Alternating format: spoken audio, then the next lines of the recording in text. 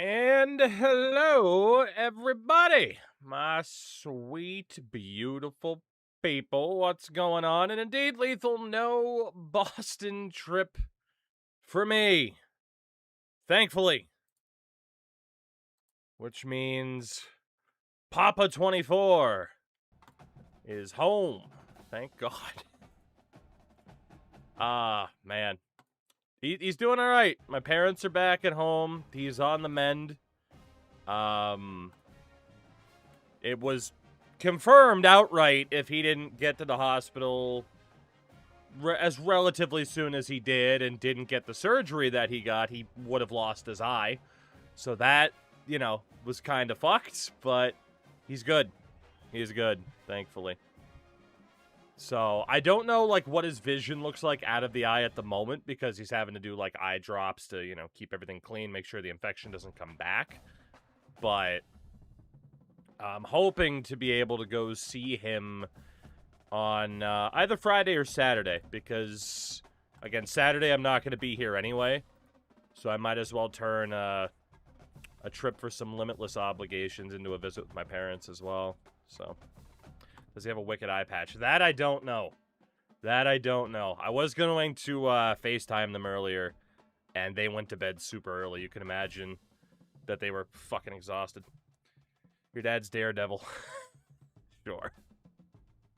I mean, he has been a daredevil in his time. I once, oh god, I think I've told this story on stream before. He's a fucking madman.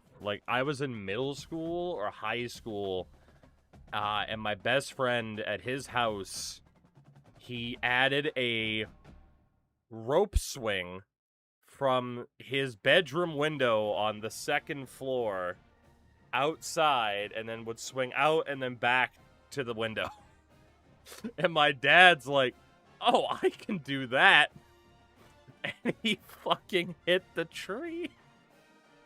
And nearly severely cut himself on a fucking, what, I can't think of the right word for it, but essentially a tap that you would get, sap from the tree from. Yeah, he's something. How'd I sleep knowing the day was wide open? It haunts my dreams. I still just try to think, how could I possibly have missed? Braden, what are your top 5 wrestling matches of all time? God, it's way too complicated of a question. So I'll just name the first. He tried to Darby Allin and almost got destination, basically. Bret Hart, Stone Cold, WrestleMania 13.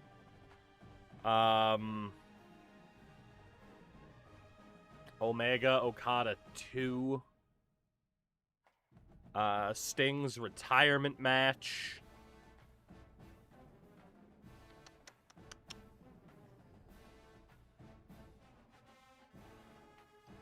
Kurt Angle, Shawn Michaels, WrestleMania 21.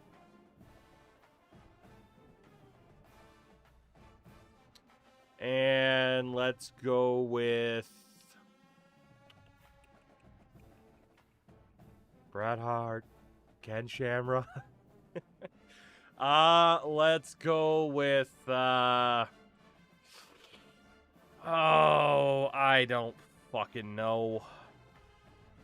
Today, I feel like it's Owen Hart, Bret Hart, WrestleMania 10. You're ordering wings. 1, drums, flats, mix. What sauce? I'm not a big wings guy. I'm sorry. I'm not. When I do, it would probably be flats more than anything. But at the same time, I would probably go... Buffalo would be my number 1, and then probably ranch as a second. You cock. I'm sorry! They're overrated. Correct that I didn't watch, but I did hear about one Kevin Owens coming back, which, again, he's one of my favorite wrestlers of all time. I can prove that by having The old Killstein Kill shirt from back in the day, still in my closet. I'm very glad he's healthy and good enough to go back to wrestling, you know? I just saw before I went live that he mentioned Rebel on a WWE broadcast, which is really cool. So, which is very, very cool. All right, let us see. Do you know that Roman Reigns and Seth Rollins were in the Shield? They never mention it at all.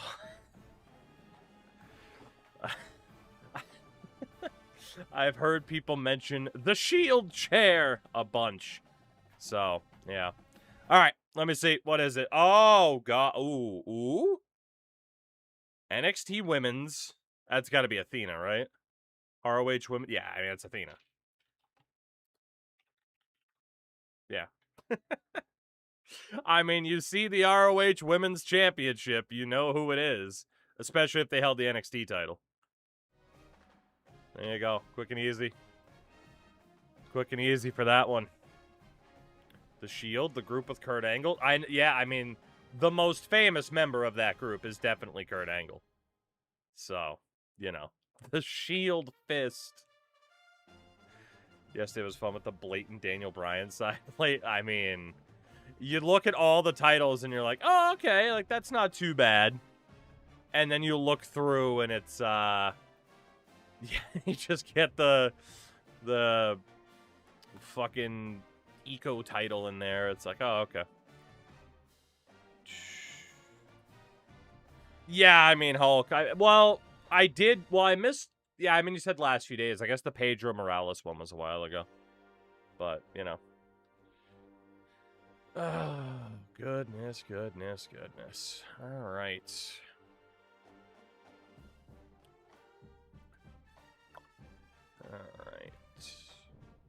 Boop, boop, boop.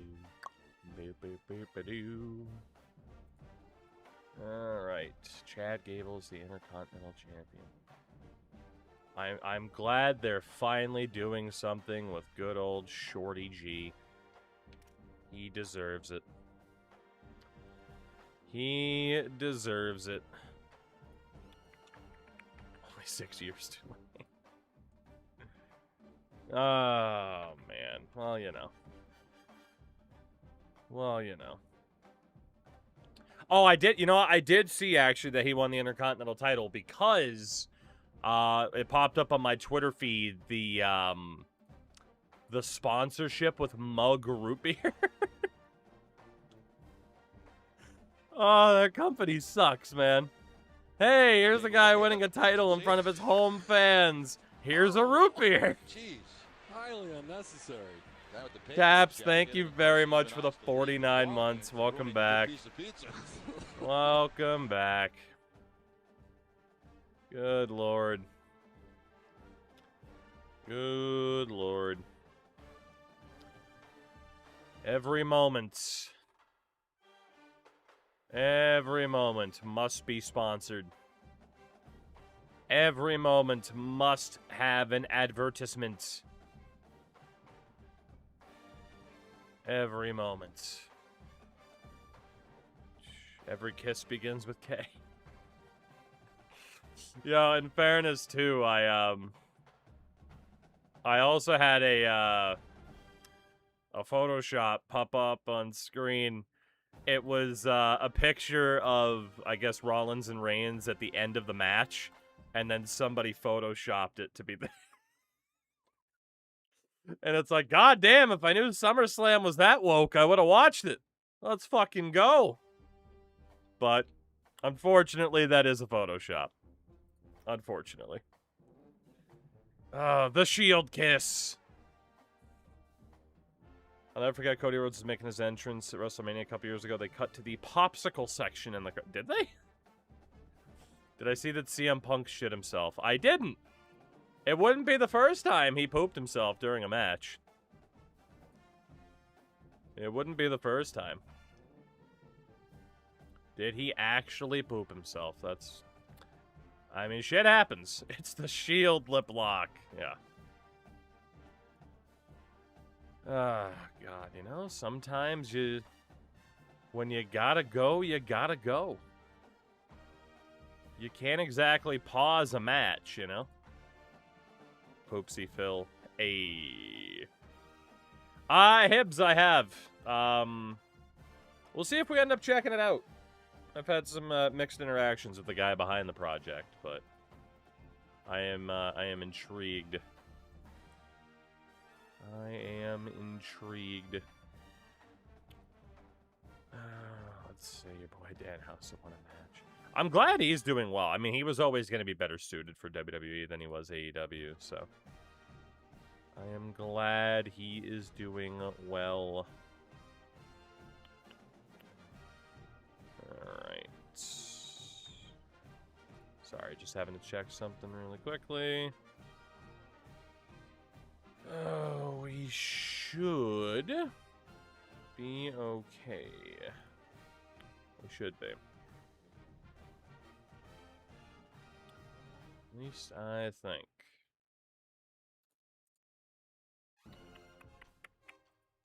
Maybe.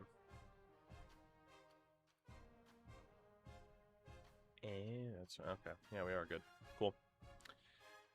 Well, let's get down to business, everybody. Let's do it, because we are running low on time. Not necessarily for tonight's festivities, but Madan. I don't know if you've heard of Madan Unful. It's a pretty,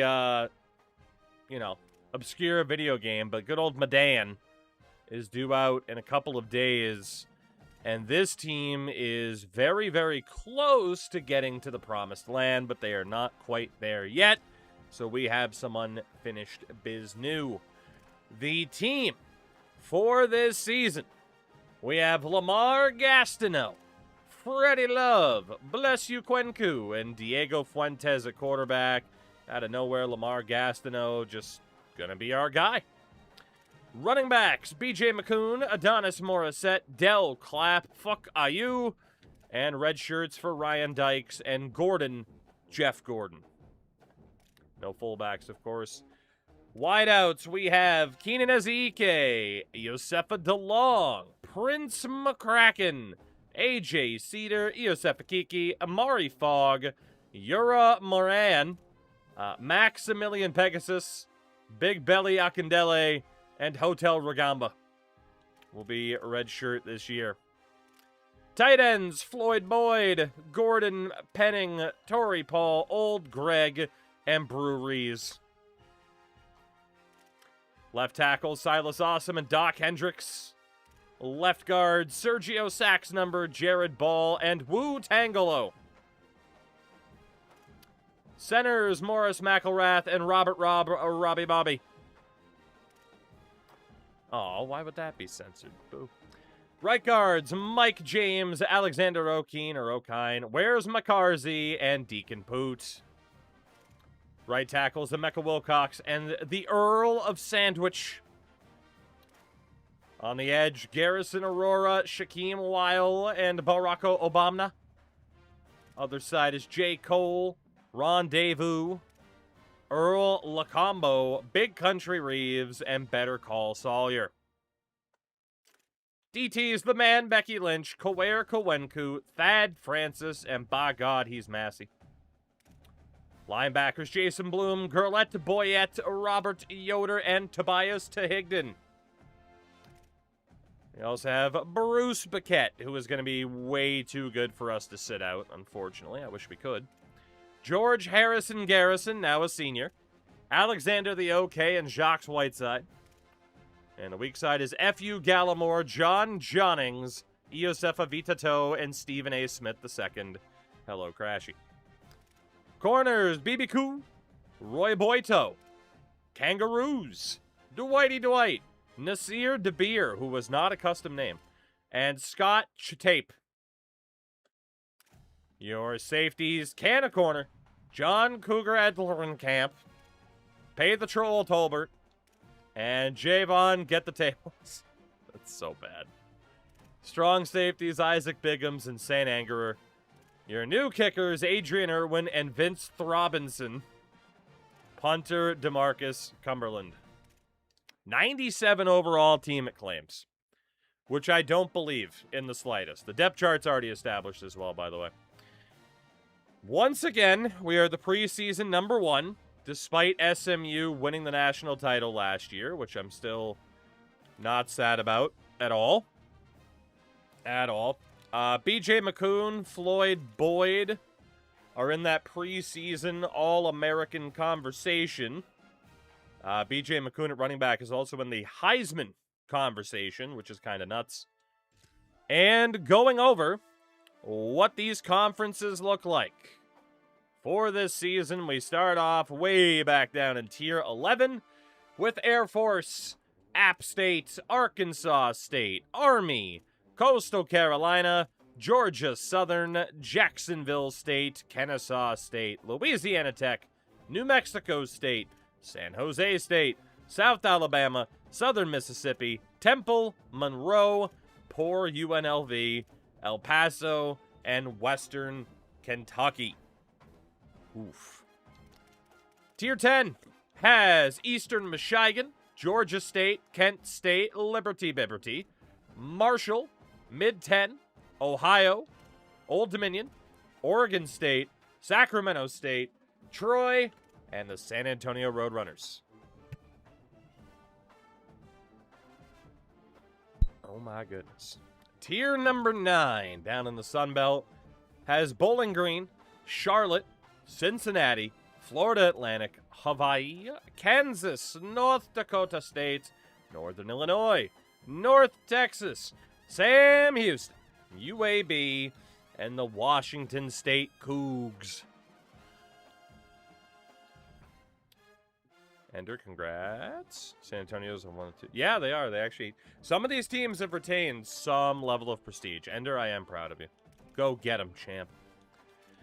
Tier number 8 has Arizona, Buffalo, Colorado State, Delaware, East Carolina, Florida International, Mo State, Texas State, Tulane, Tulsa, Vanderbilt, and the Western Michigan Broncos. Tier number 7 has Ball State, California, Fresno State, Miami of Ohio, Navy, Nevada, San Diego State, who are ranked, Toledo, UConn, USF, Wake Forest, and Wyoming.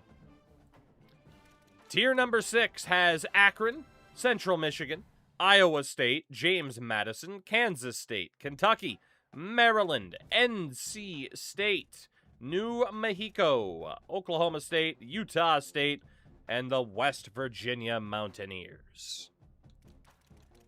Tier 5 has Baylor, Boston College, Houston, Louisiana, Northwestern, Purdue, Rice, Rutgers, South Carolina, Texas Tech, Virginia Tech, and Wisconsin.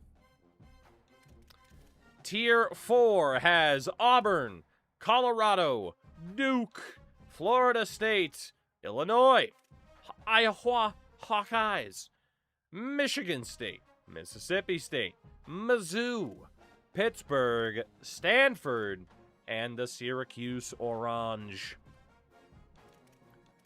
Tier number 3 has Arizona State, Indiana, I lied.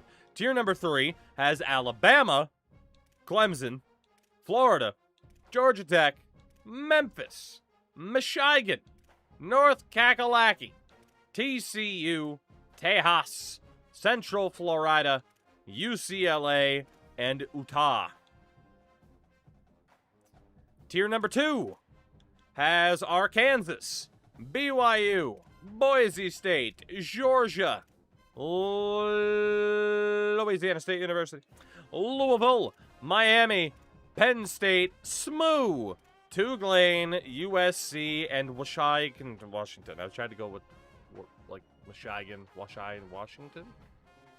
And tier number 1 has Arizona State, Indiana, Minnesota, Nebraska, Notre Dame, Ohio State, Oklahoma, Mississippi, Oregon, Tennessee, Texas in the morning, and the Virginia Cavaliers. They might be the most surprising. Scorpicornicus, they're not. They've only been doing drops for this game on Friday nights into early Saturdays towards Saturday afternoon. They've been very limited with them. I think my tags still have them from this weekend. I'm sure others have them too, but yeah, I don't think they're active right now. Well, Shiton, there you go. I think once we hit tier 1 to punish ourselves, we need to ensure the entire conference, just the top 14. I mean, those rankings can change, though. Technically, that would be some even worse teams. The custom schedule was already decided. It'll be BYU, SMU, LSU, Washington, NC State, Boise State, at the Blurf, Louisville, Louisiana, Arkansas, Miami, USC, and Pittsburgh. I'm intrigued to see how this goes. I mean, there's definitely some tough teams there. I can't guarantee we'll find our way back up. And we had already set up the board as well last night, so. We are looking for what would be the 10th promotion. For the 10th promotion in a row. Which is just absolutely ridiculous. Cody, it's just a sponsor. No joke about it. It's just a sponsor. Oh, boy. Can we make it 10 years in a row? Is the question. And I don't know the answer to it. Weird. Why? What's weird about it? What's weird about a Maine-based company being the sponsor of a Maine-based team? Now, yeah, if it was LL Cool J Stadium, I'd get the, like, what's up with that? But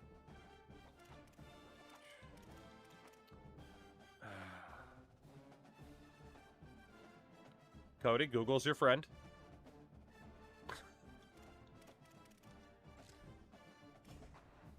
All right, so in terms of the board, obviously this is the early stages. We had one 5-star, and that was wideout Sean Tabor, I don't know. That was kind of sort of interested in us. This is the first week, though, that we can hand out scholarships, so let us do that. And we have a ton of NIL pretty much every single year now that we can work with. Connor McLaughlin. That's a hell of a name, by the way. Alright, we will go after every single person that we can, including the athletes, and including position players that had us. I think our limit was top 3. So, you know. You know. There's a giant shoe. Oh my god, that's amazing. See, now you get it. J.D. Winchester was a bust. I didn't remember to look to see who was a bust and who wasn't. Hulkut's fantastic. I wonder if that guy was the only bust. He was not. Let's get rid of Rich Lopiensky. Hell yeah. Alright. I think there was only a couple of busts. How balanced has the conference prestige and AL boost accumulated throughout the promotion? I mean, you know, depending on what conference you're in, your money's either going to go up or down. For the most part, I'm pretty sure the, for the most part, I'm pretty sure, you know, the conference prestige has stayed in line with what it started off at. So, the perfect amount of NIL. Yeah, right? I mean, that's all the money right there. So for the most part, right, it's like, yeah, if you're in a higher conference, you get more money. If you're in a... Oh my god, we got an insta-commit. I think that's the first time that's happened. 4-star edge rusher Rico Wake has immediately commit. Okay. He's fine. He's not amazing, but welcome in, Rico. Happy to have you here. Damn. I'm pretty sure that's our first ever insta-commit. I mean, I'll take it. That takes a little bit of pressure off of us throughout the rest of the year. And it looks like we have 6 gems. We have 6 gems. Okay, so Dexter Marks. Immediate 50 points. Steven Rab himself. Quarterback Rich Lapiensky. Jacques Ragas. Nick Hyman. And Thad Anderson.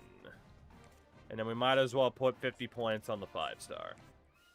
That doesn't leave us too much room left. But we do now have 2 spots on the board. So the question is, do we want to try to add 2 more 4-stars? But that's easier said than done. There's quite a few offensive linemen, quite a few defensive tackles, quite a few athletes. I guess, I mean, let's just find somebody.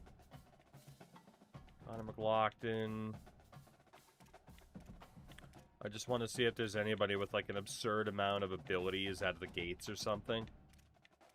A lot of workhorse. Safety valve and recoup. Yeah, nothing too crazy. Jamal Trinidad at quarterback has 94 throw power, so you know what? Screw it. We'll take that. What's the outlook? Some tough teams in this conference for sure. Can we fight for promotion again? Yes, we can. Is it guaranteed? Definitely not. But this team also, you know, despite our high level, did much better last year than I thought they were going to.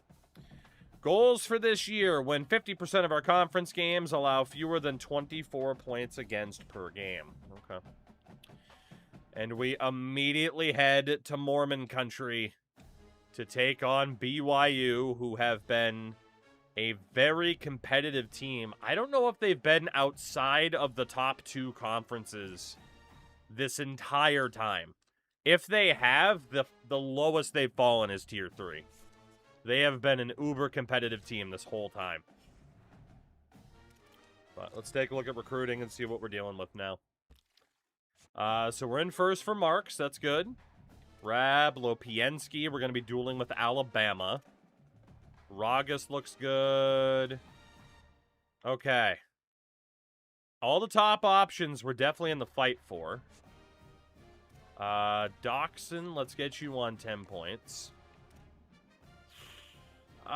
We can still talk for the moment to that guy. We can definitely still talk to McLaughlin. Parker. Obviously, there's a bunch of athletes that we were targeting first. For a good amount of these guys, we are actually looking pretty good. It's very early days. Clemson might pull ahead of us for Stephen Casey. We'll see. Sergio Kindred, a.k.a. Skindred. What a band. What a band. I'm actually not even going to have enough points to fully spread the wealth, so... Interesting. Oh, in fairness, I did have those extra points on Trinidad. So I think for the moment, pretty much everybody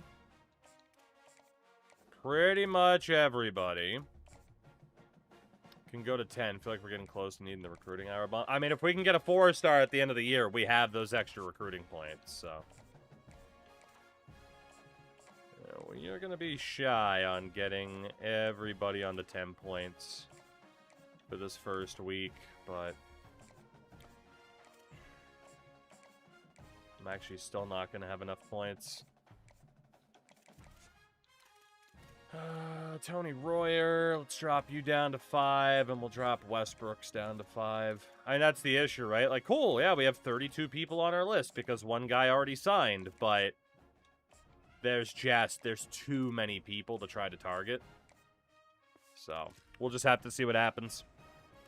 But this season, it's about the on-field. Game of the week against the BYU Cougs. What do we have for an alternate? You know, it's a nice alternate. Let's go with that. There you go. Let's do it. Let's do it. Let's do it. Every year we kind of wait to see when we're going to hit the wall, brother. And we have not yet hit the wall, brother. Not yet, not yet. But tier number 2 certainly feels like it could be the time. Certainly does. With that lovely Utah weather.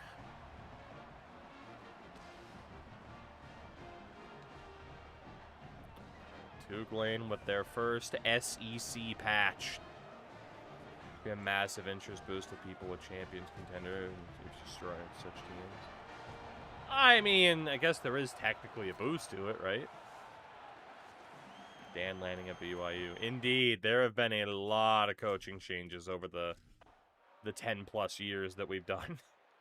A lot. Ryan Day, I believe, is on his 3rd different team. Who wins, 85 Mormons or 1 Blue Moose?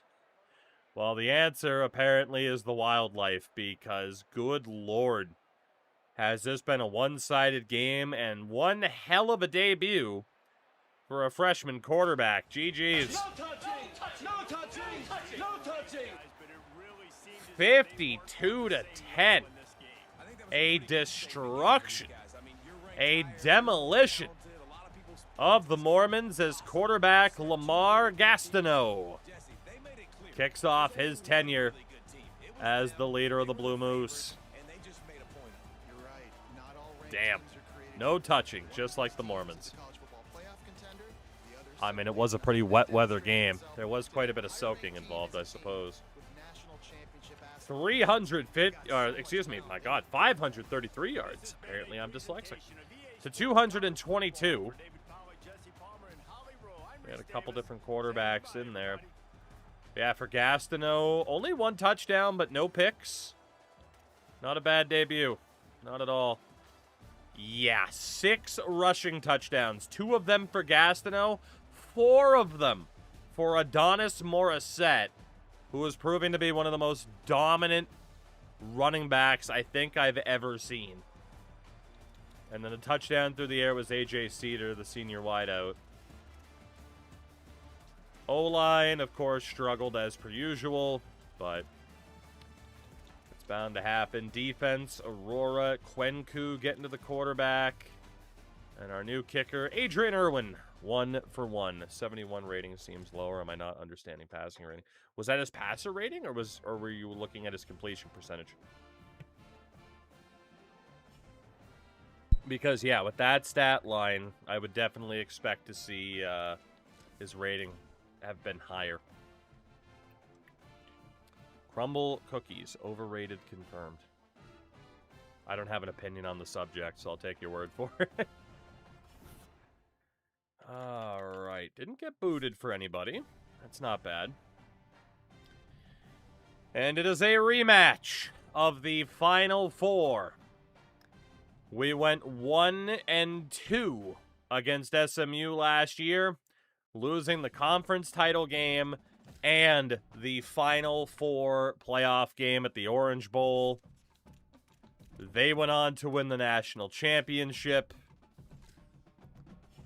Winning here helps, but it doesn't take away the pain from last year. Not at all.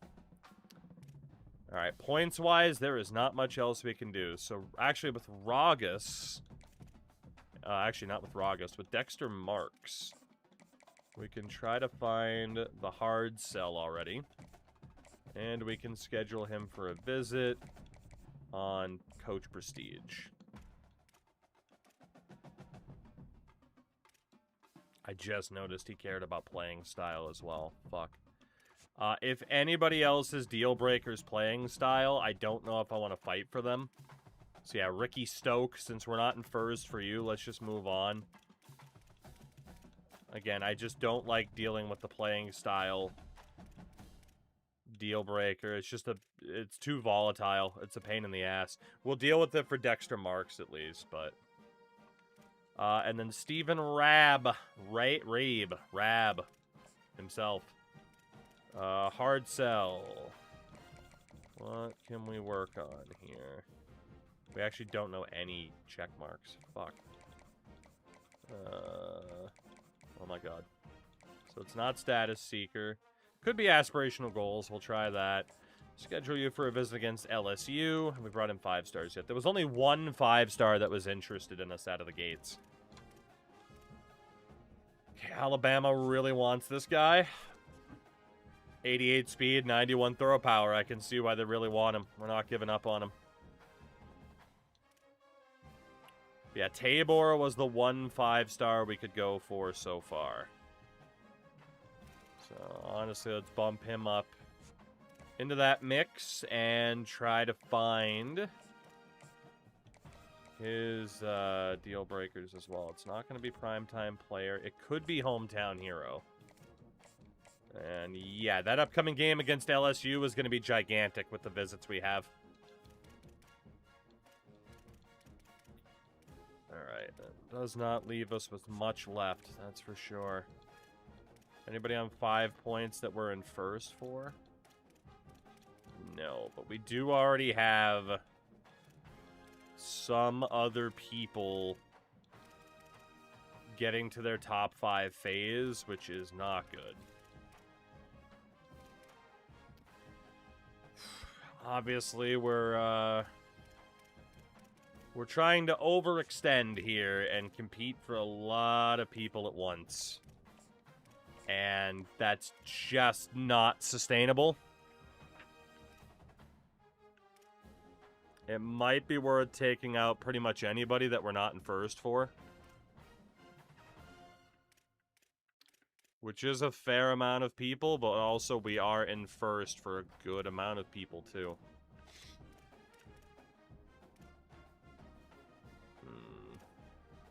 Not sure. Because I know there's plenty of other 4-stars as well. And then 5 stars, really quickly, is there anybody who has yet to get a serious offer? Like, maybe Celessi Cross we could compete for? But that's about it. And then maybe Tommy Slaughter. But that's less likely. But yeah, at best, it's this linebacker, Celessi Cross. That we might be able to add in. So Lopiensky, that's not that bad. Anderson was a gem that we had to fight for. Looking okay for that guy. Chad Malik, let's let him go to Alabama, right? Like, they're able to invest way more in him right now. But he's from Alabama, right? Let's just get rid of that guy. Josh Harris is a bit of a toss-up. Casey, let's just say, I mean, he's from South Carolina, right? He's going to Clemson. Hulk, I did. It's one of the stupidest things I've ever heard of. But, hey, they got people to talk about it, so. This guy's from Tennessee. Tennessee's interested. He's gone.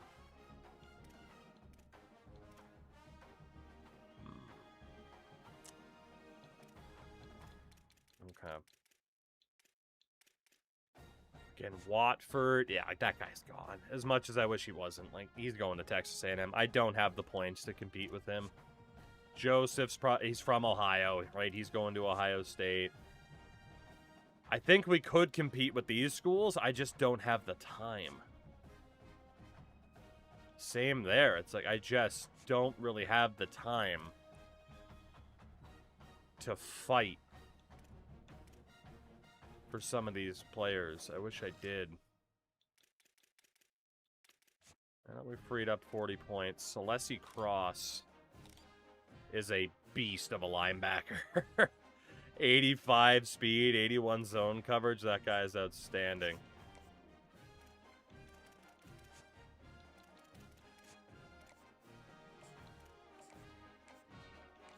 I'm going to leave a couple of these guys on the board for one more week, but a lot more of them are going to have to fall off the board sooner rather than later. Final, what's going on, by the way? We're doing well.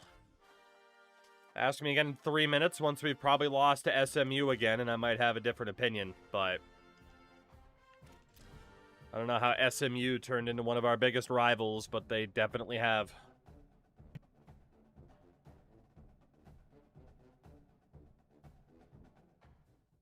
They definitely have.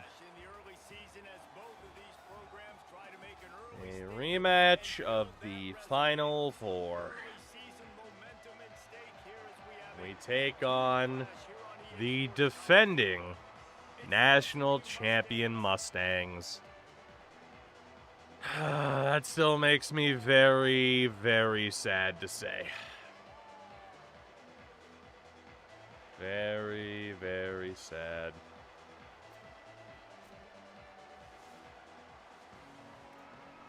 All right.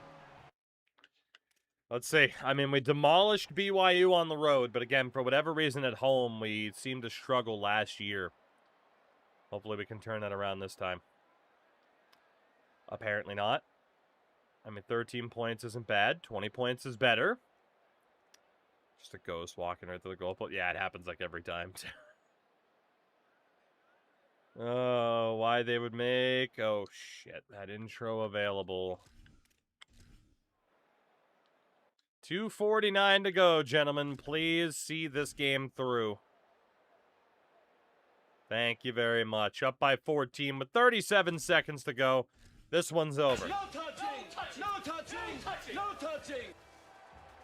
In the regular season, we can beat the Mustangs, no problem. In a championship game or playoff game, no. But we do get the win today. That was not a great performance for Gastineau. I don't know how he got player of the game status on a stat line like that, but fair enough. A win is a win. 30-16. We got an elite dev punter. I'm jealous. Our defense did a good job, though. We held them to 256 yards total, which is nothing. Gastineau, again, at least he didn't turn the ball over, but that is a very unimpressive stat line. Yeah, I mean, a 112 rating, 56% completion. The running game wasn't that strong either. I mean, it was okay, but Morissette didn't get that many carries. BJ and Clapp each had a touchdown. Gordon Penning with a touchdown through the air. The offensive line. Wilcox might be hurt. Best offensive lineman, a.k.a. our worst offensive lineman. We got to their quarterback 4 times. No picks. Kicker went 3 for 3. I mean, I can forgive Gastineau for that one, right? Again, if you're going to have a bad game, you know, for the love of God, don't, for the love of God, just don't turn the ball over. And he didn't. So he's the anti-Tua. But we are 2-0. Not bad. I got to check our coach points as well. See what we want to spend those on. And give me some good news. It's not bad news, at least. We host LSU this week. Rain expected. Okay. Really quickly, then. We need one more playoff win to start getting program builder. Although that 75 bonus XP sucks. Obviously, like, improving coordinator. You know, home field advantage. Players less likely to leave. 3 additional persuades. Boost to your primary pipeline. I mean, that's the only way we're probably boosting up our pipeline is that right there. Upgrade your best pipeline by 1 tier. 25% more from completed goals. Maybe we should start saving for program builder. Quarterback start hot in 4th quarter games. Again, we just don't have the kicker and punter extra dev. People less likely to transfer. All of those are just so expensive. Architect. XP for every 3-game win streak. Tactician. In fairness now, going back and starting to spec more into Tactician might be the right way. Strategist. Just boosts visits to players. Recruiter, we have the extra XP already. We haven't had 2 top 5 recruiting classes, so we're nowhere near elite recruiter. I mean, if we wanted to spec into, like, better starting interest from players, but we're kind of doing okay. So, yeah, I think it's either we save up for program builder. How much does tactician help when we already have pretty high skill people anyway? I mean, in theory, right, it should make people better regardless, so. Running backs, we helped out the O-line.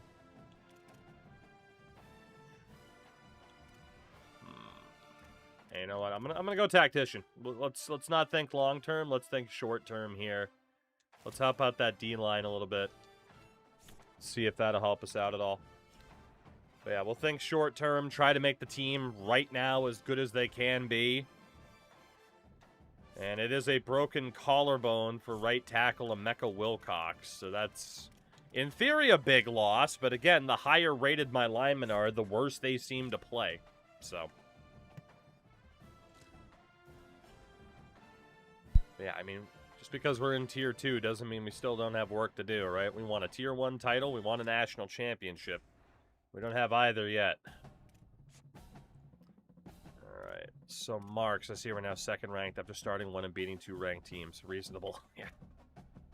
Alright, so Marks is looking good. Rab, we had the wrong cell. So he's got to be a Sunday player. Tabor. Fuck. Okay, we'll leave him on the board for this week, but if Notre Dame's still ahead of us, we're screwed. Right?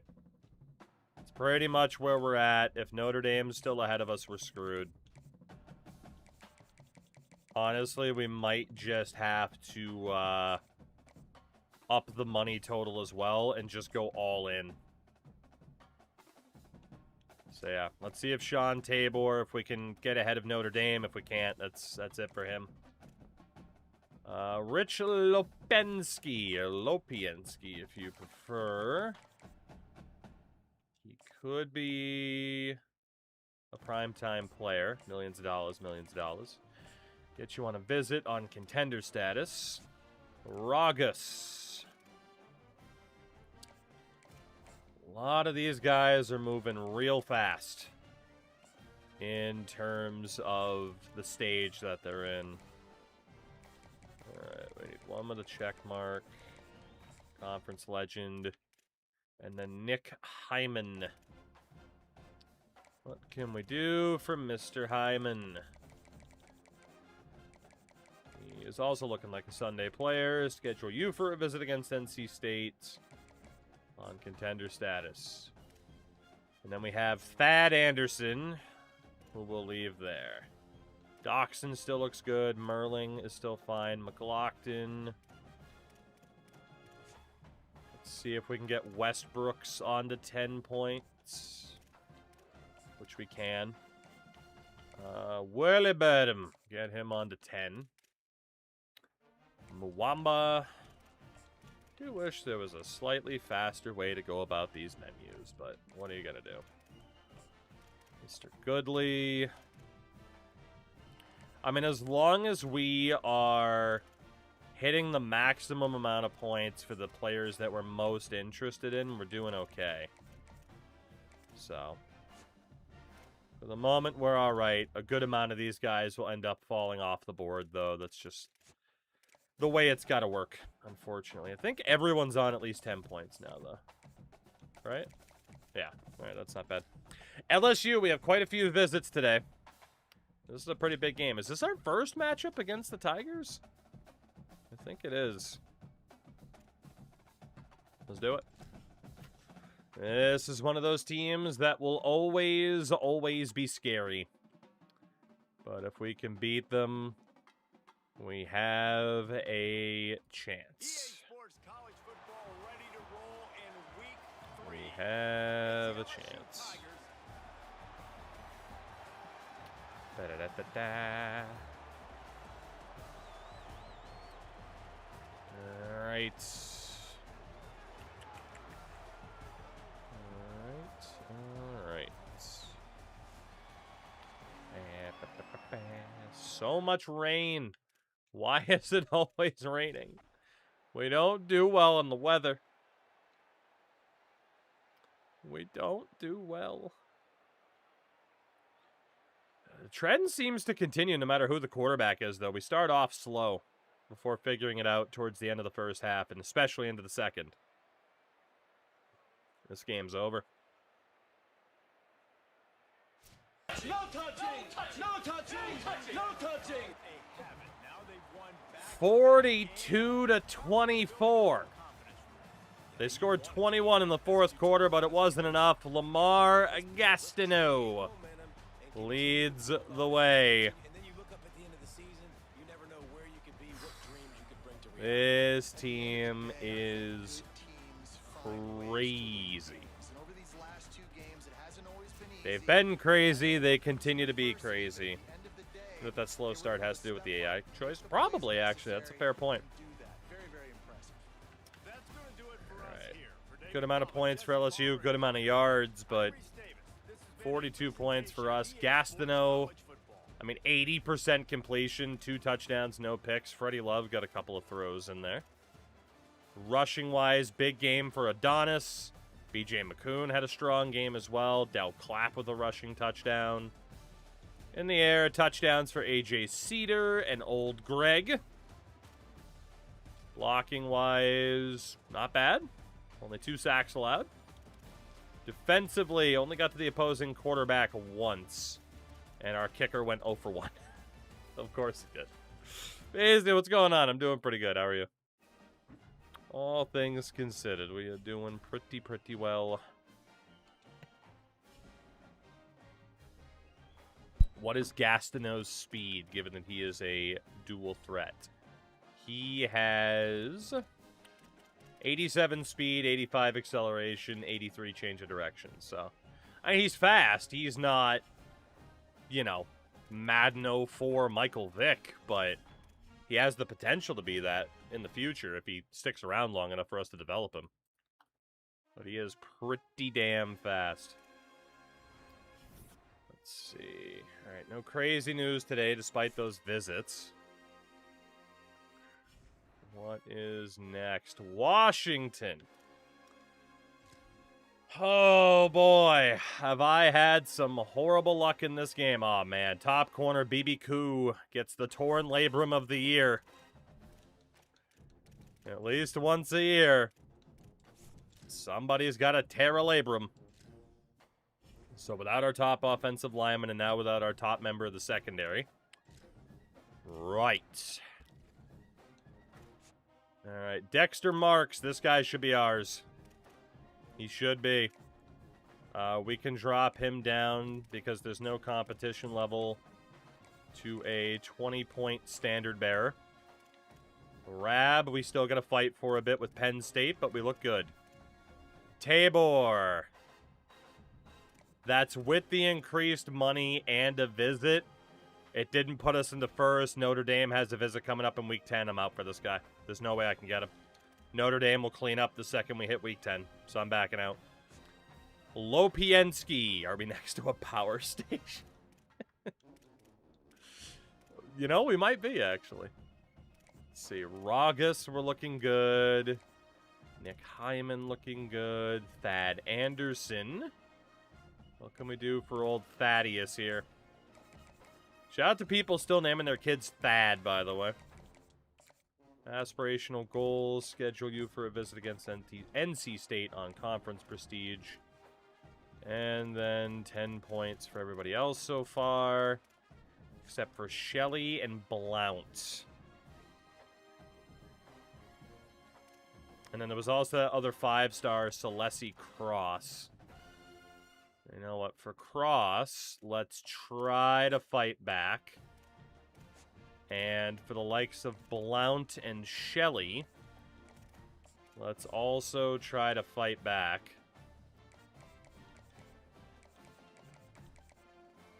It might be a status seeker.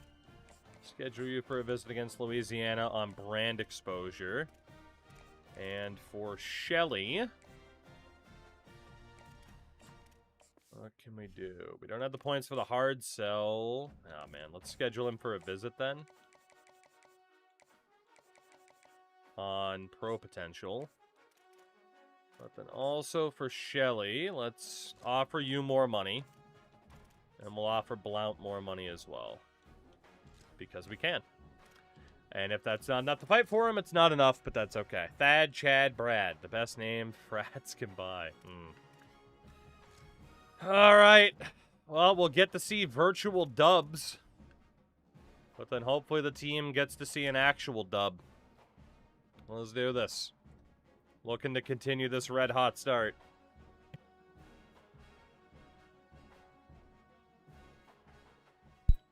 Let's see, let's see.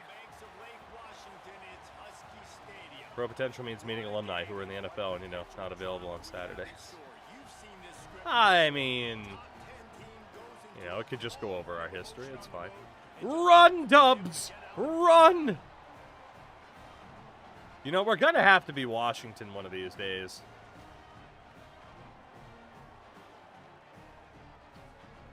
Ah, good old Dubs. And good old Leroy. 43 months on the primer. Leroy, welcome back. Thank you very, very much. This Crashy hits 230 streams in a row. You know what, Leroy, for that, you get a gigantic, problematic individual. Because I haven't removed that emote for some reason. Oh, man. All right, Washington, what do we got? What do we have here? We have had some horrific luck in this building throughout every bit of Dynasty we've played this year. I don't know what it is. It's the greatest setting, apparently, and, well, not for me. We tie it at 17 apiece. And take the lead 20-17. Let's see. You know what? Actually, let's fast sim this. Change of possession. 2:05 live. 2:05 to go. Tied at 20-20. We will hop in for the first time this season. Because, again, we just cannot seem to beat Washington on the road.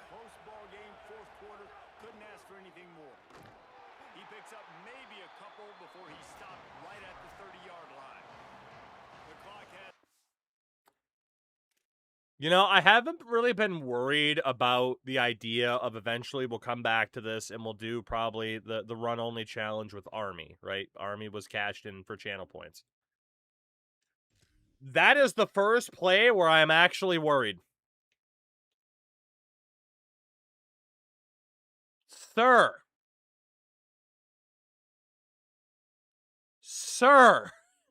If you block him, we get a significant amount of yardage by breaking to the outside. Maybe not, or at least significantly more. That was bad. That was real bad. If I could call an audible, I would, but I can't, so we're going to run it. And there's nowhere to go. Fuck.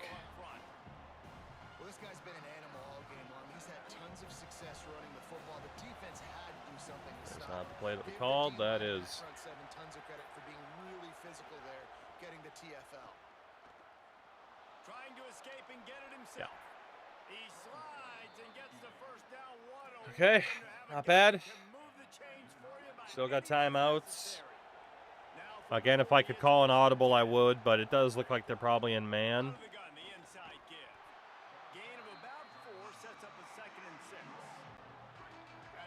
We're not afraid to play for overtime here.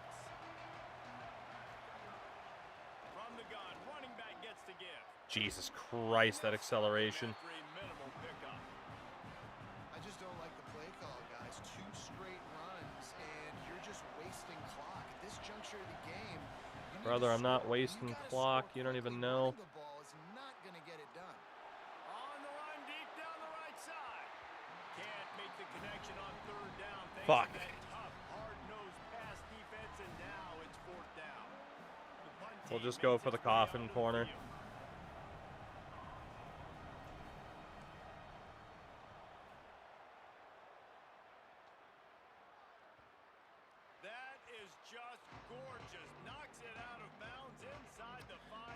We'll gladly play it for overtime. I wasn't going to play right into their hand. Wasn't going to play right into their hand and allow them to do anything crazy and capitalize off a turnover. I will call a timeout here, though, because we might be able to force a turnover. Yeah, unfortunately, the atmosphere that the Huskies have here, not easy to deal with in terms of being able to make a lot of changes at the line. Defense looks like they're about to bring the house. From the gun, they'll try the middle. Just ran over it. Trying like hell to force a fumble or something, but maybe get a pick six if they dare throw it. But they are going to be smart. They're just going to keep the ball on the ground.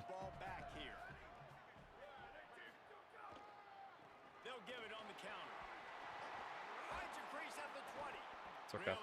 Overtime it is.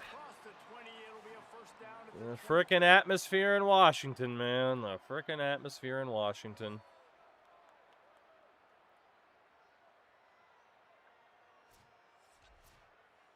It's time for the Cheez-Its Crunch Time Overtime. Goodness. How mad would you have been if they rushed for a touchdown? I don't think they would have with our safeties back there. So, I mean, I would have been mad, but you know, it wasn't happening. We'll get it started here in overtime. Here we go. Ready. Wants to throw. It's Pugh. Missed receiver. Good play. It's incomplete. Good play. On that one, but obviously the result is an incompletion. What will they dial up on second and a long way to go? They'll run it from the gun. Got it into the red zone, dragged down at the 18-yard line. Not great. Oh, we're doing this again. John, thank you for the 8 months. And I'm going to need that luck, is my guess. Passing game on third and short. Nice tackle. Out of the backfield, looking for the sticks. John, you willed that into existence. Thank you very much. Extension of the running game. That's like They a went for another little mini screen pass. It didn't work. speed to be able to pursue and get to the football is why they Well, we know he's not going to miss because they never fucking miss. On fourth down, and this field goal kicker is going to face Right down the middle. splits the uprights. Easiest field goal of his life. Lead here in OT. Touchdown for the win. But again, not really being able to call audibles is a problem. Although right now the crowd's not going too crazy, so we can definitely call something. because you want to know what you need. That's a How did key CPU miss for me a good philosophy amount? for Lucky most you. teams when it comes to overtime, David. Bang, Ezike. Gastineau on just 159 yards now. We'll try to run this to the outside with Dell Clapp. Keeping it on the ground on first and goal. He fought him off for a while, but that's what they mean by game Blocking left a time. little bit to be desired. Oh, man. Raising the volume on second and goal. Can we get away with the audible? Fuck, they adjusted. Back to pass. That might be picked. And that was a high percentage completion and a low efficiency. Fuck. pass. They lose That was scary. And that's really That was scary. that's discipline, man. Understanding covering top to bottom. Backup quarterback Freddie Love is in. A lot of space. They throw that football out to the And Freddie Love wins Tuglane the game. And the celebration is on. A walk-off Woo! quarterback's abilities to Let's go. is huge. And also the anticipation that Scary. Scary, scary, scary for a minute. I really thought on that second down play, that was a nice job by the they perfectly adjusted. They blitzed at the same time. I thought for sure I threw a pick. You've got to read the coverage, hit the open guy, and let The Blue Moose stay undefeated. I don't know how Lamar Gastineau is getting these Player of the Game honors because he has not been great over the last couple of games, but he is still our best quarterback. I mean, technically there might be someone who might sim a little bit better, but you know. Get me the hell out of Washington. I think that's the first time a team of mine has won at that stadium since this game has come out. This has been a presentation of EA Sports College Football for David Pollack. But yeah, I mean, Freddie Love, 2 for 4, gets a touchdown. He also threw a pick. That wasn't me, though, thankfully. Yeah, rushing touchdown for Gastineau, 1 for Morissette. And then receiving-wise, Ezeke there. To be fair, that stadium gets loud as hell. Well, yeah, I mean, it's all a bunch of Seahawks fans. I'd expect it to be loud as hell. 1 sack for Becky Lynch. I don't think we've gotten an interception on the season. Irwin also missed a field goal at one point, so that doesn't help.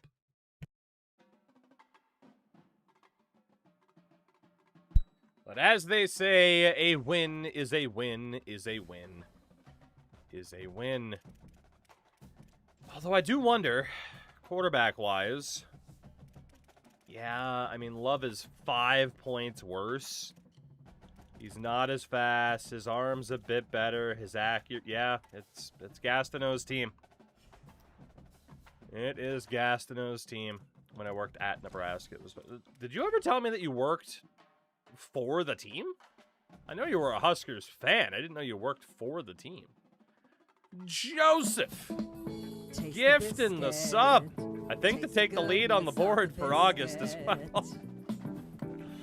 Joe, thank you very much. Old Schmegelvitzberg on the receiving end as we get the verbal commit from Stephen Rabe. Rab? Stephen Rab himself. Delightful. It's one of the gems that we were targeting. I think so, but I can't remember. Fair enough. Nor can I. I'm number 1. Worked in the video department for 4.5 years. Damn. I gotta be honest. I might just be a bad Can we stop getting hurt? I know I'm a bad streamer, but at the same time, like, I feel like I would have remembered that. But I don't know. Like I said, I might just be old and can't remember anything. Taste the biscuit. Taste the good. And Deeds with the 5 gifted subs to take that top spot right back. You were number 1. Taste the goodness of the biscuit. Oh, man. Well, it didn't last long, but Taste he'll the remember it. Taste the goodness He'll remember of it. the biscuit. The 30 seconds he was number 1 for the month of August. Taste the biscuit. Taste the goodness of the biscuit. I was the first number 1. Low Taste the Piensky. biscuit. Taste the goodness of the biscuit. Fuck. We want this guy, we gotta spend more. Tug lane becoming hurt lane. That's what we do. It's what we do. We always seem to have an immense amount of injury troubles. Alright, if we want Thad Anderson, we're going to have to pay more. So let's just do that. Worked in coordination on a team that filmed the practices and games, and then... You film the practices? Spygate! Nebraska Spygate confirmed. Unbelievable. Imagine filming a practice. You broke the law. Alright, we offered that guy way more money. We do have a visit coming up with him, though. We hurt people. Usually our own. What can we do for this guy? House call. Nope, it's definitely not house call.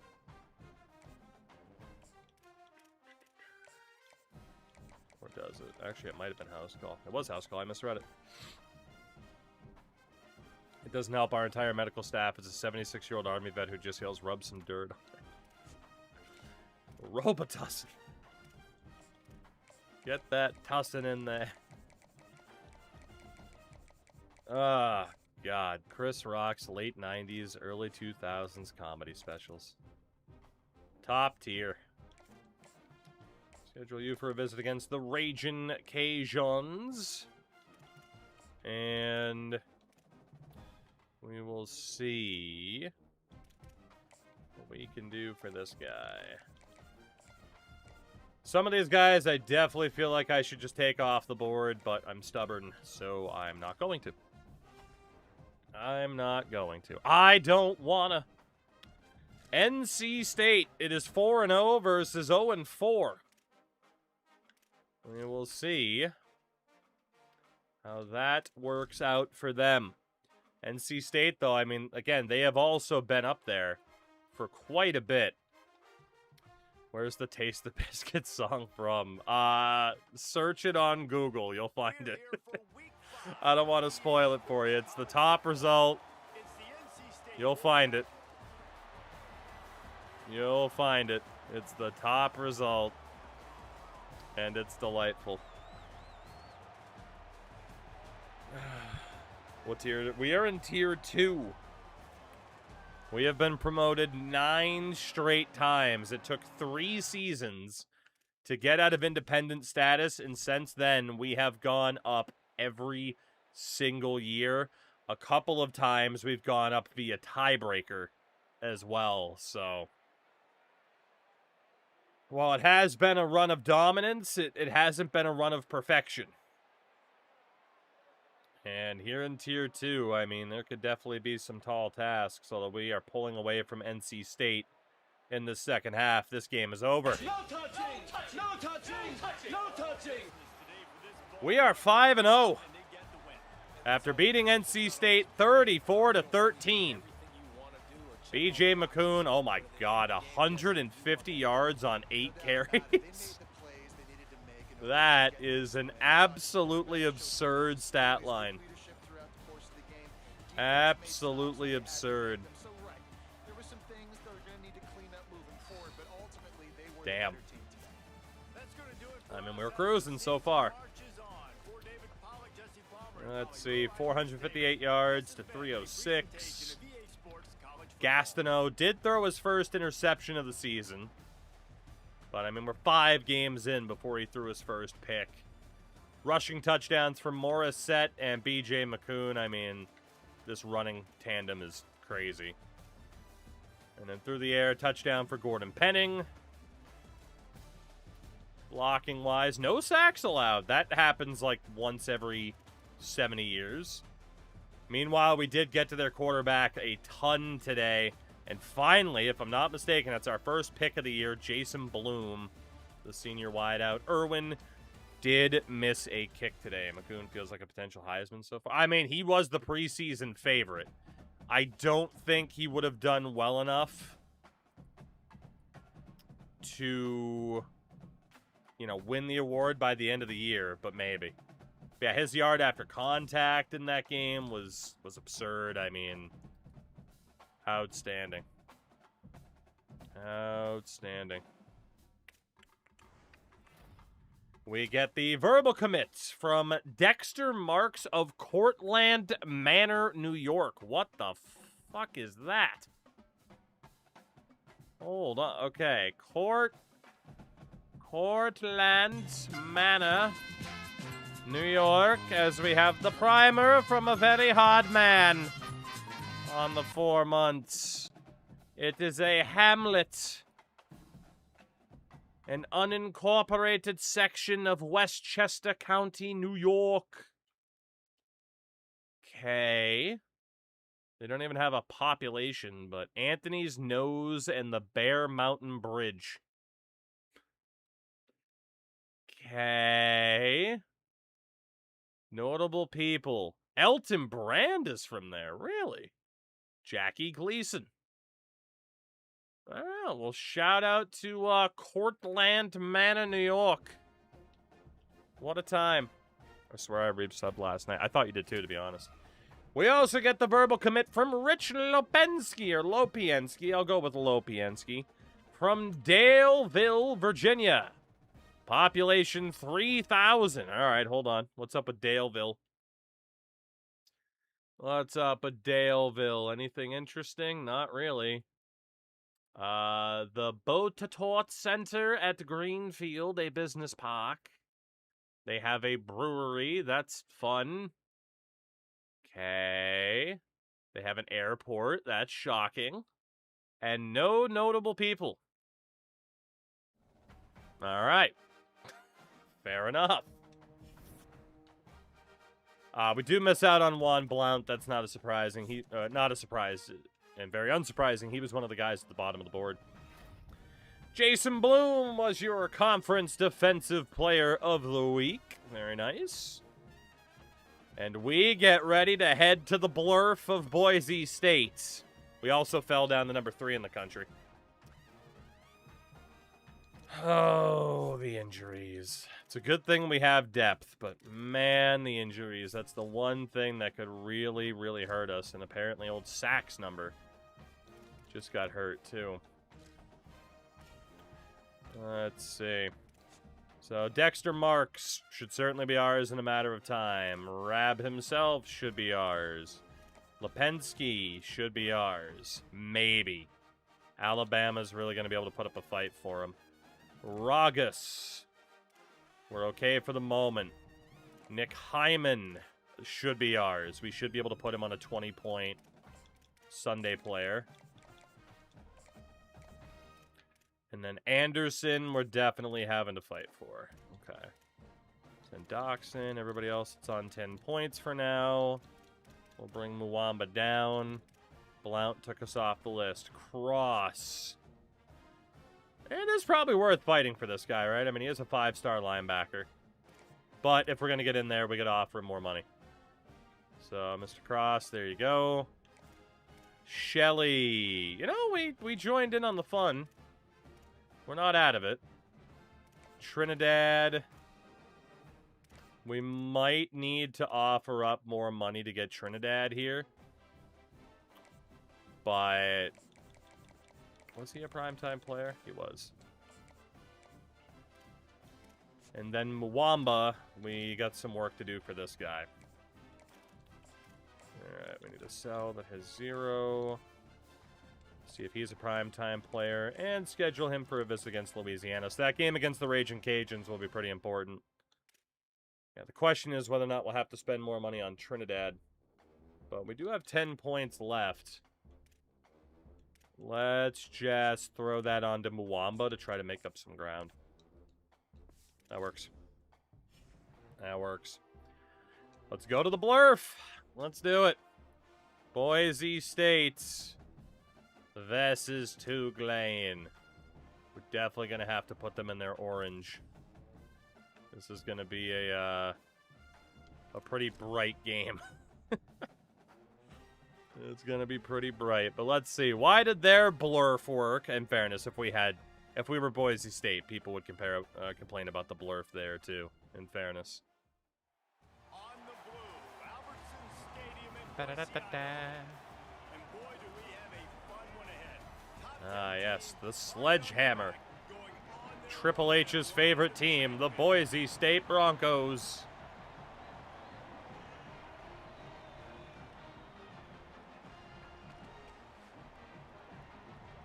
Because, you know, all those horses that carry around sledgehammers.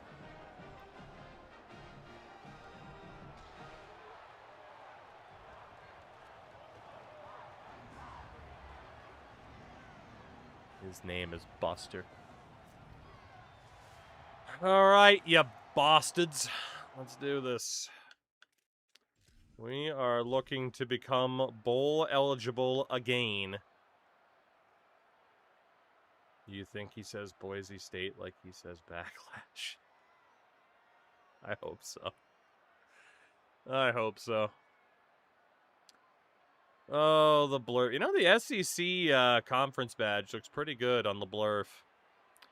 And this is going to be a 6-0 start to this season. No touching! No touching! No touching! Undefeated, bowl eligible when you have that kind of record. We've been at this point for a while. We are a regular season powerhouse. But we need to prove that we can get it done in the playoffs. That's what it, you know, that's all that matters at this point. That's what we care about. Because that's who I am. That's who I care about. 35-7. They had over 300 yards of offense. They just couldn't cap off any drives. Autumn, what's going on? Do it for us here. Nick Presley for them was okay. Gastineau, no touchdown and a pick. Presentation of EA He's our best option, but man, he has been underperforming. Despite still being on the air raid playbook, it is the running game. I mean, Gastineau did have 2 rushing touchdowns today, but it's Morissette and BJ McCoon that continue to just dominate. And then through the air, obviously no touchdowns. I feel kind of bad for these wideouts because the wideouts line up to come here because, oh, they run an air raid offense. I'm going to get so much yardage and go pro. And then we just somehow, for some reason, run the ball. Jason Bloom gets another pick. Our kicker goes 5 of 6. Field goal university will never die. It's what we do. We make movies, cinema. It's what we do. Oh, man.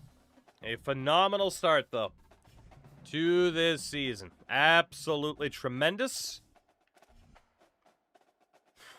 But, ass. It could all, be for nothing. We'll see. Jacques Ragas of Little Rock, Arkansas, is a verbal commit. And we also get the verbal commit from Nick Hyman of Greer, South Kakalaki. Population 35,000. It's way too notable. And we get the hard commit from Stephen Rabb himself out of Philadelphia. 4-star offensive tackle. And the hard commit from quarterback out of Daleville, Virginia, Rich Lopiensky. And the hard commit from defensive tackle Thad Anderson out of West Lafayette, Indiana. Holy hell. All right, recruiting is looking tremendous so far as we head to Kentucky to play the Louisville Cardinals. And we actually had somebody heal from an injury. How do you like that? I think that was Mr. Labrum as well that was back. It was. See, Labrums aren't even important if you can come back after like 3 weeks. Who even needs a Labrum? So we got Rab, Lipensky, Marks is fine on 20 points. Ragas, let's keep on 40. Nick Hyman will keep on 40. We can actually get him pitchers. I guess that's fair. We already got Anderson signed. Everybody else is still in that open phase. Westbrook's has changed his mind. Alright, so Cross, we're up into second after adding that extra money. Shelley, we're in a 3-team recruiting battle. There's not much more I can do for him, though. Are we in week 8? What week are we in right now? Week 7. Okay, so he still has a visit. We might still be able to get that guy, then. Trinidad. We are right in the conversation. Might end up having to offer him more money. Texas A&M wants everybody. Yeah. Muwamba was not a primetime player. So the choice with these extra points, it'll be either we start to go after a few more people, or we try to prioritize the people that we're already talking to. Both are viable options. He's not a primetime player. He doesn't care about house call. He might be an influencer, though. This game against Louisiana is going to be pretty big. Yeah, I mean, this guy's on 10 points. I think we look to add more people. I think we do. Let's see who's out there. I can't imagine any of the 5-stars have changed their mind. Let's see. I was wrong. Linebacker Tommy Slaughter. It is very unlikely that we get this guy. So that's probably not worth it. But also it's a 5-star, so it'd be kind of nice to fight for him, but it'd be a waste.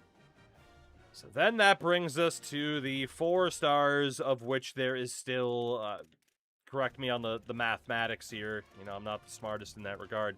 A bajillion 4 stars, I believe, is the correct number. Pretty sure it's a bajillion. Bajillion-7. No strong safeties left. And there are a couple of free safeties. That guy's got a deal from Indiana. That guy has an offer from Bama, but we're in third by default. As much as I'd like to fight for the first two, I think looking at Gervonta Watkins could be worth it. And then for the corners, can definitely look at Duke Longo. I think we can look at Brett Smith as well. Maybe even Bouye. Maybe even Cribbs. Kendricks. Bama's going to scare me out from that one. All right, let's see if we can find any help in the secondary then. Watkins will be top priority because we'd have to try to close the gap real fast. He is a gem. So we are all in on this guy immediately. We'll schedule him for a week 10 visit. And then we can put him on the hard sell and try to figure out what he cares about. If we get Duke Longo, his name's going to stay the same, honestly. It is a very solid name. Very solid name indeed. Louisville. Louisville, Louisville, Louisville. Let us see what we can do against old Louisville. Champions Gold Alternate. You ain't champions of shit. You ain't champions of anything. I mean, the champions of your state, but I mean, it's Kentucky. That's not saying too much, you know? That's not really saying too much, you know? I can't wait to lose to them now. Can't wait to lose to them now.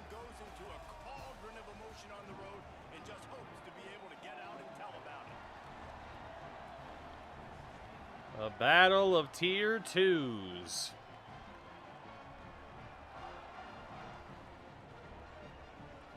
And a battle of some shiny helmets.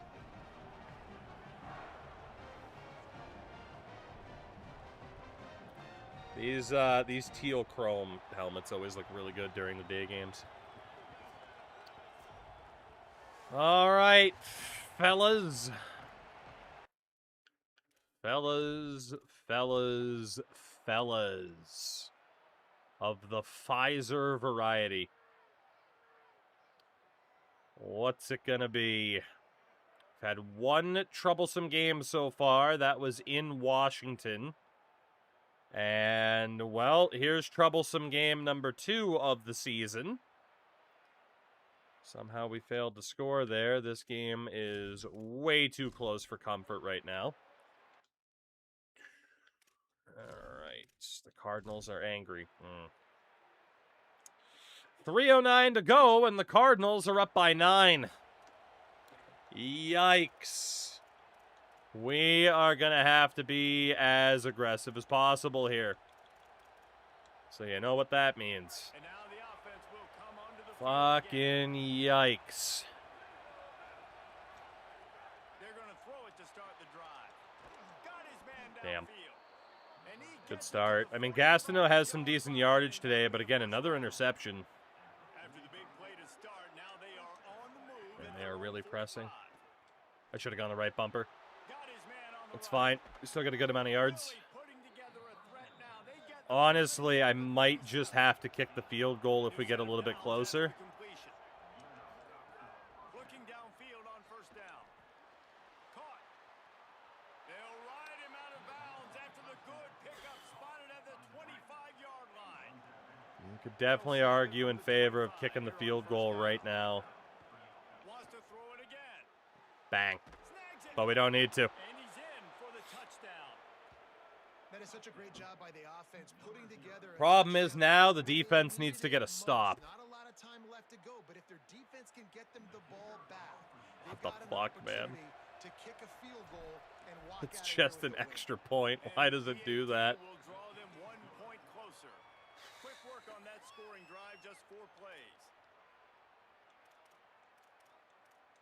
Fuck it, we might as well just kick it off. I have not, again, still to this day, have not recorded a successful onside kick, so.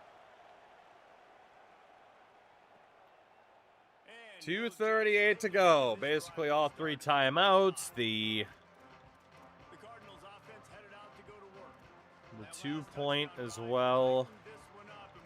Or the 2-minute, I should say. Don't try to make any big plays. Just make the stops that we need to make, please. That's all I ask. Make the stops that you need to make.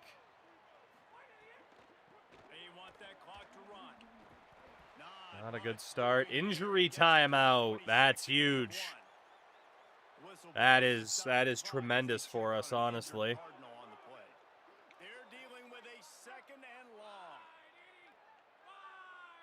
Out of the way, ref. RPO, wrap him up. Nice. And we'll call a timeout. One more stop, and we are in a tremendous position.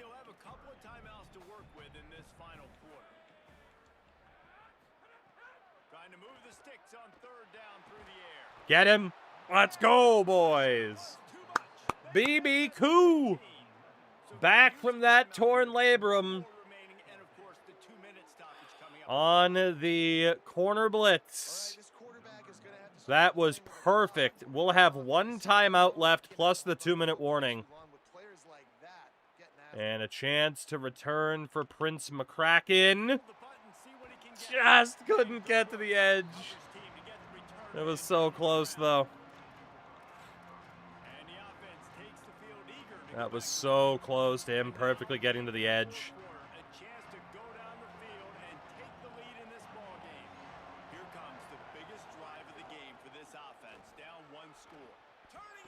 Woohoo! Del Clapp, 1 run. And we're just about in field goal range. That's huge. The O-line guy dislocated his hip. Shit, I didn't notice it was that bad. I thank him for his sacrifice. Oh, the blocking. Oh, the blocking. Let's fucking go, O-line. You're crushing it.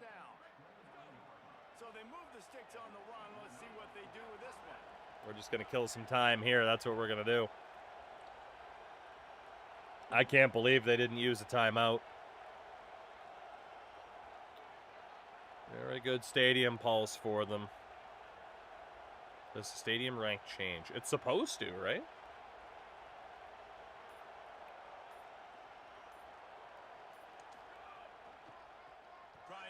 Ah, guy just lost his block. And there's the timeout from Louisville.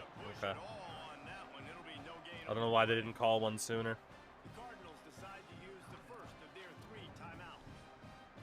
They'll get together to decide how to play this second down.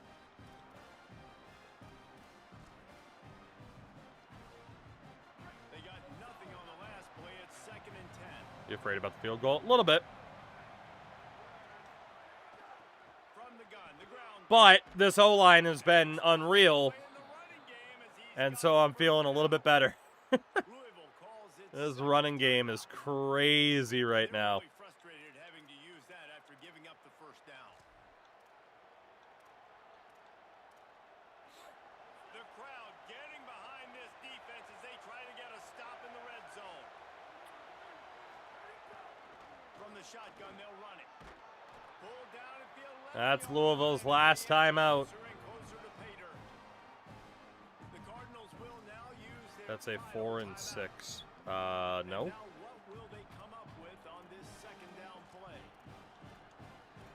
We are 6 and 0. They are 4 and 2.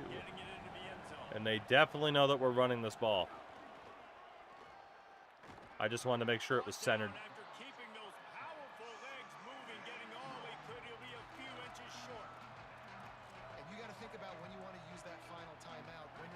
I'm blind. No, I mean the text isn't the easiest to read.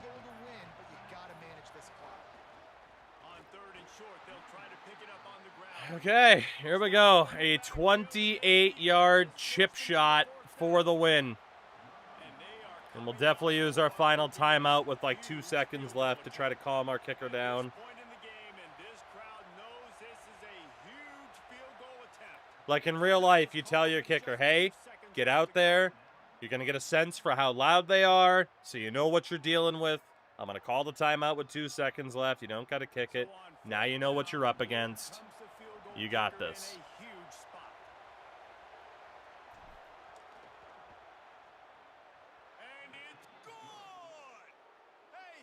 Whoo! And the 0 stays the 0. We will move to 7-0. Bit of a road game. Why would that have been tagged for bullying? That's funny as hell. Twitch, what are we doing? We played that really, really well. The O-line was phenomenal to allow me to run that ball. 31-30.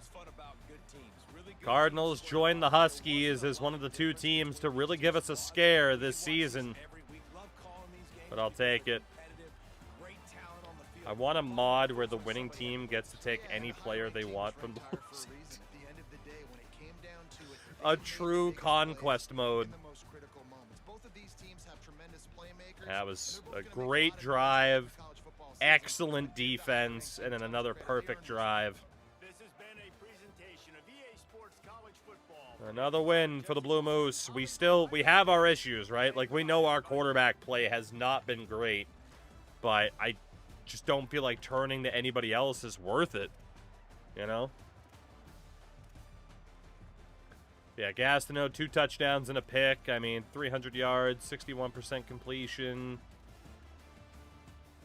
And it's just that the interceptions are adding up.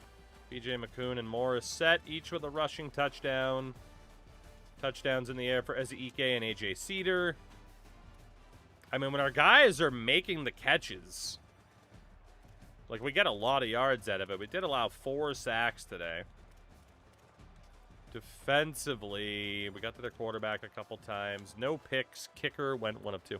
And Team Builder, can you put text or logos on the bottom white part of the helmets? Yes, you can.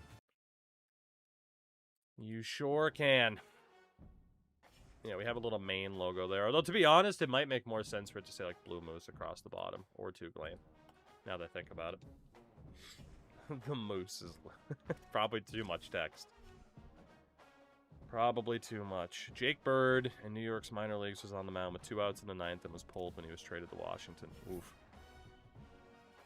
Aw, we lost somebody. Jeremiah Shelley was elected to go to Texas in the morning. Fair enough. And, man, the Ragin' Cajuns, they're certainly raging. 6-1 on the year. Okay, this will not be an easy game. I mean, we chose them because of their prestige and their lower overall for that prestige, but they're back up over a 70. They're crushing it so far. Alright, so we got those commits. Again, Marks is fine. Ragas, I don't know what he's waiting for, man. I mean, he's waiting for hometown Arkansas to really make a push for him. Hyman now has an offer from Clemson.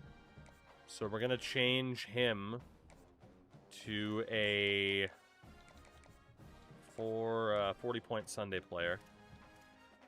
Merling, my favorite wizard. We are right in that conversation with Notre Dame, so I shouldn't need to offer him more money yet. Standard bearer, schedule for a visit on the bye week. Let's go. I mean, it doesn't really matter at that point, right? We'll just go conference prestige.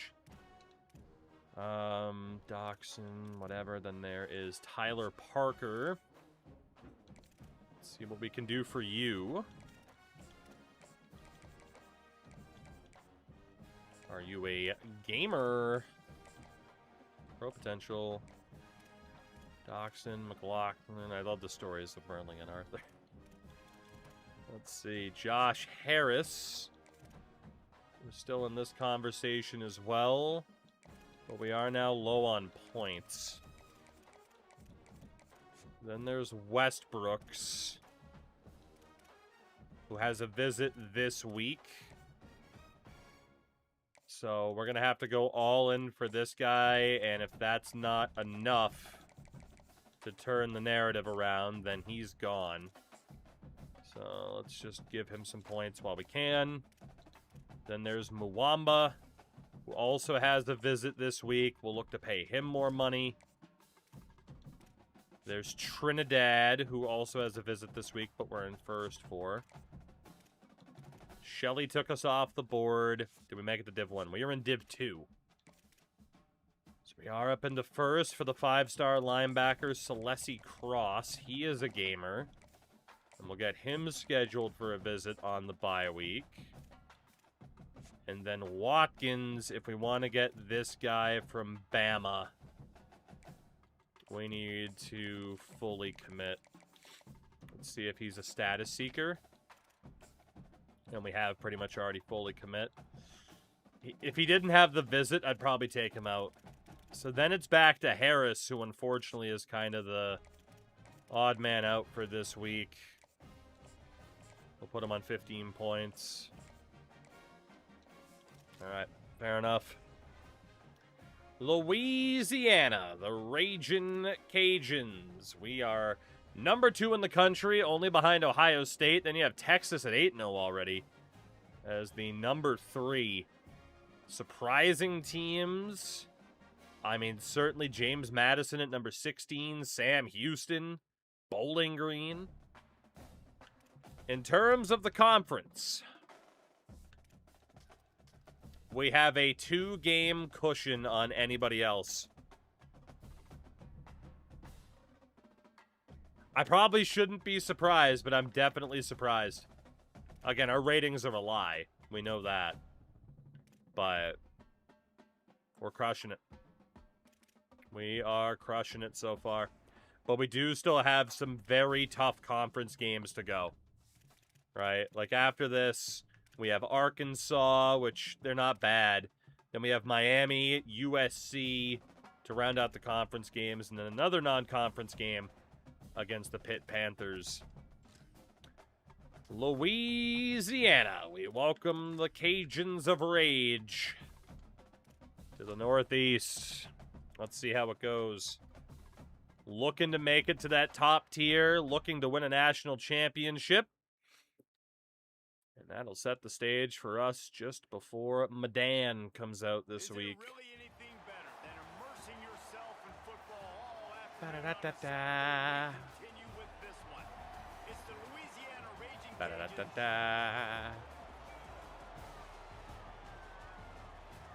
Ba-da-ba-da-ba-da-ba-ba-ba-da-da-da-da.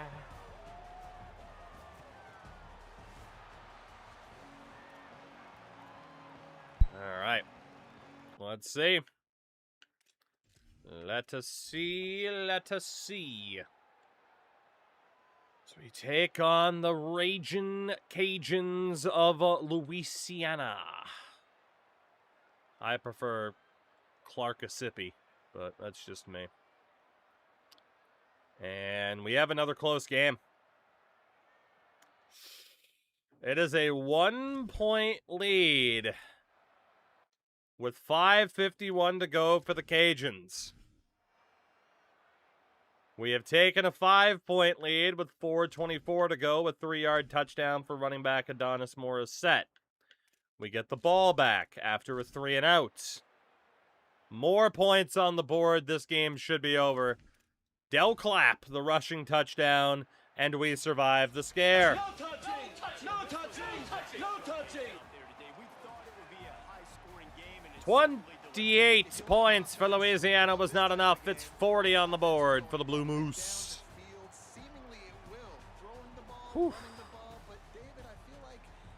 It's what we needed. Very, very, very, very, very, very, very, very badly. Very badly. Why is our guy in pants? Because it's called fashion. You wouldn't know anything about it. Yardage was very, very close. Gastineau, I mean, again, like it's not the most impressive of stat lines. I get that he's a freshman, but redshirt freshman, but still, that's a bit disappointing. Touchdown from Morissette. Touchdown, of course, for Del Clapp towards the end of the game. We're definitely much stronger on the ground than we are through the air. despite the fact we have this incredible crop of wideouts and tight ends.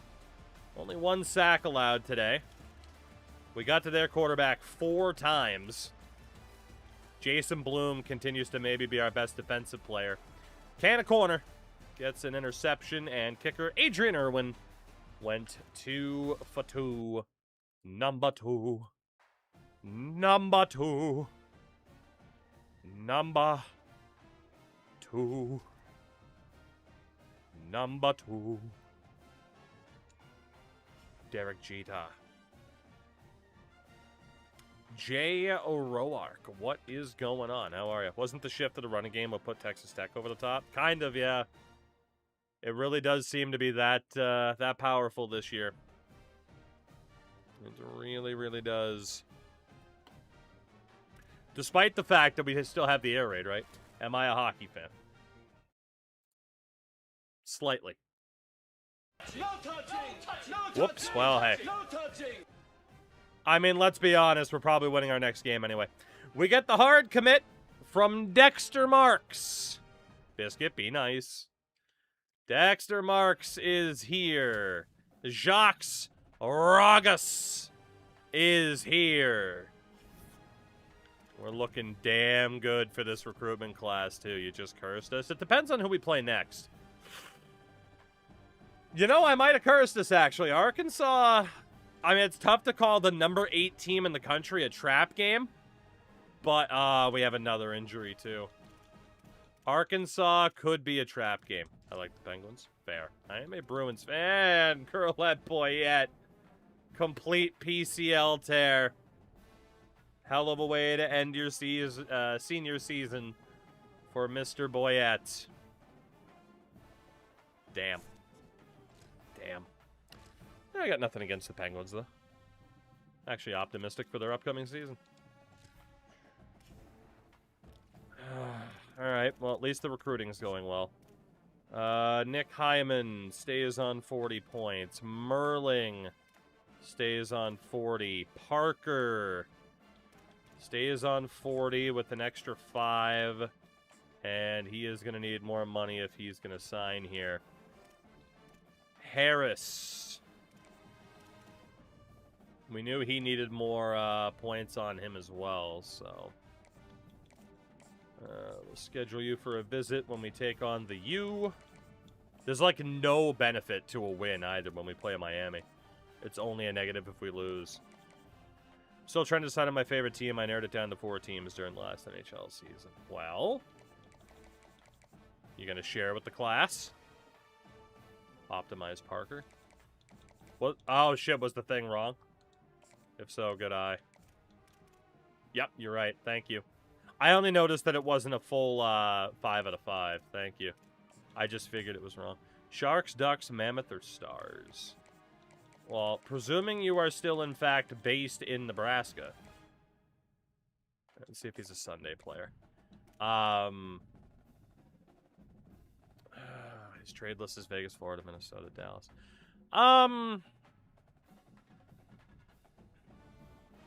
Me, personally, if I'm in Nebraska, I either go for Dallas off of somewhat geographical, right? Like, obviously, there's other teams that could be in the mix. I either go for Dallas or I go for the Mammoth because, I mean, they have no history, let's be honest. They're the fucking Coyotes. But they have no history, so, you know, it's not like you're jumping on a bandwagon of any sorts, right? Just gonna go down to the bottom of the list here. Hold on. Oh, Watkins. The visit went well. He's capped out on money. Yeah, he's going to Bama. There's nothing we can do about that guy. He's out. Celeste Cross had his visit. Actually, in fairness, I think that guy was a Week 10 visit, but he was going to Bam anyway. We got to be in Week 9, right? Not Week 10? Fuck. Nah, I think that guy was gone anyway. Only reason I picked the Ducks is because Paling played for my local team. I do love the Mammoth logo. Yeah. Like I said, I would probably, if I was in your position and I'm like, well, I'm from Nebraska, I don't have a geographical team, I'd probably pick Utah or Seattle just because newest, least amount of history. I mean, for you, though, right, if it's like, well, what team am I most likely to go watch in person? It's also probably, you know, like a Utah, right, or a Dallas. I mean, maybe like a St. Louis, but that's not in your Final Four, right? So, let's see. Mr. Trinidad is looking good. Muwamba is looking really good after that visit. Westbrooks is looking okay. Ricci. Nolan Ricci. What can we do for you? I saw a tweet that intrigued me. They suggested a new clause for no trade, no move. He has to be traded for. Yeah, you know, I've seen people mention that before. And I do completely agree with the idea that that's how NHL no movement clauses, no trade clauses should work. Because you're having players, as the saying goes, right? Having your cake, eating it too. So you get the no movement clause, but then you also get to weaponize it to say, well, I want to be traded, but you can only trade me to like these 4 teams. Like Dylan Larkin, you know? So there's that. John, that's fair. So yeah, I am in agreement with that there should be some modifications to the way the no movement clause works. That said, the NHLPA will not do that. Absolutely not. Absolutely not will they go for that under any circumstances. There's about a snowball's chance in hell that they'll give up that amount of player control, you know? All right, we need some more of these guys to sign already. Arkansas, another big game, another road game. We've had some trouble on the road this season. It's the inverse of what normally happens. Let's see what we can do against the Razorbacks, who apparently are Razorback. And a decent team now at this stage.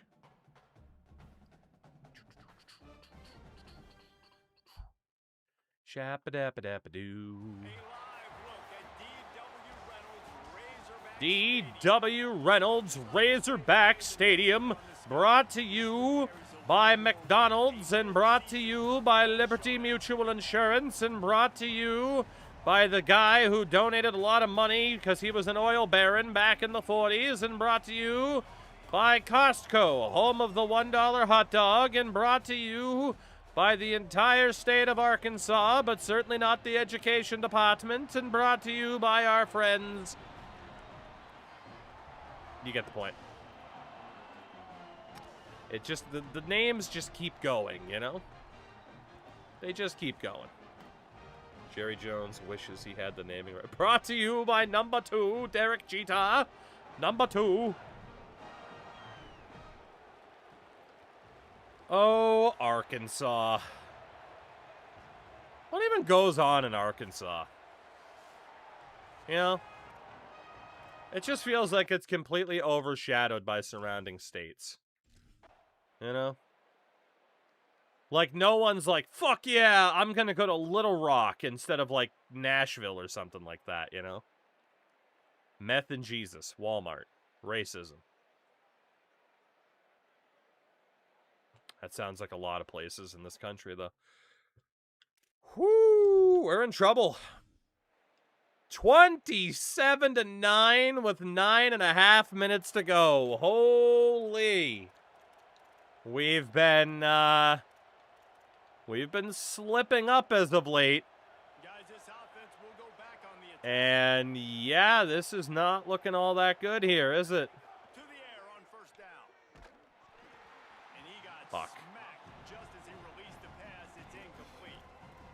And finally, the defense is able to get some pressure on this quarterback. They have been trying Backup all quarterback game Love is in. ways to affect him.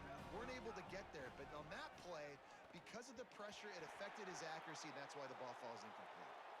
And it's incomplete, but there's a flag in the backfield. Let's see who the call's on. Holding on the right tackle. They say you Earl of Sandwich. My partner's grandma lives in Arkansas, only drinks spring water that's been blessed by her pastor. I mean, she's still alive, so it must be working. Solid takedown there, buddy. holding on every play. Well, they did on that one. They've got All right. We are in a whole lot of trouble here. Looking to throw, it's love. Firing to the right, complete.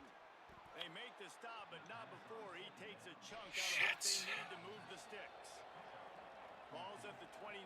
Defense can taste getting off the field. It's 3rd and long. He fires one deep down the right side. And it slips through his fingers, incomplete. That We do got to go for it. if he could have squeezed it. Down in the 4th quarter. It is time to be risky. Empty possessions. They'll go for it on 4th down. Going back to the well, another deep ball. Drop the football and they'll turn it over on Shit. and that decision will be None of our receivers could get open there. Listen, with the aggressiveness of offenses and taking chances, a lot of times it's Remember when I said this could be a big-time trap game? going to have to come through in the clutch right here because you're trailing. They can't get more scores. They got to get a stop on this possession, and the offense is going to I mean, I was hoping to be able to find a big play downfield, and that's why I didn't run for it. Or hoping that the quarterback could take off if I did have to run for it. And unfortunately, we just had no room to run. Today I learned cheetahs are anxious big cats. That they are. Man, we're getting ripped apart by a guy named Jacques Peacock. That sounds like a fucking porn name. Well, I guess us getting fucked up then. Makes sense, right? Sends it back in motion. On 3rd and long, trying to have a big completion here. There we go. And the incomplete pass will bring I'll hold him to a field goal at least. That's the hope. field goal unit. He'll try to See if put out the Nasir three DeBeer ball can from get the block. 43 yards away.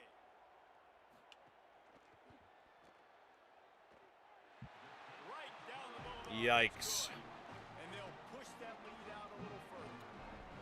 Yikes. tack on more points to this big lead. Listen, 4th quarter was sitting Prince McCracken. extremely pretty. All we got to do, not give up Nobody big knows how to plays, block on make it returns. hurt I fucking hate it. they get the rest this way.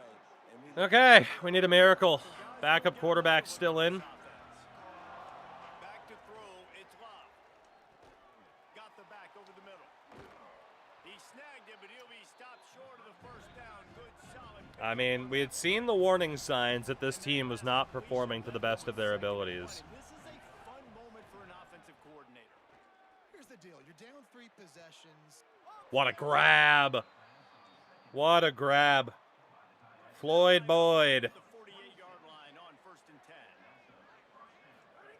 Wants to go right back downfield. Trying to beat the D deep. And this is Another hauled big in catch. at the 20-yard line. Finding some open options downfield. We know we got to work quick on offense. Now they're in the red zone. Down by First frickin' and 10 21. from the 20. Quenku is in. They'll throw it. And just gets out of the pocket. Oh my god. Brown picks up the 1st down. 3rd string quarterback, bless you, Quenku. Explosives to set him up 1st and goal. He'll set up to throw. Looking to the end zone. I can't believe that wasn't a touchdown. The short pass will come up just a tad short of the goal line.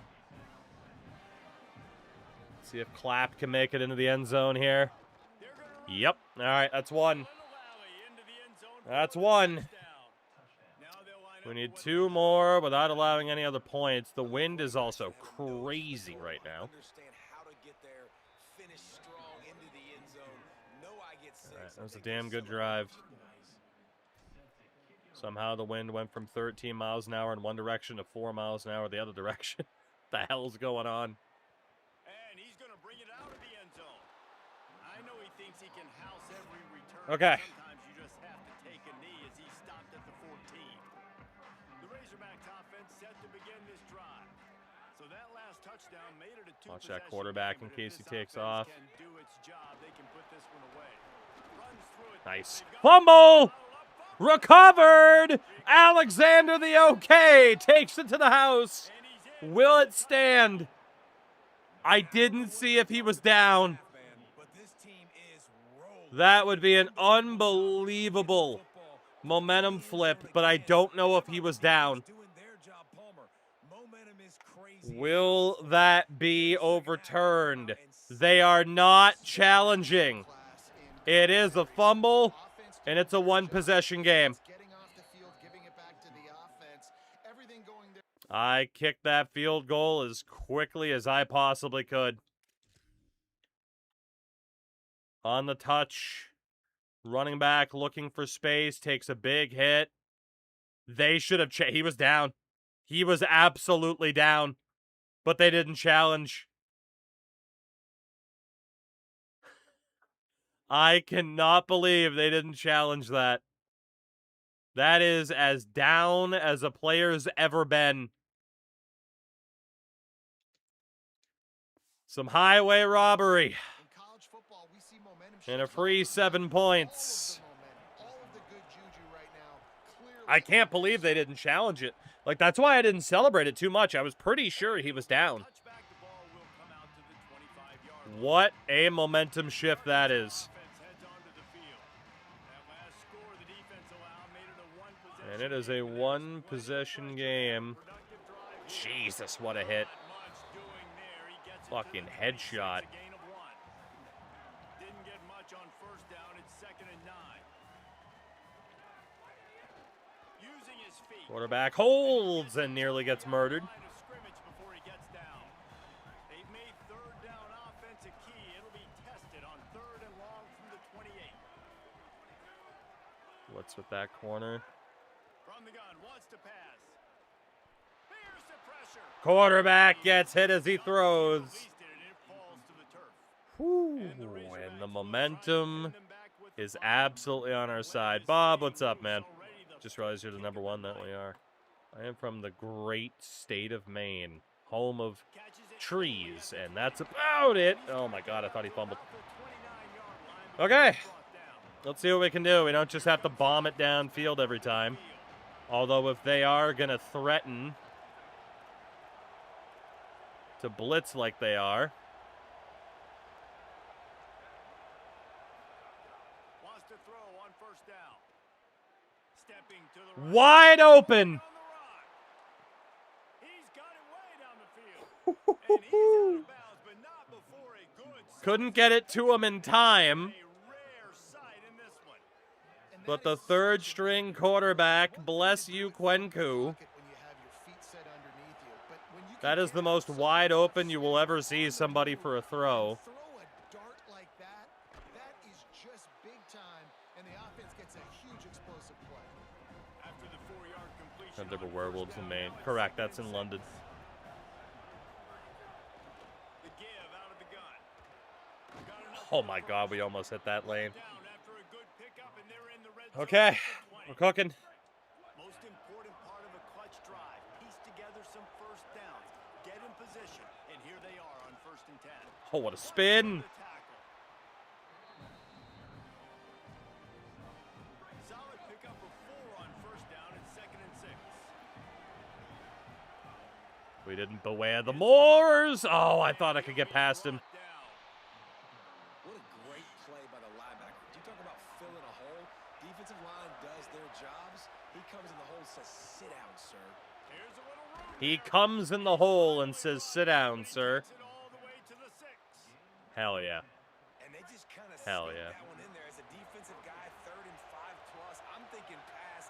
They were thinking pass. Paul. He They what? slipped the run in. Ah, shit. Realize then to have this I was guy hoping they were faking the blitz. right, because you can throw it to him on The third first down, thing I hear. he's got the vision and the athleticism to go Really? for that first and Right 5 in yard. front of my sandwich? We've reached the 2-minute timeout, and time is of the essence for this offense to get things done.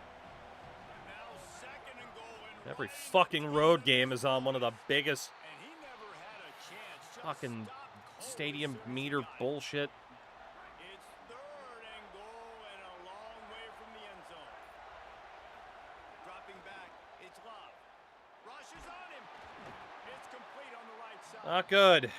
He's a tough, crafty back, but he couldn't find Not his ideal. marker, and it'll be 4th down. Looking to throw. Into the end Freddie Love zone, and he'll take it with in a the end dot. zone for a touchdown. And we're within one. Big 4th down conversion. Listen, right here at this point in the game, there's still going to be time left. My defense is going to have to make a stand regardless. I'm going to kick the extra point because the field goal still beats me if I go for a 2-point conversion. There's no way this play works. On the way. We'll call the timeout. Defense wants to make sure They were lined up everything's against it straightened out really before well. their first timeout. If they have that edge rusher on the line, he can just pounce on the receiver so quickly, there's nothing I can do about it. Extra point away from tying this Well, we left game. them 1 minute and 7 seconds. Point was good, and we are all Oh, tied Stephen up King, in the that's fourth. about it. They took That's it what we have. 71 yards down the field. Oh, With a boop. 6-yard touchdown pass. All right, defense, you were excellent last time. And he'll Let's just do it again. be, and this drive will start. Also, I noticed we forced a fumble when I was specifically... Actually, I was telling the defense to be aggressive. That was the other game. Never mind. They'll put this one in play. First snap of the drive from the 25. We're just going to press again. It worked out really well last time. They'll start this drive going to the air. I overran him. Tight end. I had him perfectly covered, but I fucking overran him. It's the kind of play that can I really was that much faster than him that I overran him. The Razorbacks take their first timeout. And they'll still have 2 timeouts left for the rest of this game. He's got it inside the 25. Touchdown Razorbacks! And they've got the lead in the final minute. The Razorbacks answer with a score of their own. And it just what the doctor ordered. You needed a big play to go Okay. out there and try to take the lead, and you find your receiver out wide. You live by the press, you die by the press. Nice catch. I don't really understand how I did not get a tackle animation to trigger here. You'd think I would have been close enough, but I guess not. Got the lead. All right. They'll try to add another to their lead. That's why I was tempted to go for 2 before. The extra point is good, and now Fuck. touchdown and an extra point. They wasted no time on that drive. Got it on their 25, and 2 plays later, they're in the end zone. Bringing it out. God, there was a gap and it disappeared immediately. Fuck. Make the tackle. And the offense takes over to dip into its bag of ball. Well, no pressure. Good news, I guess. A lot of room to work with as they start this drive from their own 15. Looking downfield, it's Love. It's complete to the right. He goes out of bounds. Just Backup short of the quarterback 30. Freddie Love is back in. When you're backed up, execution like that at a premium. Looking to throw on first down. It's complete. He goes out of bounds, maybe a step Just keep shy of chipping him. 40. They're gonna mark it at the 39 and We a just keep really throwing waves and waves at that defense to try to tire him out lined up quickly, and tied catch wide somebody away. fucking up. Got to push the ball down the field. And the throw out to the sideline. Good The one time we have to throw over the middle for big yardage, we have a timeout. Get set and pick up chunk yardage. Wants to pass and he's got to make a play. A deep throw as the clock winds down. There we go. Defense was right there, but they couldn't stop him from There we making go. the catch, and he's got it to the 30. Timeout called by the offense. 29 seconds left on the clock. He'll try to do it himself. They stop him just a link or two. Use the timeout yet? I tried to slide. It didn't let me. Looking to fire. Oh, they're after him. And he's sacked. Great. That was the worst case scenario right there. They get the timeout called. 11 seconds remaining to play.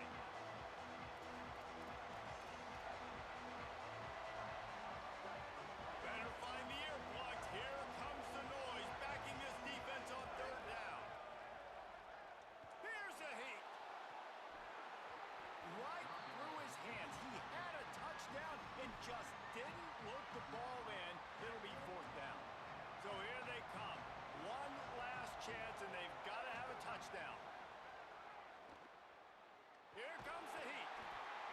Intercepted. Big play stops the drive. He'll try to take it back. And that pick. And Arkansas hands us our first loss of the year. What a game. We had a furious fight all the way to the final ticks, and that one is going to be remembered forever. And I think when you're Damn. the number 1 team in the country, you're coming in expecting. There's only one loss, but I did have a real bad feeling about that game. You're the loved college football team in all of the land. To come in today, they played a competitive game, Jesse, but that's an inferior opponent they just lost to. That's true. They've got Yes, it is, commentator. Yes, it is. Number one team, and we saw flashes today of why they were the number one ranked team. We know they've got talent, but you've got to start fast. You can't shoot yourself in the foot. You can't have penalties. 3 points in the first half. I'll give it to EA. The commentary is on point. We saw today that led to them losing. That's going to do it for us here. For David Palmer, Jesse Love Palmer, gets and charged Mike with the Rowe, interception, I'm but Rich Gastineau was fucking awful. Presentation of EA Sports College All the weapons in the world. He's an 88 overall, but he's simulating like garbage lately. Fuck, man. Couple of drops. That last play, I just didn't have anywhere to go. Yeah, they just had it perfectly covered. And unfortunately, of course, the O-line broke down real fast. But where we really lost it was right here. Corner got beat on the press immediately. I was hanging around in the middle a bit too much with a safety. And then right here, I did try to punch the ball out, but also look at how he's swinging the ball freely. Like, if my guy at least dives for it, theoretically, that should have been a nice punch out, but my guy didn't even swing. He just kept his arm up and just didn't interact with the ball carrier at all. I'm sorry, real life, that's a fucking knockout. That's a fumble. But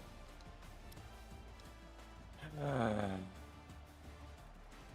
think if he tackled him, they just burn the clock and kick a field goal. Probably. I think it was kind of damned if we do, damned if we don't. That's a tough loss to take, but yeah, we just ran out of time. Down the stretch, of course, they're only sending 4. The O-line still struggles. And obviously that's the risk with him with the Waiata. Obviously that's the risk, right? And in that scenario is being aggressive with the defense is that they burn you on the press. You're going to get cooked. It worked out so well the first time we made that stop and forced them to punt. Didn't work out there. They were more aggressive than they were previously with the game then being tied at that point. Verbal commit from Trinidad. The hard commit from Nick Hyman. And we do miss out on Parker. He's going to go to Ohio State. I don't even know if we've been talking to that guy all that much. But, yeah, tough loss. It is only our first loss of the year. I did not think our first conference loss would be to Arkansas, as opposed to LSU and some other teams, but Arkansas it was. Yeah, I don't know. Maybe we should look at a quarterback change at this point. Mr. Merling. We'll send you some money. If that's not enough, then have fun at Notre Dame. Parker. We've already sent you money. He does have a visit this week, though. Raging Bonaire, 28 months. It's our Kansas. Well, it's not my Kansas because they beat me. So. Isaac Doxson. But thank you very much for the 28. Bagel, it has been a good season. We did just lose our first game of the year, though. That kind of sucked. All right, a visit for Doxson against Miami on brand exposure. Again, Harris was good. Parker's fine. What about Connor McLaughlin? Arn Anderson's favorite player. Go with the play time. That's fine. Put him back on 10 points. And that's pretty much all we can do for this week. A lot of players we're in the mix for. We just need some guys to make a decision sooner rather than later, please. But yeah, one slip-up's not the end of the world, but it does suck. Get the verbal commit from Donnell Muwamba from Rolling Meadows, Illinois. Rolling Meadows, Illinois. Population 24,000? It's a bigger place, but let's see. What's up with Rolling Meadows? Let's see. Anything interesting that's going to catch my eye? Not really. Notable people. Jimmy Garoppolo. Scott Tolzien. And Tim McElrath, the lead singer of Rise Against. He lived in Arlington Heights. Okay, well, that's not the same place, though. Shout out to Jimmy Jesus and Tim McElrath, though. Let's see. A couple people took us off the board, including Longo, unfortunately. As we get ready to play Miami. But 8-1, number 4 team in the country. Our only loss is to the team that was 8th in the country at that point in time. So, this has still been an incredible year, but with some of the games we still have to go, we could definitely screw this up for ourselves right at the end. Alright, Merling went to Notre Dame. Parker's going to Ohio State. Harris has a visit this week, and we are in first for him. Doxson has a visit this week. All we can do now is offer him more money, and if the visit's not enough, he's out. McLaughlin. Let's get the hard sell. Actually, no, in fairness, we can definitely spend these points a bit more wisely. Harris, since you're in a top 5, let's get you on 20 points, aspirational goals. Doxson will put on 40 since he's in his final 3. McLaughlin, soft sell. What do you care about? He's the clutch. Austin, very Polish. Let's get you on 20 points since you're in a top 5 role. And you might very well be a football influencer. We'll schedule you against USC on Pro Potential. Kindred. We're trailing Texas, but it's early. 20 points. And schedule you for a visit when we play your home state, Trojans. Lyles, we're looking good for. And again, we'll go, since he's in a top 5 role, we'll go with the soft sell. Schedule him for a visit against USC. Well about him. We'll go another soft sell and visit combination. So that way we can get these visits all scheduled out. Another USC. Mr. Goodley will put you on 20 points as a gamer. And Ricci is in his top 3, so he's good. Let's see. Mr. Westbrook's Warrior, what's up? He is doing much better, thankfully. We're in second. They have a visit for him this week. We're going to be out on Westbrook's, unfortunately. Muwamba was on the verbal. We'll keep him on the 40. Trinidad, we will keep you on the 40. And then Mr. Cross is already into his top 3. We'll keep him on the 40. Longo is gone. Cribbs is gone. So that leaves Jelani Bouye, who is not a bust. So we'll go for him. Throw some extra money his way to try to make up some ground. Get him on a visit against Pittsburgh.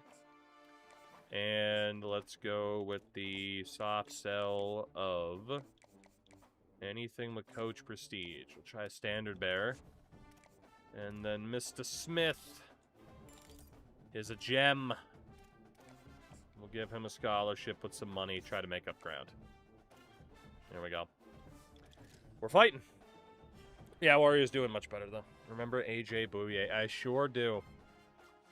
I sure do. I don't want to talk about football today after a certain person retired, though. Former Patriot. That was a rough one. Hell yeah, I found a George Bush. Oh, man. I mean, if you put him on whether or not he's on offense or defense, he really has the chance to terrorize the competition. A late season clash, one that For could those have about to huge score, I stakes. salute you. Hero! 21 months. Now watch this drive. Okay, now he has to be a quarterback, right? Or a kicker. Hero, thank you for the 21 months on the primer. How are you? How'd the weekend treat you? Alright, Miami. I woke up from an accidental nap, aka the best kind of nap. I mean, not if it completely screws with your schedule, which is what happened to me over the past couple days. Oh my god. Alright, Gastineau, I'm trusting you here, buddy. I really do want to take you out of this lineup, but we'll trust you over Freddie Love, at least for now. And with 5:23 to go, this game is tied at 27 as we continue to struggle in recent weeks. We went from not having to play at all to having to play every single game. Handoff from the gun. Might have a chance. They can rely on this guy to pick. One of our wideouts just got absolutely murdered trying to block downfield. Look at this. Oh my God, just obliterated him. Sir. Sir? Are you okay, sir?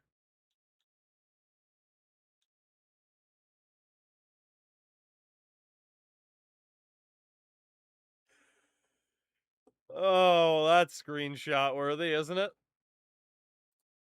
Oh, man. All right. Solid yardage when they need it, and he's out to the 43. I see the light, Papa. When you nut. Oh, man. Right, McCoon. Good run, BJ. Oh, boy. They're going to keep lining up.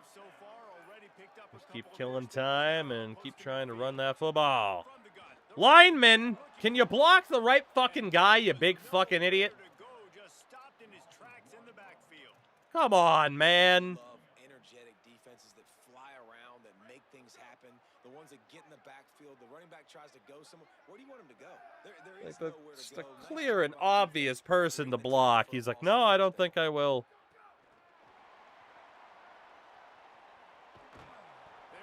Well, that didn't work either, now did it? Gastineau, 2 touchdowns, 2 picks, well under 200 yards. You hate to see it.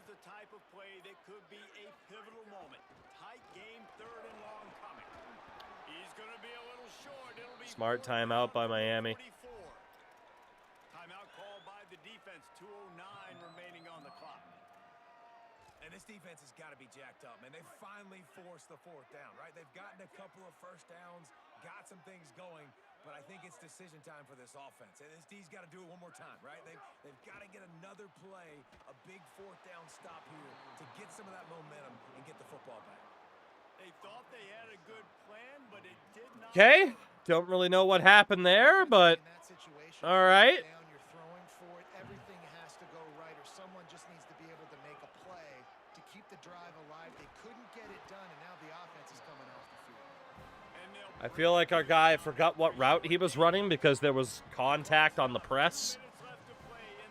And, yeah. Not ideal. Right back to the well. Smithers into space. They make the stop, but he'll have enough yardage for a first down. The defense working to manage that clock. They use the timeout, 1:55 remaining. This is bad. The play call by the offense here running the ball. The score is what it is right now. You don't have to panic. You don't have to throw it every single down. You don't have to go up tempo. This is bad. Be balanced. Run the football. Make sure this defense stays honest. Running inside. It's Otis. Defense right there to stop him in his tracks, and they get nothing on that. A little bit risky to call the timeouts, but obviously we really need the ball back. They use their second timeout. And they'll still have 1 timeout left at their disposal. Oh, you gotta be fucking kidding me, number 0. Come on, man. Just gets obliterated. And the Hurricanes will have it 1st and 10. Out of the shotgun, they go to the ground. And he broke 1 tackle on the way to a solid pickup there. Oh, we're gonna lose again. Stop the clock on defense. They use their 3rd and final time. Remember when I said earlier that, like, hey, yeah, we're off to a great start, but we could easily screw this up in the back half of the season? The Hurricanes can really Hi, it's the back half of the season. back to pass. It's Yang. Zings it complete to the right. Great job on the containment. stop him for no gain. And the Canes, after moving the sticks, Way to go, defense. GG's. looking to throw on first down. Finds his big tight end. And good We can't make a stop. short game. Not much time left, but the offense has a shot to end this one in regulation.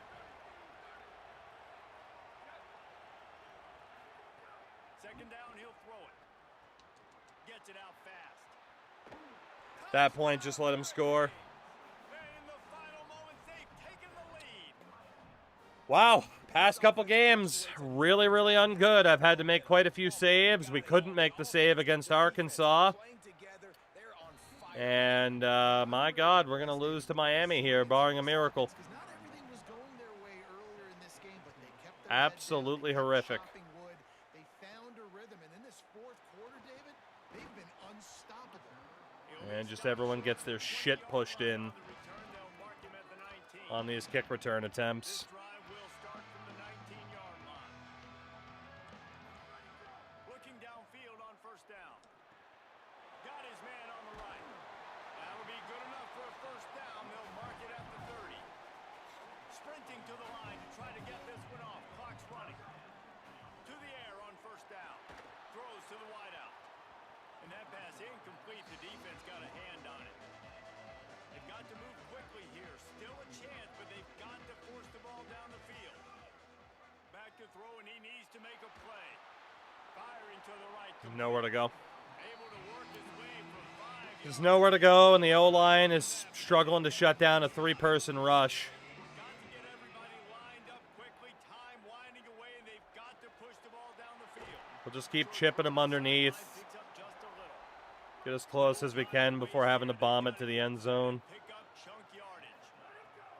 Wants to throw on first down.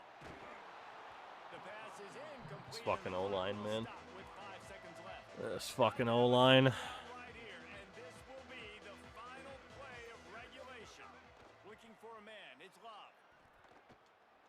He's taking a deep shot late in the game. GG's. Ball is incomplete. Falls to the turf. And GG's. do it, and it went right down to the final play. You sort of think Not the first time we've been in severe danger of pissing away what's been a great season up to this point. the list of all-timers. Dude, huge win. Like, you can't say enough about being a team with a considerable talent Not good. disadvantage. Like, you're the underdog for a reason. You go in, this is a Not top 10 team good. you're playing against. Like, everything says you shouldn't win, but Palmer, they came out and they absolutely took care of business. Yeah, they showed up in the biggest moment. You got to give these players a ton of credit. They may not be as talented as their opponent, but this was a game and an opportunity that they took. We got to make a change advantage at of. quarterback. It's not Plays good they enough. needed to make. It's just not good enough. Not with the weapons we have on this offense to be simulating as poorly as he is. There's no reason for him to be doing that poorly, but we're denying reality at this point now, and we can't afford to do that. I mean, we got 2 games left. I haven't checked the conference standings in a little bit, so I don't know how bad the circumstances are, but we do get the verbal commit for Nolan Ricci. The verbal commit for Celesi Cross. The hard commit on Donnell Muamba. And someone down at the bottom commit to Mississippi. That's fine. Now we play the number 2 team in the country, the USC Trojans. But if you look at the schedule so far, just routing people. Had to jump in against Washington. Had to jump in against Louisville. Louisiana, we didn't. Had to jump in against Arkansas, we lost. Had to jump in against Miami, we lost. Like,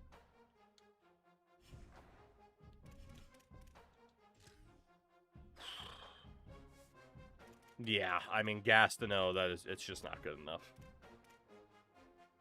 That's just not good enough. 60% completion, but 11 touchdowns, 7 picks. It's just not good enough. So I don't really know who we should start instead. Probably Love, because he does still have some throw power, some maneuverability. Otherwise, we go all the way down to the other freshman, Diego Fuentes. So Freddie Love, congratulations, buddy. You're getting the start. Didn't want to have it have to come to this, but we got to try something else. Like, we are just not playing that well. The injuries are adding up again. That's lovely. Starting safety, a starting linebacker, 2 starting linebackers, and our starting right tackle. Not good. Very, very ungood, actually. For this stage of the season, conference-wise, yep, we pissed away a 2-game lead. We had a 2-game lead for the top team in the conference, and we pissed it away. Georgia's tied us. We play USC today. Arkansas beat us. Miami beat us. We did beat LSU. No guarantees we finish in the top 3 like we need to.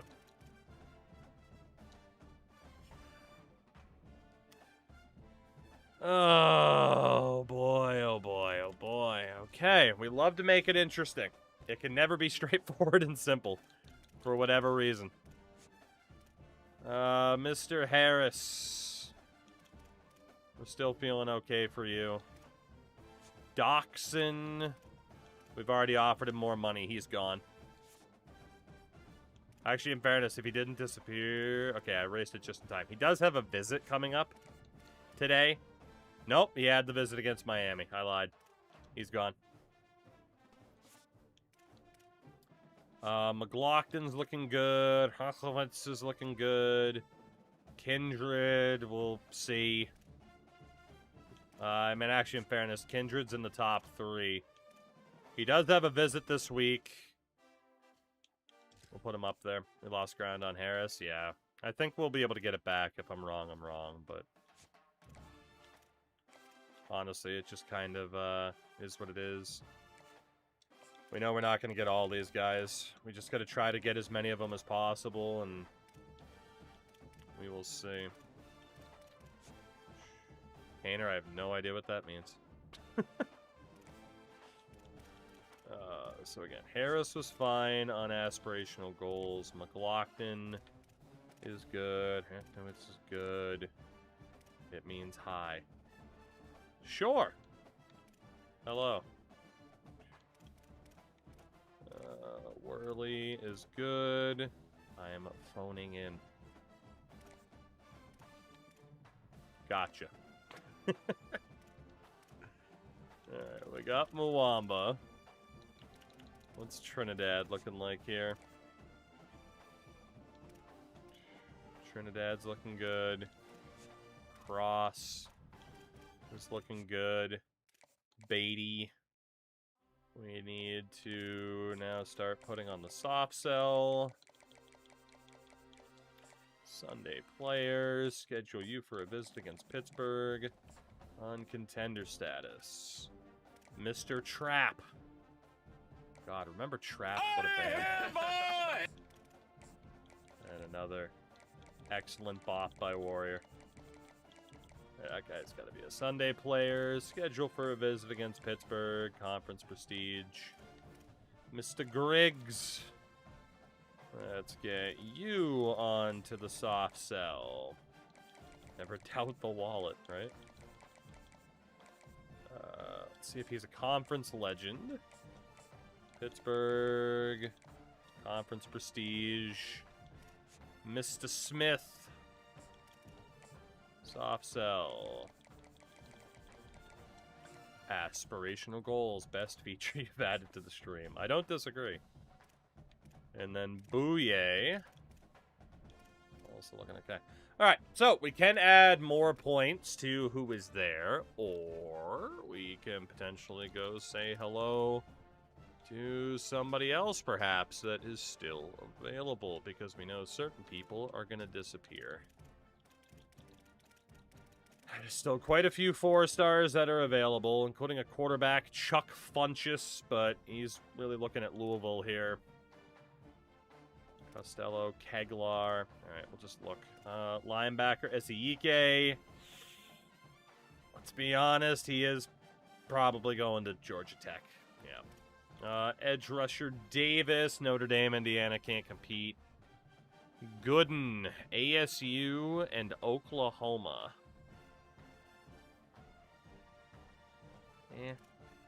Tight end Shelvin. Middle linebacker Montel Barger we can definitely look at. We'll look at that tackle. Anybody else?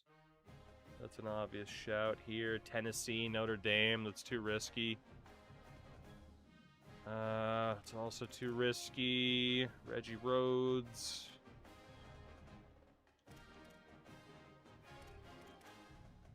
Okay. Montel Barger. How are you looking here? You are a bust. Okay. He's not bad, but yeah. And then Frank Amy is a gem. All right, Frank, let's talk. All right, so from there, Mr. Harris. You know what? Yeah, Kindred. Let's put the extra 10 points on Kindred since we were really looking for him, and then the extra 10 points on Ricci. Extra 5 points on Ricci. Just to try to get these guys to sign already. Mr. Love is in at quarterback against the USC Trojans. We have lost in recent weeks to Arkansas and Miami.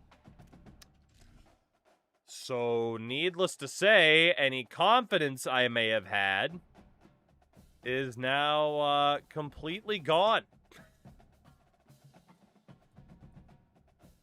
It is completely gone. No, sir, I don't like it. It really started to slip up here. We got to get it together. We got to get this together. See Spider-Man tomorrow for the second time, this time in 3D. They're still doing movies in 3D? I can't believe they haven't given up on that. That's crazy. I mean, I guess congrats to NoFlow. If you enjoy movies in 3D, you might single-handedly be keeping the theme alive. You can't call it a fad anymore because it's been around forever. I just can't believe that is still a thing. 7 points, 10 points in the first half. Jesus. Jesus. This team is too good to be struggling this much. We are down 34-17.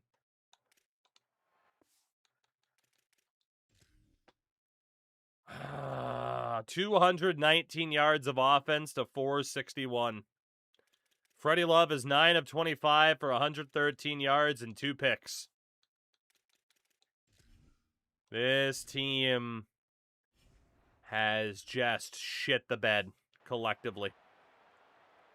We have collectively shit the bed and might cost ourselves that promotion at this chance. It's the last promotion that we need to the very, very top tier. Thanks to the defense, they take over, big lead in hand, and an opportunity to run this clock out if they so choose. He works his way inside the 30 down to the 29 and picks up a first down. Pass completion, move the sticks, and let's see if they try it again. They'll send the back in motion. Looking to throw on first down. Swings it out to the flat. And the defense wrestles. We really need to force a turnover here. I want to make sure I know where the playmakers are.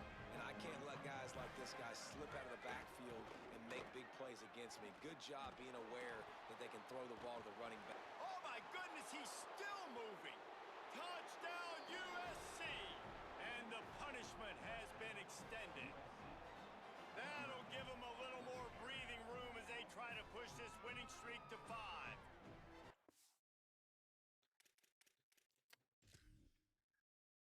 Well, GG's.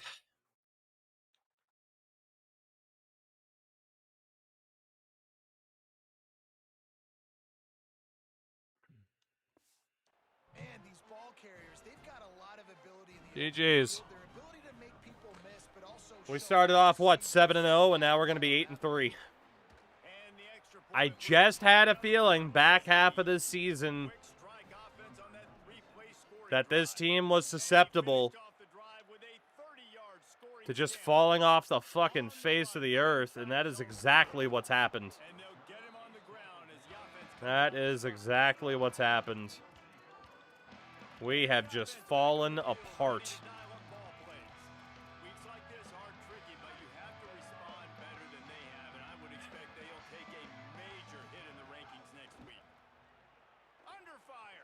All the weapons in the world offensively. And, yeah, it hasn't mattered.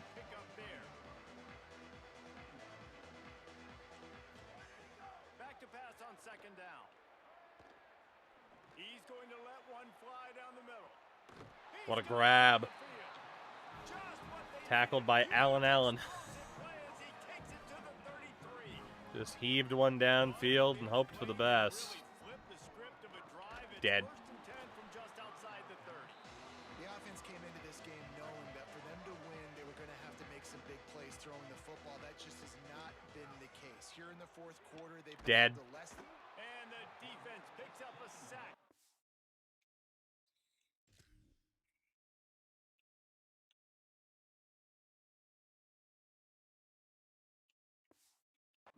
Quarterback down at the 44. Now third and long. Oh my god. Can't hear just because it gets hot in this office, even with an air conditioner. Looking downfield, and he needs a bunch. He lofts one down the sideline. Knocked away at the last minute, and that is precision defensive back play there. Down by multiple possessions, you can't come up empty on this drive. They'll go for it on fourth down. He'll try to throw and pick up the first down. It's dropped, and oh, what a... GG's.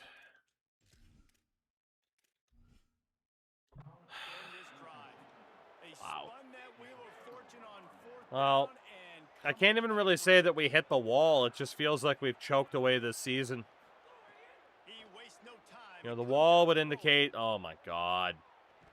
The wall would indicate that the talent level was too difficult for us to handle. And I don't think that's the case. I think this team just shit themselves.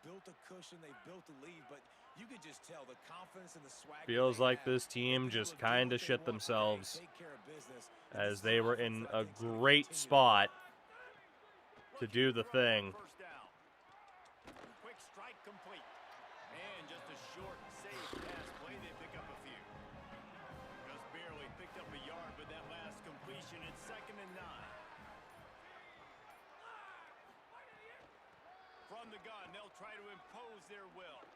On the nasty move, and now he's got room. He'll step out. Beezy, I'm not sure. It's like asking me to choose between my kids that I don't have. Just inches for the first down. They'll try to pick it up. It's a fumble. Knocked down, but not before. He gets the first Hey. covering the fumble. The Trojans had this offense rolling. Wide receiver going in motion. Looking downfield on first down. Touchdown Trojans. And they add 6 We more. play man, we can't play man. We play zone, we can't play zone. That lead, and they're trying to hang on. The O-line can't block. Our quarterbacks can barely put up 200 yards a game. But again, I'm supposed to believe we're a 97 overall team. They're simply executing at a higher level than this defense, and they're keeping Just getting absolutely embarrassed by USC here. He'll return it. Really disciplined job by the coverage unit to get down there and make the stop at the 19. All right, guys, so here's the offense back on the field again. Makes the catch.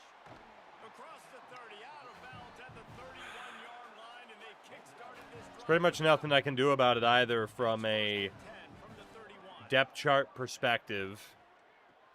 We just are what we are this year, and A bunch of room and got if I had to guess, 4-yard line. Div 2 is where we're finally going to have a repeat season. Awfully good after that big play. To the air on first down. Going for it all. I don't know why you jumped. That wasn't a left bumper pass, so I don't know why he felt the need to jump. And it is a lob pass, but it doesn't make much sense as to why he jumped.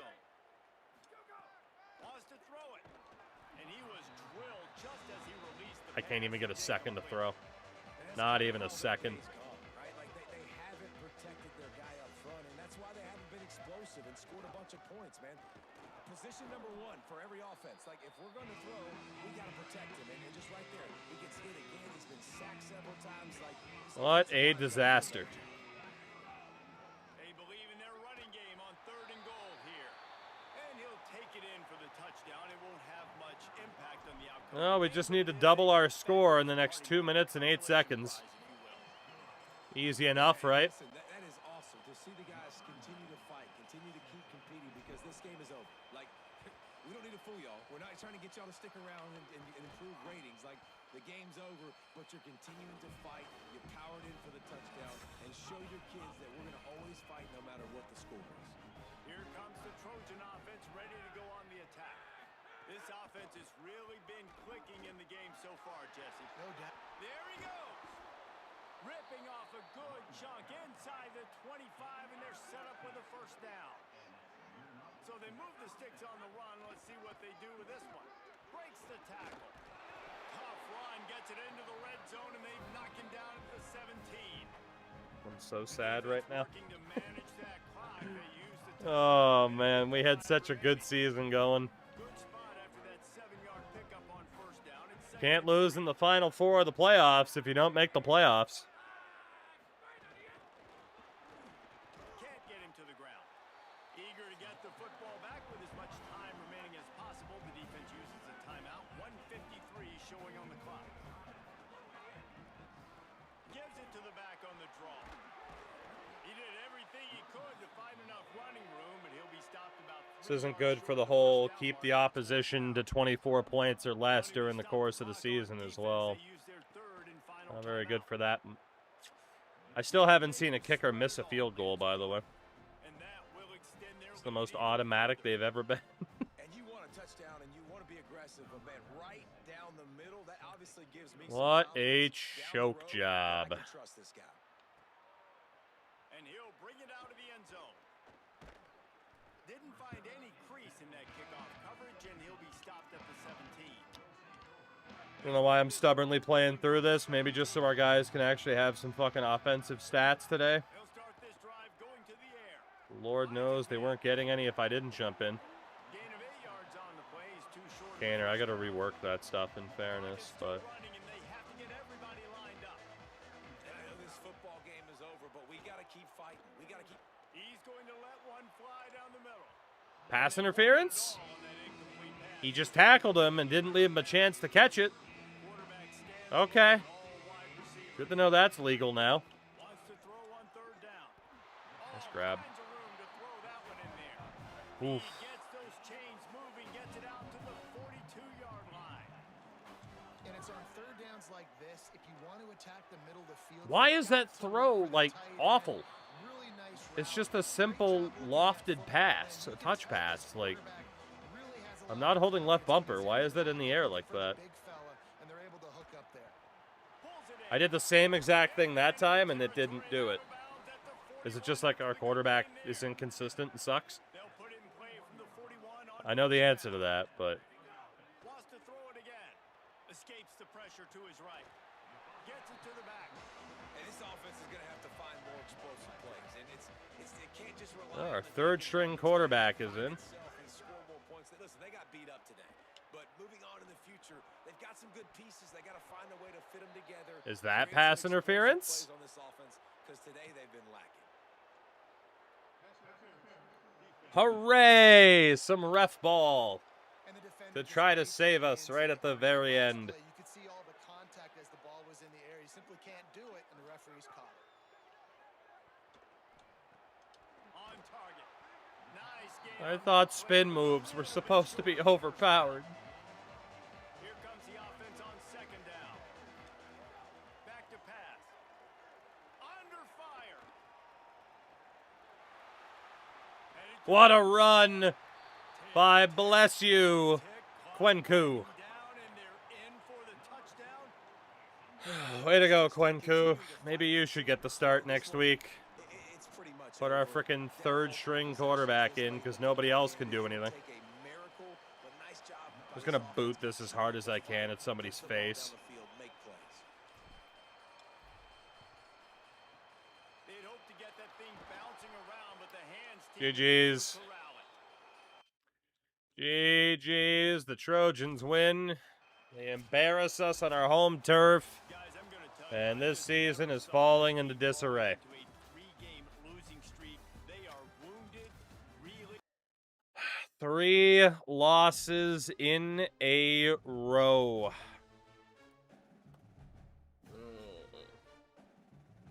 Yeah, I mean, Benny, there's a chance it is the playbook, but I mean, think of the success we've had so far. We've had, I mean, then again, it just might be the opposite for certain quarterbacks. I wouldn't be surprised if the air raid actually plays like the fucking power run from Madden. We do get the hard commit from 4-star quarterback, the most recent man to have a chance to disappoint me at that position. The pride of Milan, Michigan. Jamal Trinidad. Oh, they pronounce it Milan? Fuck you. Oh, fuck. It's not Milan like in it. It's Milan. Get out of here with that nonsense. It was originally called Tolanville as well. At least that made sense. And then Farmersville. Milan. Get the hell out of here. Get the hell out of here with that nonsense. Notable people. Stan Joplin. And Denise Nicholas. I don't know who that is. I'm sorry. Hack House? Yeah, the whole damn town's a hack for pronouncing it Milan. Piss off. Missed out on Kindred, who went to Texas. That's okay. Well, our final game of the season's against Pittsburgh. It's non-conference, so...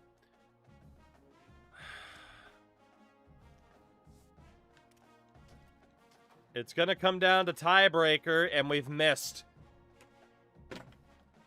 For the first time in a decade, we will not be promoted.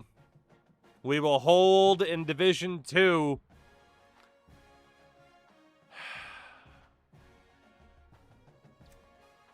It'll be Georgia and Miami on point differential tiebreaker who go up. We missed out by 13 points.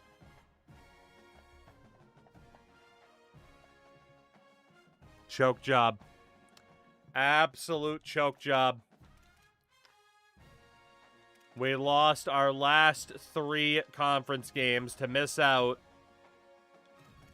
I mean, yeah, I guess it does come down to one more game, technically. We do still have one more game non-conference that can affect it, but I don't know if we're making up 13 points on the Hurricanes, you know? We do have one more game, that's fair. Okay. So we need to win this next game by more than, we need to win by 14 points or more, because if we finish dead even, they beat us. We need to beat Pittsburgh by at least 14 points. Georgia's going up no matter what, unless they get obliterated. So, I mean, technically we do still have a chance, that's fair. But we need to obliterate Pittsburgh. We need to obliterate Pittsburgh.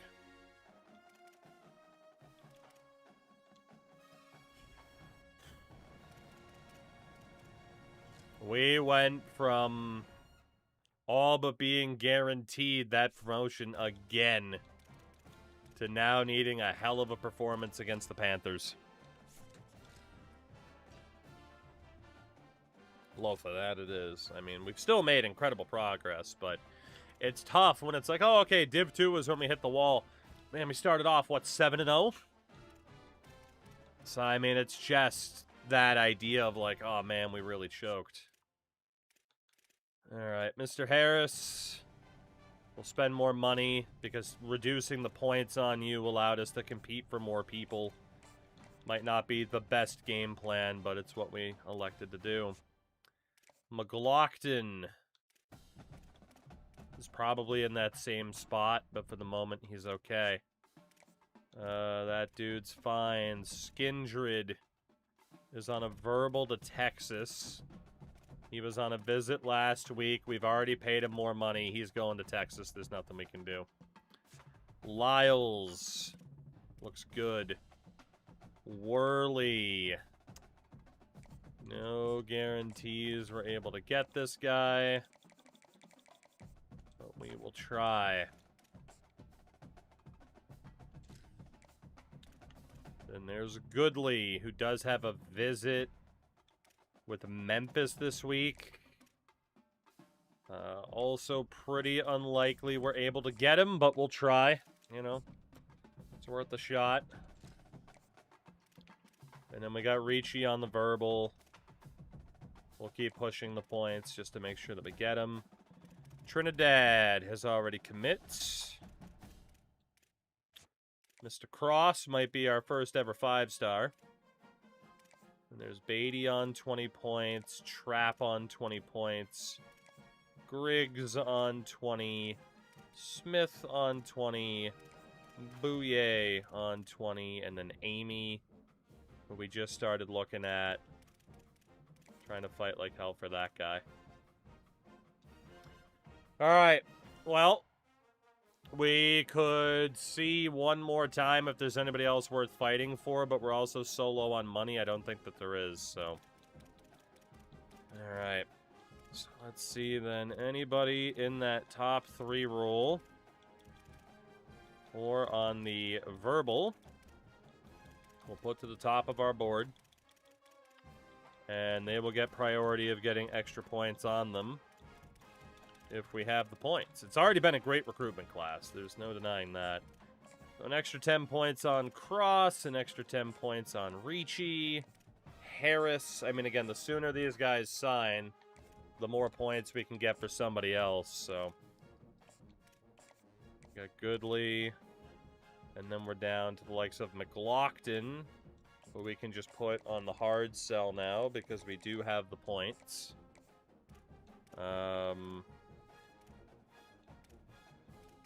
That's quite a few guys in the top 5 that we aren't in first for. Austin, very Polish, is a football influencer. Beatty is a Sunday player. Lyles we're already in first for. Smith cares about aspirational goals. And then Bouye can just get an extra 10 points.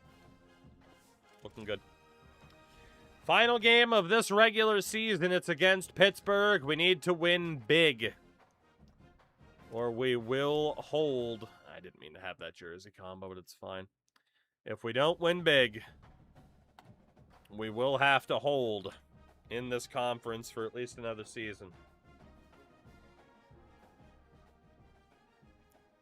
So we definitely need something here. It is more importantly a celebration. Senior Day. It's the Pittsburgh Can we salvage this season? Can we salvage this season? Alright. Here we go. Here we go. Gentlemen, if there was ever a game to get back to ripping your opposition apart, I don't even remember the last time we had a no-touching win. This offense is just fucking dreadful, man. I don't know what's going on. We are tied. No, we're not. We're actually just shy of being tied. It is a 2-point game. We're now up by a little bit more. We're going to play this fourth quarter. At this point, we have no choice. If it gets worse, it gets worse, but we're going to go all out. And if we lose, we lose, but we're going to try to be aggressive as fuck and dominate the offensive possession. And it just didn't let me make a play on that. That's fun. They'll get the first down. It's spotted on the 49. But yeah, I mean, there's nothing else we can do, right? We need to win by a ton. Now in business near midfield at the 49. It'll be a We gain need of to win 6 by an in the second absolute quarter. ton. What was it, at least 14 points? So, and that's like bare minimum 14 points to be where we want to be. He'll try it again. And the defense snows him under after a very short gain. Looking to pick up a first down on 3rd and short from the 43. They'll try to pick it up on the ground. They'll move the chains. Good execution on 3rd down. They've got it at the 41. The Panthers are moving quickly down the field. Off the play fake on first down, wants to throw. Makes a grab. That's on me. He will score. I fell for the run. The Panthers get it right back with a score of their own. Of course, you'd hope that some others would actually be able to play a little bit of defense, but nope, not allowed. Defense, and he did it right there on the post. Great arm talent, getting the throw out in front of him. It didn't matter. Insert in chat, I think we should let the compies play defense. Yeah, because they're doing such a great job of it on their own, aren't they? Muted. It's happening, dude. I don't know why my return man can't cut, but alright. Summer's much better, thankfully. It could have been real bad, but they were able to take care of things early. Wants to throw on first down. That one comes out hot down the right side. Ripped past midfield. I mean, Gastineau's had a good game from a yardage standpoint. Still only has 1 touchdown. Looking to throw on first down. He's got his man, makes the grab. All the way down to the 27-yard line before they get him out of bounds, and this offense is threatening. Looking to throw on first down. Lethal, it's the way that it happened, though, right? Like, we can all say, like, dude, this team got promoted 10 straight times. Like, totally agree. That's fucking insane. But, like, we have pissed this season away, you know?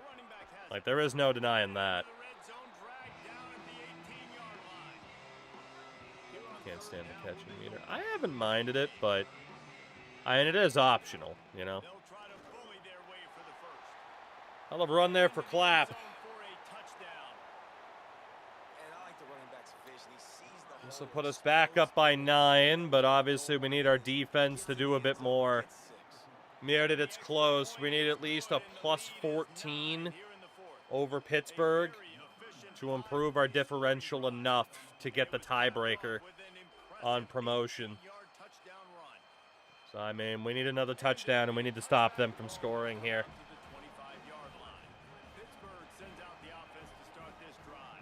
So winning the game is nice, but it's not enough. Yeah, Summers, this should be off by default. Dude, fuck you, number 24. You just fucking left him open. You didn't move. I can't control every player on the field, man. Come on. You're a disgrace to the number.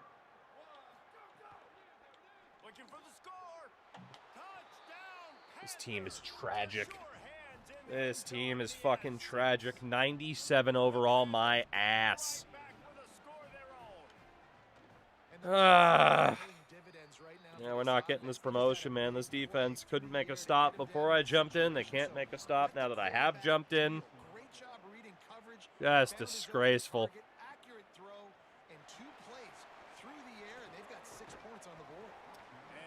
Yes, absolutely disgraceful.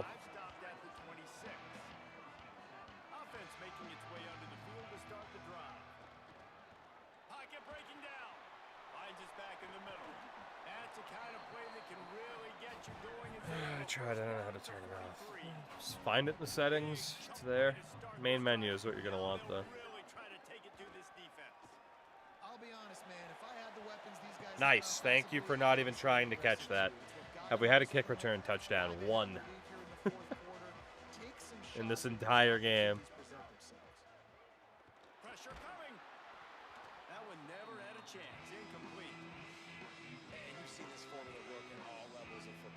Thing is, right, I can't even bother running the ball. Like, the win matters, but it doesn't matter as much. Rolling to the right, trying to make something happen. Nice grab. We need points, right? Quarterback got hurt on that throw. Way to sacrifice yourself, buddy. That chunk play has them in business, set up with a first down in the red zone. Oh, he's got some space. They get him on the ground, but not before. That's a pec strain for Freddie Love. So this offense with an opportunity to put this game in a hammer. It's our fourth string quarterback, Fuentes, who's in. No room to run, and he's Another injury timeout for us. It'll be second and goal.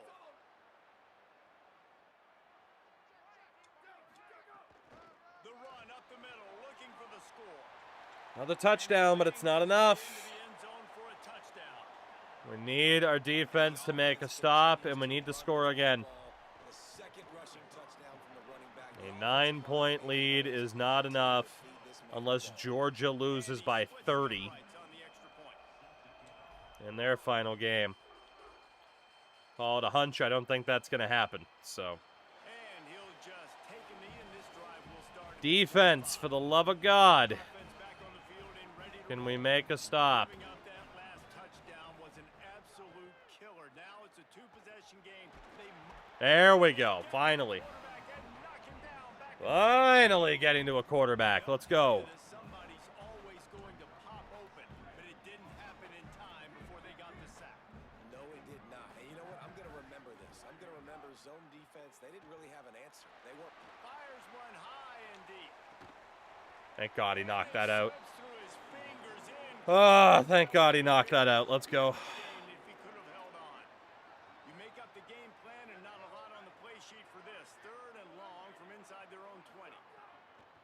Looking to throw, and he needs a bunch.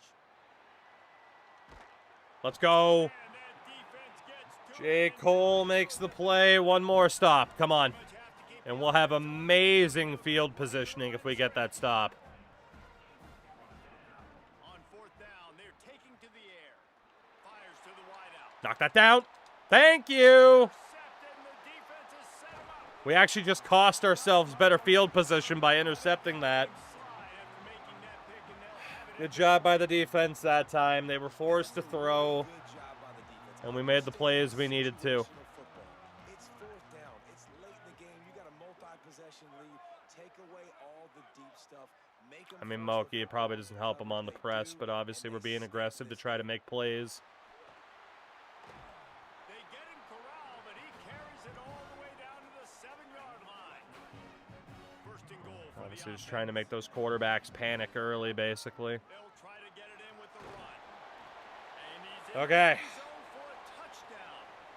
That one puts them in real It does want me to go for two. on the right track and get another W. Can we get the ninja stack Hey, here? That's a really nice drive by this offense. Yeah, They it's didn't not gonna get work. Too conservative. They put the drive together. Now, the biggest thing for me, now the other team has to score 2 touchdowns. And that's the goal you Up want. by You always wanna 15. make As hard as possible. This offense That is executed in the fourth just quarter. enough.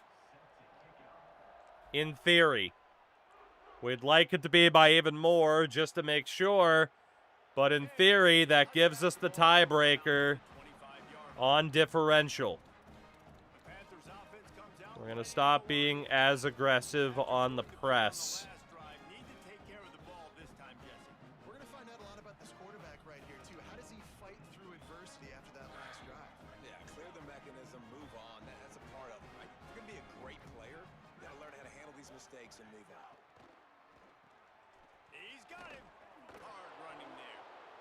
Good start. Miami have a game left? I don't think they did. I think they were done, but Georgia wasn't. They need a ton more of this, but you got to start the drives great. The first play needs to be really good. That was a good start. Thank you to the other linebacker for not covering your side of the field and instead trying to cover my side of the field. Hit right back to the line.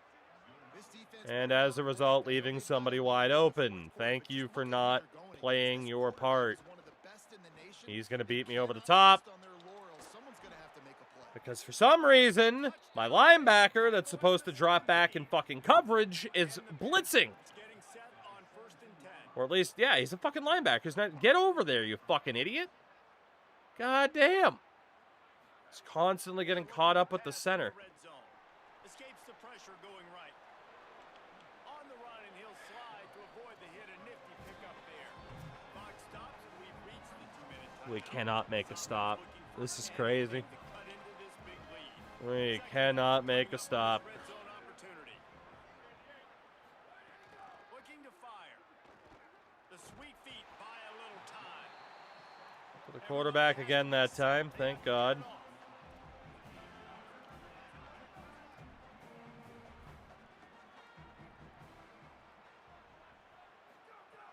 On third down, he drops to throw. Nice. Defense goes back-to-back sack, Jack. All right, let me Come jump on. in here. They are going to go for it on One more stop. Come on. choice in this situation. Lets it go to the end zone. Wide open touchdown. This is caught. This team fucking blows, man. Oh my God. All right, big I can't control all three people at once. Like, we have a safety shaded off to the left, and then this guy who's supposed to be watching high, he's just covering nobody. He just keeps backing up. All the space in the world for that guy to cut. Just unfucking believable. point game. You got to kick the extra point right now, and then you've got to find a way somehow, some way to Well, get it's a the good thing we still football have our back. timeouts because we need to score again. And go for two. A lot has to go right, but at least you get that touchdown to give yourself an opportunity. I tried to go for an onside kick, and it didn't fucking do it. Edlin Camp has it at least. Onside kick. Well, here in the fourth quarter, they were obviously Well, we got to score. I can't even play this as if we're trying to kill the time. We need to score. the ball and make sure they get possession. Quarterback empties his backfield. He wants to start this drive with a pass. It's complete on the right side. The defense uses a timeout. That's their first. And now what will they come up with on this second down play? Unloads to the wideout. He's got it. He's got enough to move the chains, and that clock will keep moving, and they'll be able to run it out. Looking downfield on first down. Moving out to the right. And it'll be a short game, but no need to take a big hit there on the scramble. Going to work on second down in the red zone. Is still some ground to cover to pick up that first down. Back to pass. Scrambling away. Got some room, headed to the goal line. He steps out of bounds, but not before he has enough to set him up first and goal. So close to cashing it in for this offense. With the run on first and goal. Okay, now the question is, did we leave them too much time? Obviously not to tie the game. Gone for a Week 13 victory. And it was Obviously so not to important for tie you the to game. come up with a touchdown there and not kick a field goal. You're trying to put this thing out of reach.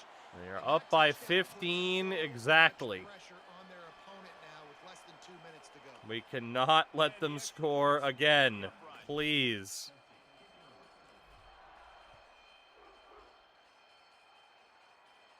Oh my God. Please, please, please, please, please. The Pitt Panthers offense out there to go on the attack. The drive starts from their own 25-yard line.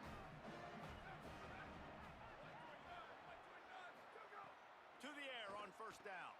Sets up the screen.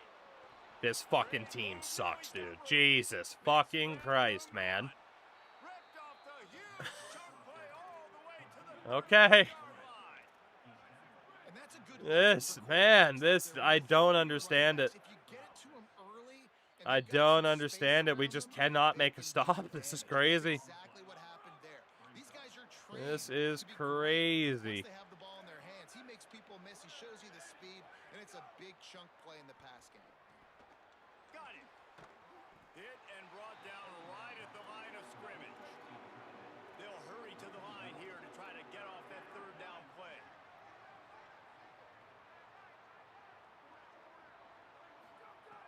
From the gun, wants to pass. Working the middle.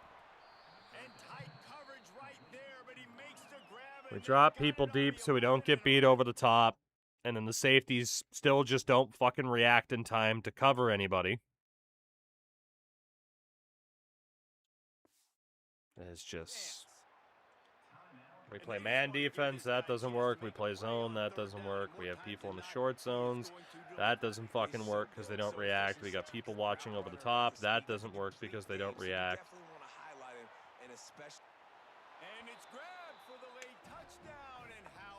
I might intentionally refuse to score.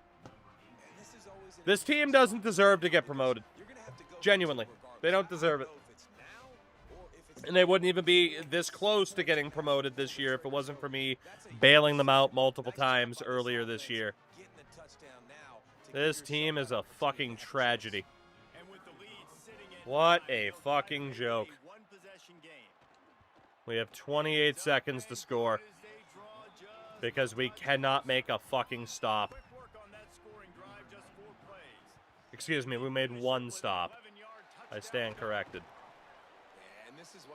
26 seconds. Honestly, I'm going to mute the commentary because they're going to be like, I can't believe these guys are throwing. And yeah, I don't want to hear it right now.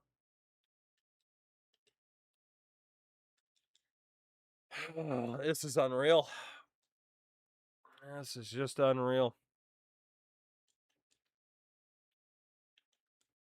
Hit as we throw. It's going to count as a fumble. I can't disengage. And just like that, we're not getting promoted. There it goes. There it goes. The dream is over.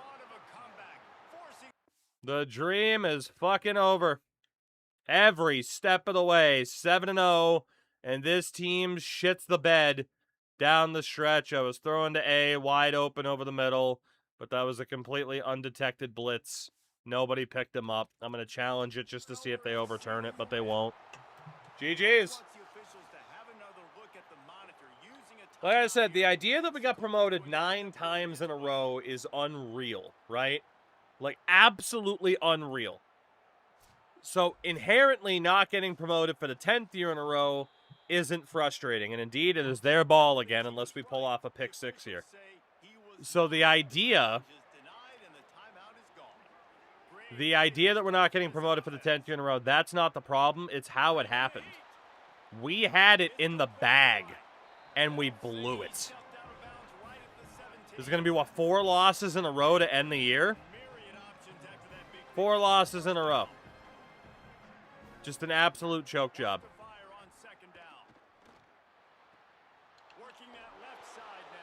Honestly, I hope they tie it at this point. We might as well lose while we're at it. What a fucking choke job, man. That's crazy.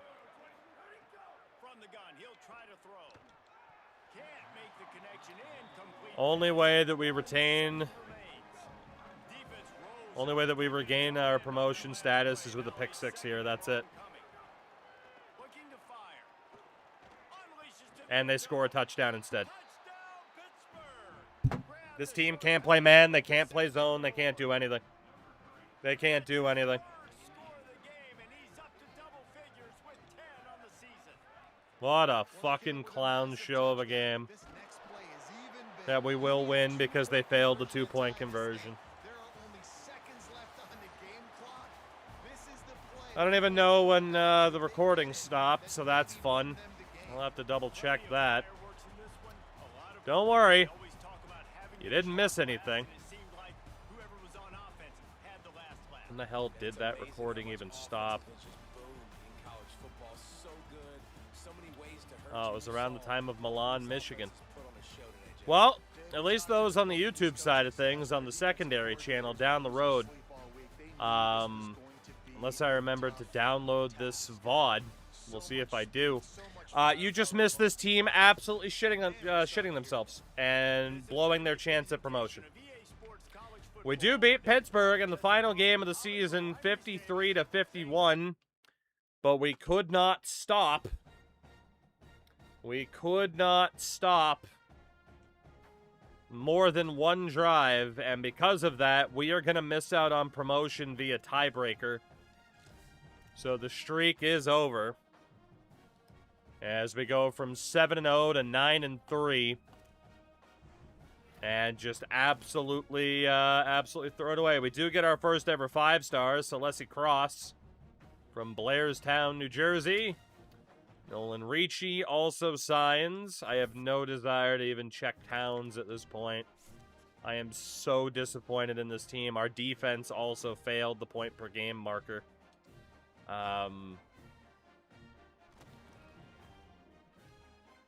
Funny enough, we still make the conference title game against USC.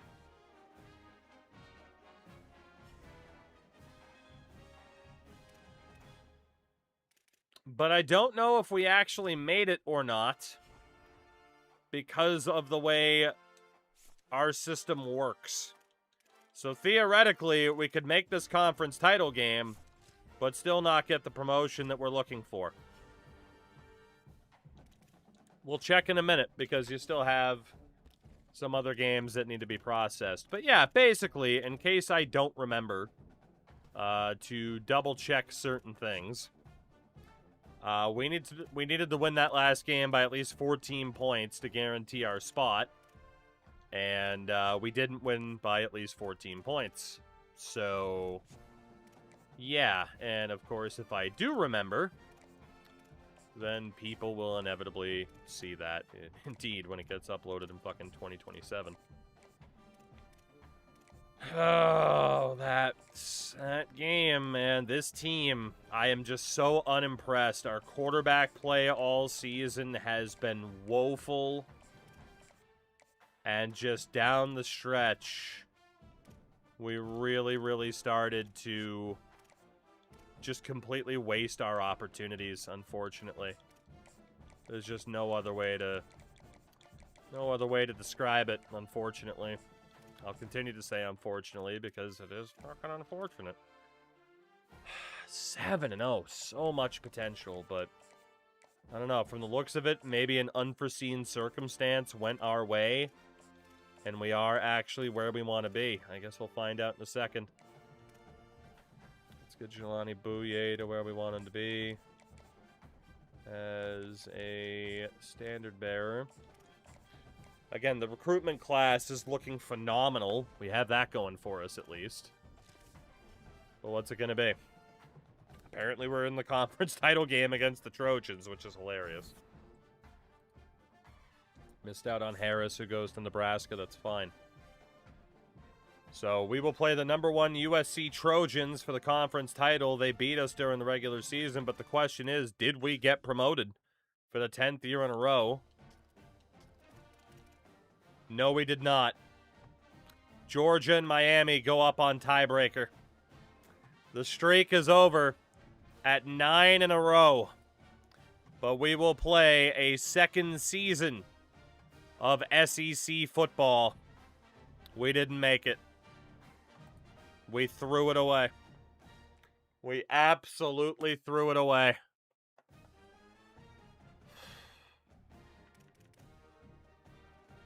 We didn't deserve it. I had to jump in against Washington. I had to jump in against Louisville. They blew it against Arkansas. They lost to Miami. They lost to USC. Yeah, we choked it. Do we get it with a conference win? No. I mean, we could still make the playoffs if we win the conference, but we're not getting promoted at least. So the first goal of the year, getting promoted, we missed. We can still win a national title, which would be great, but I have no reason to believe this team's going to win the national title after a 3-game losing streak against Arkansas, Miami, and USC. Arkansas, who finished the year at 8-4. We honestly don't even deserve to be in this game. I don't know how Miami isn't in it over us. Really, I have no idea why we're even in this conference game. Maybe overall record? Would technically be a conference game, yeah, but we always factor it in before the titles. Because it's an uneven amount of games compared to everybody else, so no. We did not get promoted. It's already been decided. And we didn't deserve it. Like I said, quarterback play this year was fucking awful. 12 touchdowns for Gastineau in the air. 12. He had more on the ground. That was fucking awful. For an 88 overall quarterback, that was horrific. That's one of the worst, if not the worst, quarterback seasons we've seen so far. Just atrocious. No other way to put it. Absolutely awful. With the strength we had at wideout and tight end. Now, of course, our running game was actually great. B.J. McCoon broke 1,000 yards with 9 touchdowns. Adonis added a few more. He had 12. Even Clapp had 7 touchdowns, and Gastineau had 5 on the ground. But the quarterback play let us down so heavily. Ezieke, 91 overall, 90 overall, 92 overall, 91 overall. McCoon, 96 overall running back. Like, McCracken, 91 overall. Like, just... what a waste. What a waste of a top-tier receiver core, most of whom won't be back next year because they'll go pro. And somehow on the O-line, nobody allowed more than a double-digit amount of sacks. Wilcox played 3 games and allowed 5, despite being our highest-rated O-lineman. 92 tackles for linebacker George Harrison Garrison. Our sack leaders with 8.5, the man Becky Lynch and Kawere Kwenku at 8.5 each. So I mean, we did a good job of getting to opposing quarterbacks. Not so great in terms of total interceptions, but Bloom led the way with 4. And our kicker went 29 of 28. Quarterback should have been able to throw backwards and still get positive yards. Basically, yeah. Right? We could have been able to throw a screen pass. We should have been able to throw a screen pass. And yeah, apparently the air raid means fucking shotgun runs. You're not wrong. Yeah, 14 total touchdowns, 11 picks from our quarterbacks. Awful. Absolutely awful. No other way to put it. We do at least make the conference title game, which is nice. We'll see what else happened in terms of promotion relegation here. But we will be back in the SEC next season. Which, again, I will reiterate, 9 promotions in a row. Hitting the wall in Tier 2 is unbelievable. But we had that. We had that. We had 10 in a row, and we threw it away. We start off Tier 11, your promoted sides, the Louisiana Monroe Warhawks. Air Force continues to yo-yo between conferences. Army is also going up, as will Western Kentucky. Tier 10, we'll see Kent State, Eastern Michigan, and Oregon State, unless Marshall beat them, which they did not. So Oregon State, the Beavs, are promoted. Relegated from this conference is San Antonio, right after getting promoted. Liberty Bibberty, Old Dominion, and Ohio. Tier number 9, the Sun Belt, sees Bowling Green, North Dakota State, and Sam Houston all get promoted. The relegated sides are Hawaii, and off of differential, Northern Illinois, and by just 8 points, Charlotte survives. Florida Atlantic goes down. Our quarterback should have been a check down king, 100%. Can't believe he wasn't. Tier number 8 sees Mo State. Good for Missouri State. Arizona also goes up. And on 3-team tiebreaker with the best differential, the East Carolina Pirates also get promoted.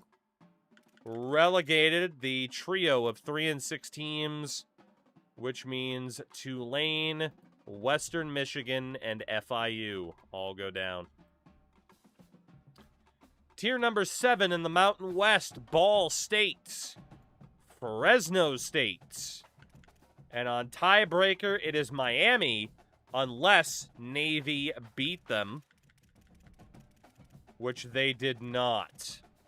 So Miami, Ohio goes up. Relegated from Tier 7 will be Nevada, Tomato. And on tiebreaker, USF and UConn, with the weaker goal or point differentials, go down. Tier 6, the American sees Kansas State go up. Iowa State goes up. Those are the two longest-serving American Conference teams. And Maryland goes up as well. Relegated will be, once again, NC State, one and done in the American Conference. New Mexico goes down, and Akron goes down. Tier number 5 in the Pac-12, Louisiana going back into the top 4. Boston College will join them, as will the Gamecocks of South Kakalaki. Your relegated teams are Northwestern, Rutgers, and on tiebreaker, Houston, unless they lost to Wisconsin, which they did. The Badgers go up on head-to-head tiebreaker. At least Wisconsin survives. Houston is relegated, that is. Get the terminology correct. Tier number 4 in the ACC, Colorado gets promotion. Illinois is going up. And on 5-team tiebreaker with a plus 144 differential, the Duke Blue Devils get promotion. While your relegated teams are Mizzou, Syracuse, and on 3-team tiebreaker with the worst differential, Iowa falls out of the top 4 conferences. Tier number 3, as we say hello to Tight Spot. What's going on, man? Tier number 3, Texas is going up. Georgia Tech is going up, and Alabama have been promoted. Relegated will be Central Florida, who were terrible. The Florida Gators, who weren't much better. And Michigan, unless they beat TCU, which they did not. The Wolverines are down to Tier 4. Damn. Tier number 2, the SEC. The USC Trojans have been promoted. And on point differential, they will be joined by Georgia and Miami. I still can't believe we threw it away like that. Oh my god. Relegated will be BYU. I think it's their first time outside the top 2. Penn State go down, as do Boise State, 2 of the longest-serving teams in that conference. And in tier number 1, your 3 worst teams were Minnesota, Arizona State, and Virginia. One and done in the top tier, but hey, they've been there and we haven't. So there is that. So those are the promotions and relegations for this season. So I need to snap out of the pity party for myself here. We do have a conference championship to play for. It's still a very prestigious game. It is still a great opportunity for us to earn our way into the playoffs. You know, our primary goal, of course, is to win the league, i.e. our conference. Number 1 conference equates to the Premier League. We want to win the Premier League. But at the same time, again, the playoffs kind of equate to the Champions League, and we'd still absolutely love to win that as well. It is, of course, the 2 goals that we have in this playthrough. I don't even know if improving this team with the points is even going to matter based off of how they've played. Maybe it would. If we look at our recruit status, Nick Goodley. There's really nothing else we can do for that guy. It's either he signs with us or he doesn't. McLaughlin, we can offer him more money to try to outduel Washington. Austin Herkowitz. Again, the only thing we can really do is offer him more money. Mr. Beatty. Only thing we can do is offer him more money. Lyles, we are in the lead for. We're also in the lead for Trapp, for Griggs, Smith. We've already offered him more money. If he signs, he signs. If he doesn't, he doesn't. Same for Bouye. And then this dude here, most recent player that we've been looking at, we might as well bump him up if you win the national championship with that promote based on the rule set. I mean, we have had it set up that way in the past. I haven't made a definitive decision about that, so I'll say maybe. But yeah, I haven't fully made up my mind on that. So, that's a pretty damn big if as well. Based on how this team's played this year, that's a pretty damn big if. 4 stars. There are not many left. Barger was a bust. There's Theo Hills, who has no offers on him. Reggie Rhodes has got an offer from Penn State. York has no offers. Sampson's got an offer from BYU, and then Gooden. We can at least take a look at these guys and see if there's anything that we want to do there. Let's at least send out scholarship offers. And then we'll scout these guys, but... You know, wide out might actually be a bigger need than I would think. But, yeah, we'll just start scouting those guys and factor that in for later. Conference title game against USC. If we lose this game, I can't imagine we're a playoff team.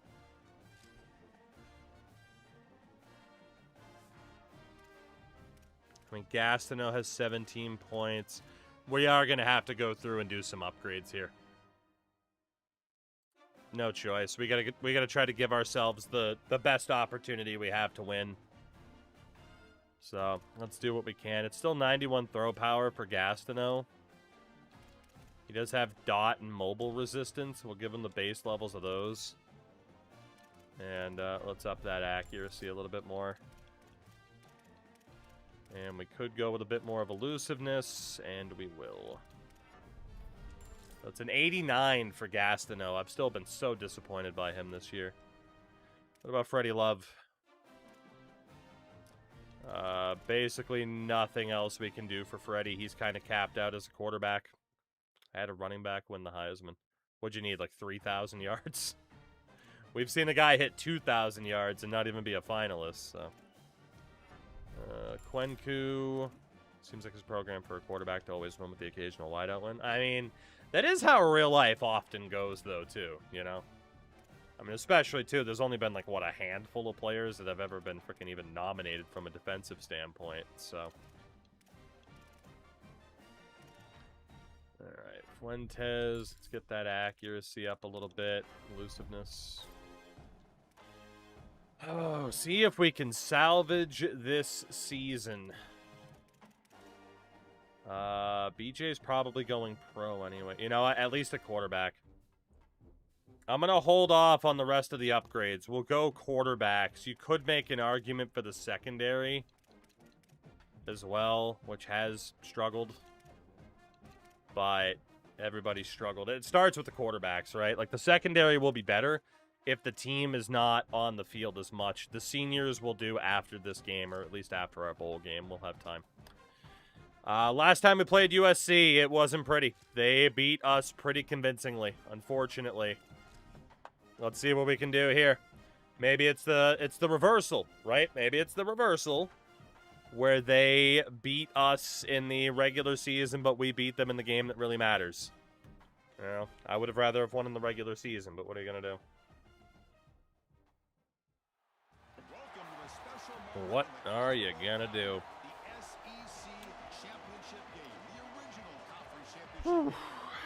Ryan Day and the USC Trojans, huh? Fair enough. Fair enough. Let's go. Let's win the one that really matters then. Please, please, please. Can we finally get some half-decent quarterback play? Archie Griffin won back-to-back. Am I just finding it out then? Again, it was the 70s, so that's why you're just finding it out. It's not exactly in a lot of, you know, a lot of modern conversations now, is it? 6 points in the first half. And already 6 points here in the second half. We score off of a turnover. And we'll give the offense one more chance, but we're in a bit of trouble. Down by 11 with 3:50 to go in the SEC title game. This just wasn't our year. It's the only way to put it. This just was not our year. For better or worse. Just in the games that mattered the most, we just haven't been able to clutch it when we've really needed to. Gastineau, a pick today, 148 yards passing. Unreal. Air raid offense, my ass. Oh my god, I thought that was picked. Good grab. I thought for sure he pounced on that.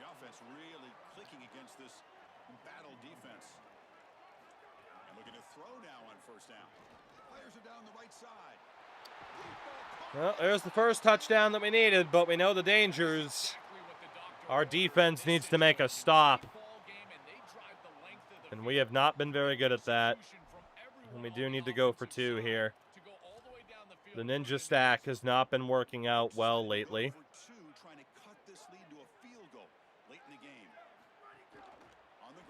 I hit B to pass it out. It didn't go. Well, we'll need another touchdown then. Damn. Really wish you'd let me throw that. All right, fellas. You need to make a stop. Pretty straightforward. You need to make a stop. We have struggled at doing that for most of the season.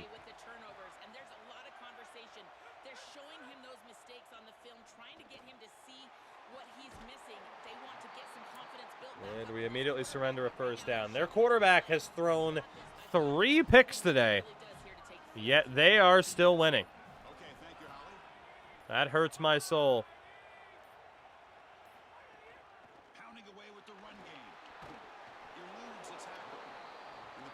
Can't afford to call the timeout there. They're so close to getting the first down.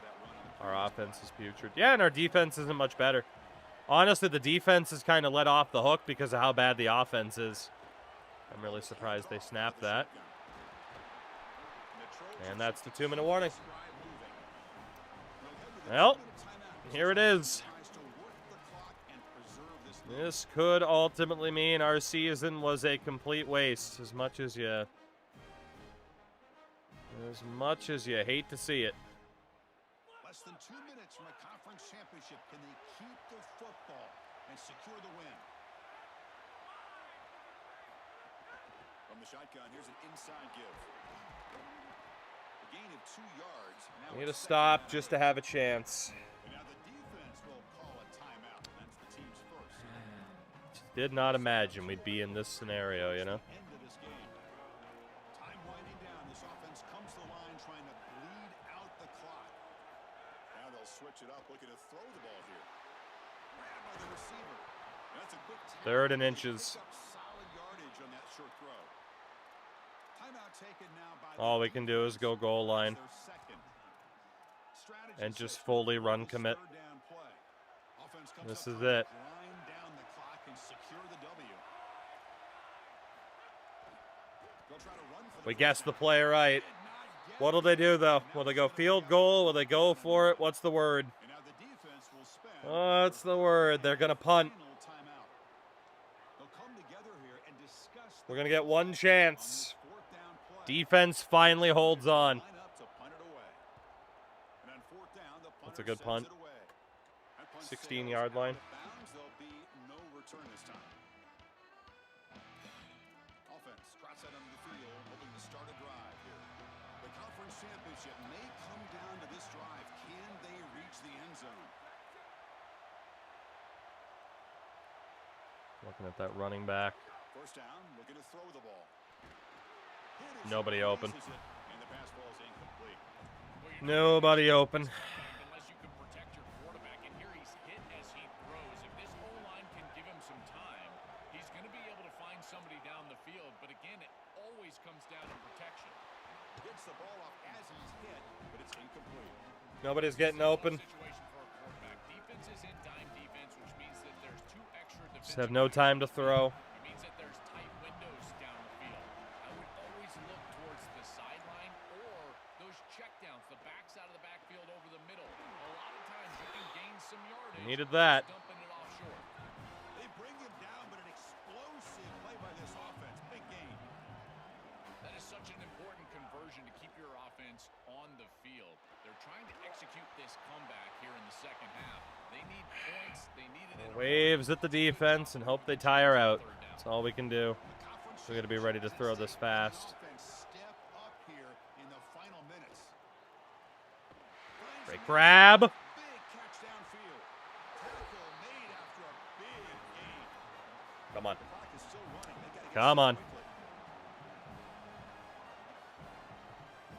Looking to throw it again. Catch made on the right side. They bring him down at the 18. The offense set up in the red zone with a first down. Tight game. Final 2 minutes. Can the offense make a play here? They desperately need it. The ball is caught. He goes out of bounds, but the game wins the ball inside the 15.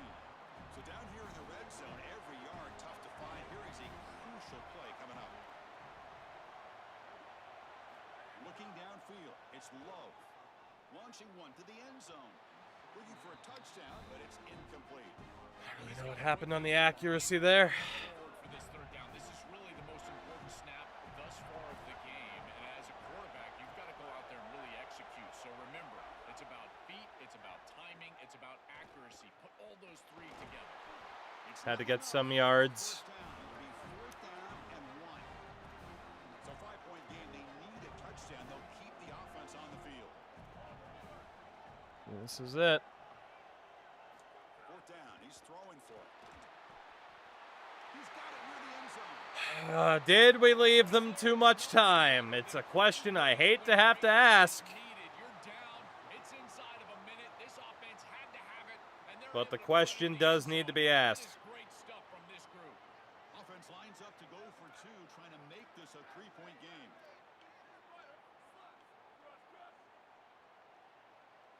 Here's the snap, looking to throw. And it's incomplete. The try fails. 34 seconds. We cannot let them get into field goal range. The touchdown, the kickoff team is out there to boot it away. 2 unsuccessful 2-point conversions.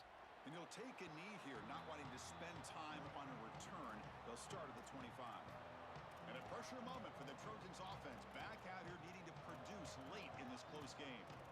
Serious pressure here. The SEC championship is on the line. Any kind of points will give them the lead and get them closer to that trophy. And the first play of the drive now from the 25. On first and 10 here, looking to throw the ball.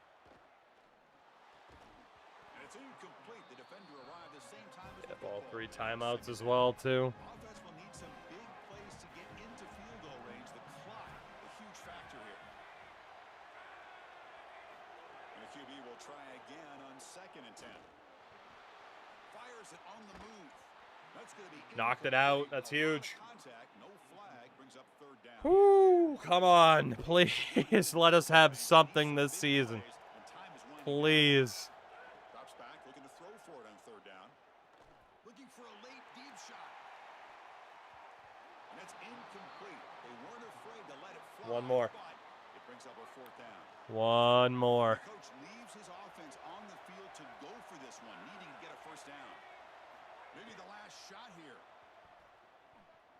Quick throw over the middle. He's got it, and that is enough for a first down. He'll be ruled down there, but a fourth down conversion with plenty to spare.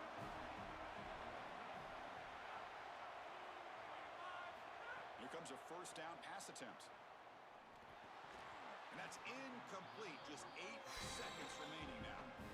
Offense needs points quickly. We're getting much closer to needing to just go for it. QB tries it again here on second and 10. Taking a deep shot here late in the game. Incomplete, just 3 seconds. One more chance for the Trojans. Need some big plays to give the kicker a chance here. The clock is a factor. On On third down, he drops to throw. Looking deep for late game heroics. Game over. Thank you, Jesus. As time runs out, game over. Conference champions not winning. Well, we did something this year. Thankfully.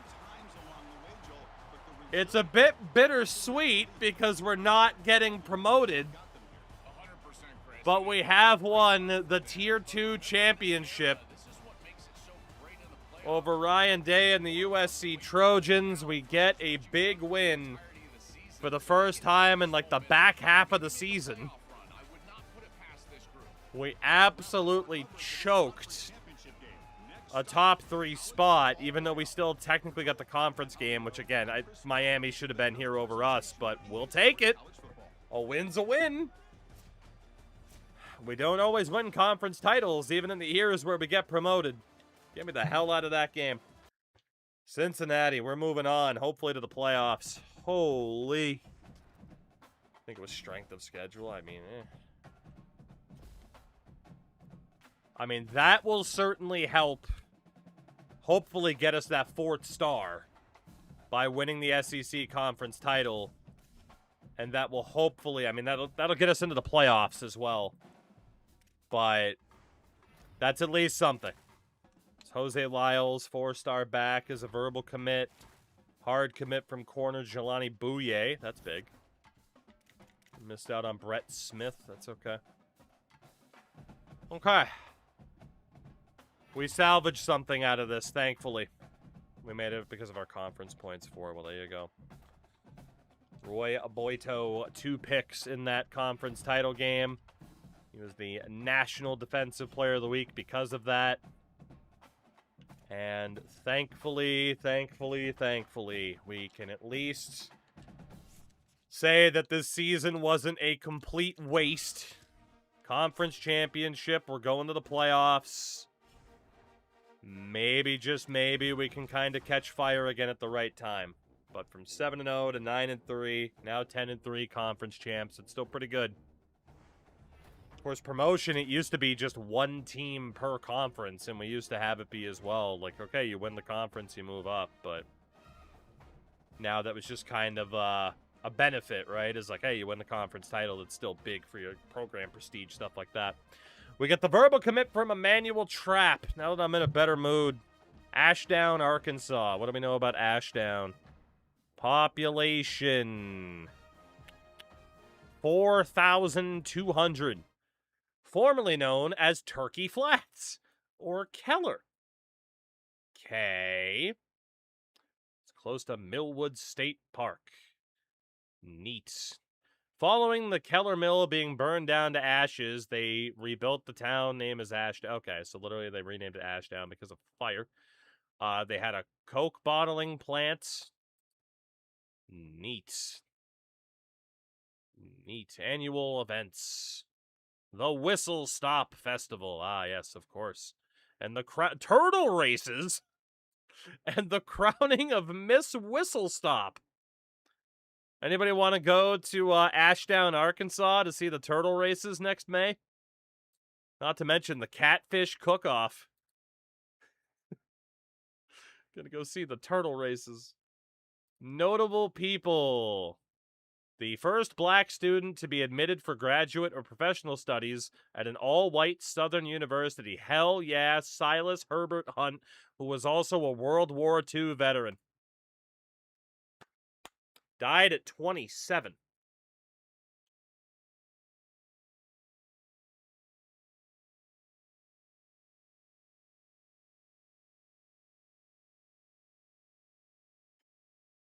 Looking.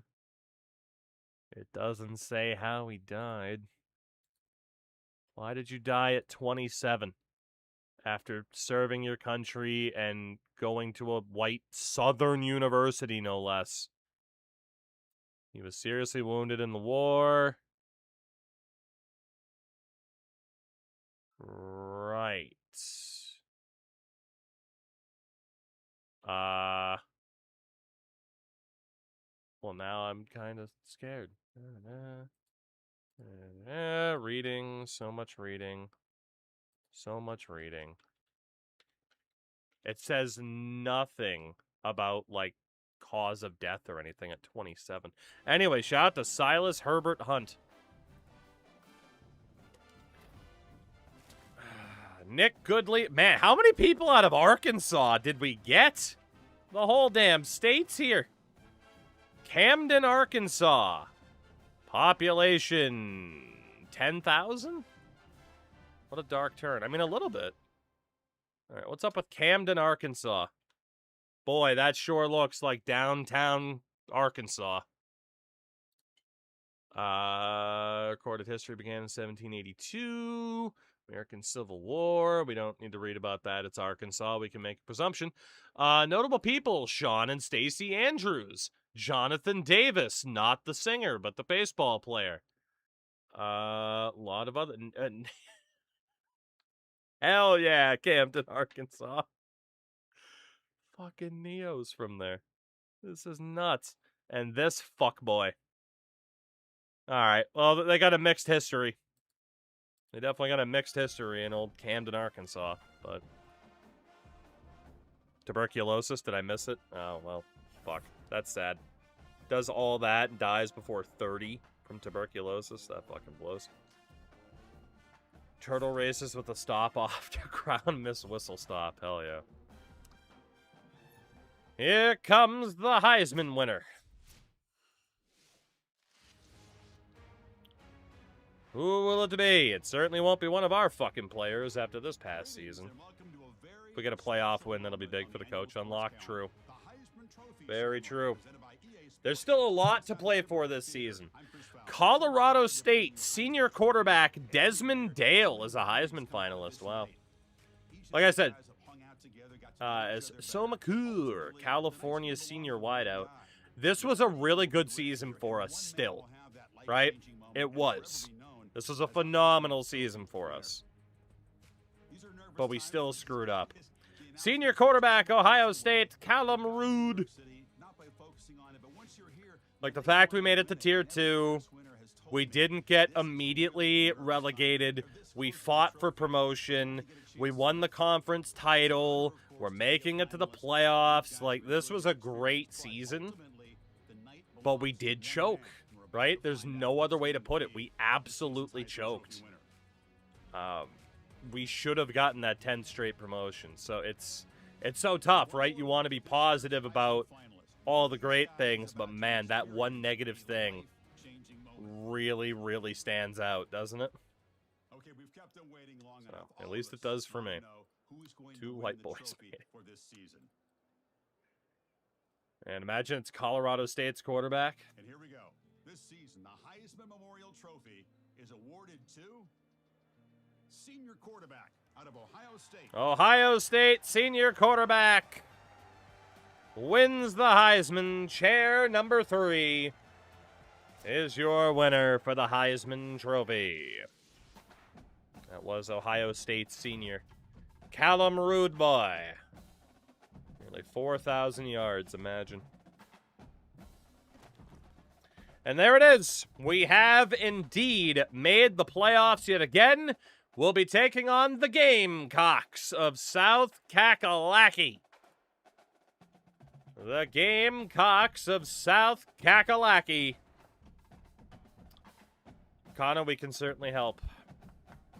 In the first round of the playoffs here, let's get a look at that full brackets. As it will be Georgia Tech versus Georgia. Winner plays USC, who still got the bye. Texas plays Texas A&M. Okay, this bracket's awesome. Winner plays Colorado. Tulane, South Carolina. Winner plays Tennessee. And Ohio State plays SMU. The winner plays Boston College. What, did Doug Flutie's grandson show up? Holy hell. Way to go, BC. What an opening round, though, huh? Especially at the top of the bracket. That's outstanding. Outstanding. In terms... Actually, do we have any... There's no way we had any national options. Oh, Connor, that I can't help with. Other people in chat can, though. Other people in chat will have opinions. I don't. 0 undefeated teams, indeed. The award winners. Kinda just in all caps. Just type that in all caps and you'll be good to go. All you need to do is just all caps yell ooh ah when Roman Reigns comes up in topic of conversation. That's all you gotta do is just yell that in all caps. You'll be fine. So Callum Rood was the player of the year, both fronts. Head coach of the year, Ryan Day for the USC Trojans. Will just never get a shout, ever. But yeah, in case anyone wanted to see how ridiculous some of the coaching changes have been, there you go. So. The gif of him docking his wrist. Oh, man, you could find that old YouTube video where the guy makes fun of the old Shield theme. Roman Reigns, guy with the wettest hair. Roman Reigns, guy who has lots of sex. Yeah, here you go, Connor. You can share this video. You can share that video in chat, and I'm sure they'll love it. Quarterback of the year is Callum Rood. Best defensive player, Josh Najvar. Najvar? I'm going to go with Navar for SMU. Best defensive player, Josh Navar. Defensive back of the year, Lonnie Gillette of Houston. Running back of the year, BJ McCoon finished top 3. But it is Grant Vokalek of Colorado. Wideout of the year, Sol McClure of California. Defensive lineman of the year, Josh Navar. Senior quarterback, Callum Rood boy. Defensive end, Josh Navar. Interior lineman of the year, Iowa's Josh Mancuso. Tight end of the year, James Shade of TCU. Gordon Penning was 3rd. Oh, I mean, Wheels for sure. I'm still very happy I got to meet him. Assistant coach of the year, Blake Baker. I was going to say Blaine Baker, but Blake Baker of LSU. Linebacker of the year, Anthony Westerman at Miami. George Harrison Garrison was top 8. Center of the year, Kevin Villalobos of the Georgia Bulldogs. Kicker of the year, Alani Self of Texas A&M. Adrian Irwin finished 4th. That's not bad.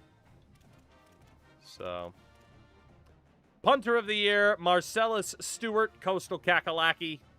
Return man of the year is Jesse Poe. Prince McCracken was 3rd. Iasefakiki 7th.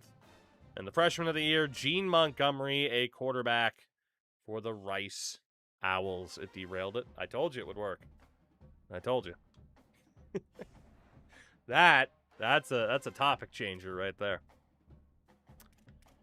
Not that we would ever leave, but the job offers available: Utah, Baylor, Florida, Boise State, Michigan, who are in a bit of a spot of bother, but we're not leaving. No way.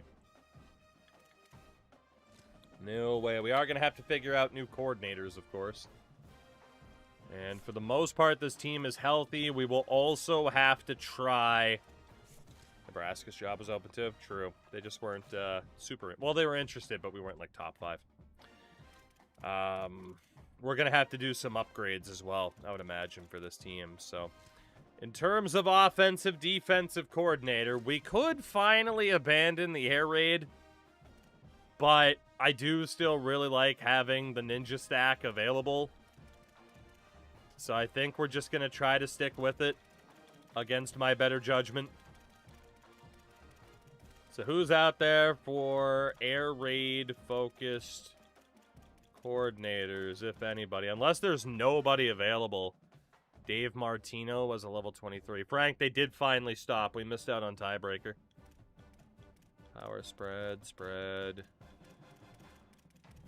I mean, there's been like one air raid focused coach so far. There's a second. Casey Perfect, who's been Bowling Green's head coach. You know what? If Casey Perfect as a level 41 coach accepts,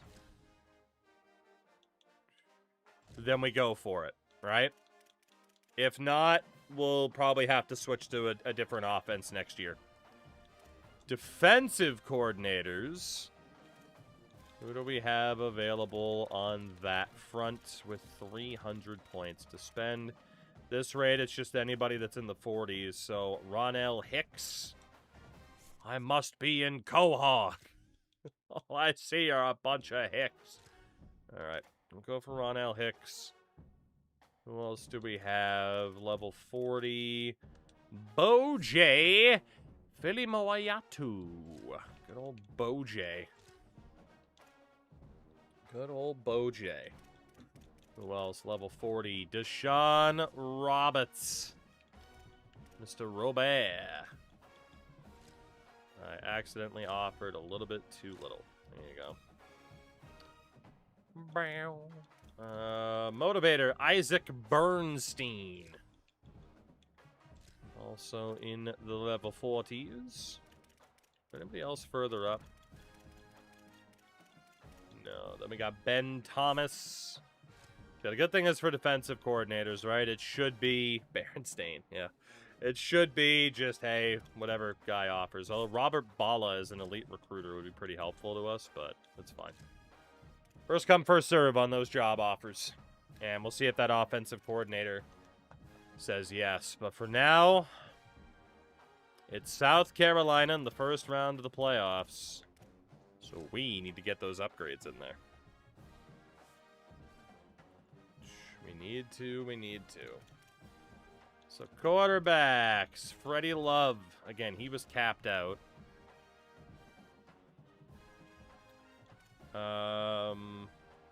Seniors or anybody with a super high rating who will probably go pro. Top hat, I do.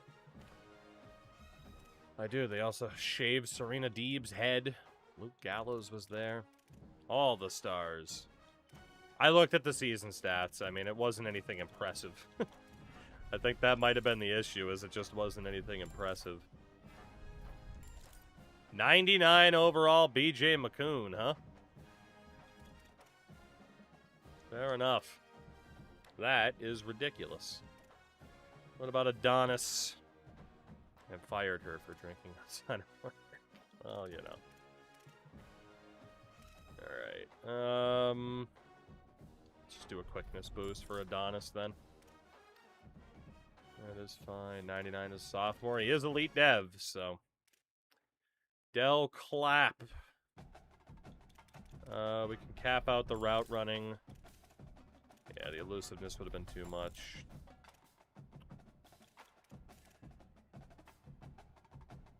Kana, she's talking about him from 20 years ago. It's what she's talking about. So there you go.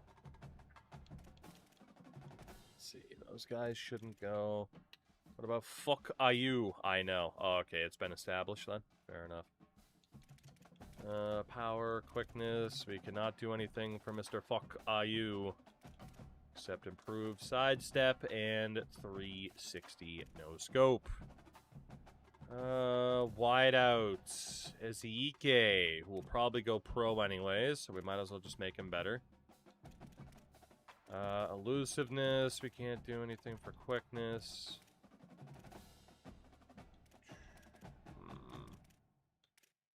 We could just give him better abilities, or we improve the overall elusiveness, which is already pretty good.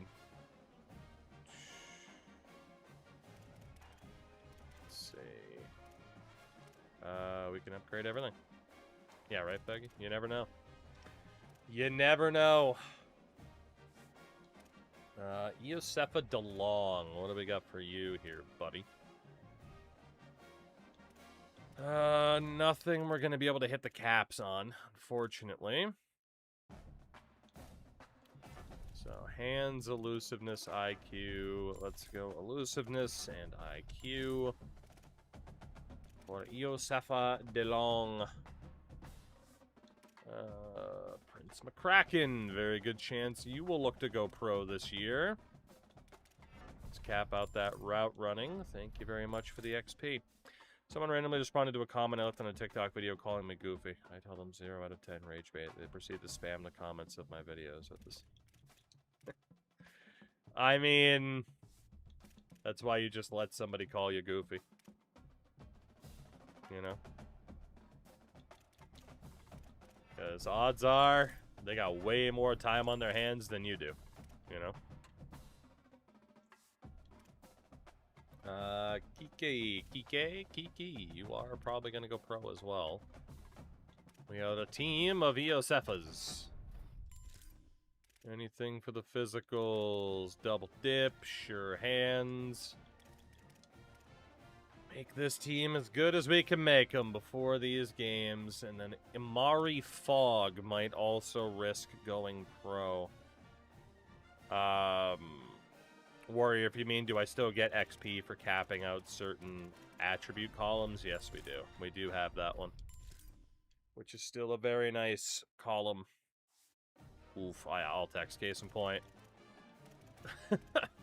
Case in point. That is not someone you want to talk to. Floyd Boyd, cap out the hands. Power and quickness is too much. 50-50. What do we have? Yeah, Gordon Penning's probably going to go pro as well, so we might as well upgrade him. Let's cap out the hands. Have you heard of the block button? For someone who's blocked 1 million people on Twitter, I highly recommend the block button. It pisses them off that much more. Paul, we don't have to upgrade. We don't need to upgrade Greg either. Left tackle, Silas Awesome. We can definitely cap out his pass blocking. 88 overall for good old Silas. We'll hope that that's enough. Hendricks shouldn't go pro, so we should be fine. We won't upgrade any of those guys. Let's upgrade Morris here. I like the mute button even more. That's true. I eventually said, you know what? I'm gonna stick with the block button, because then you'll have them like make a separate tweet about this guy fucking blocked me. He's a fucking blah blah. It's delightful. Or all the time.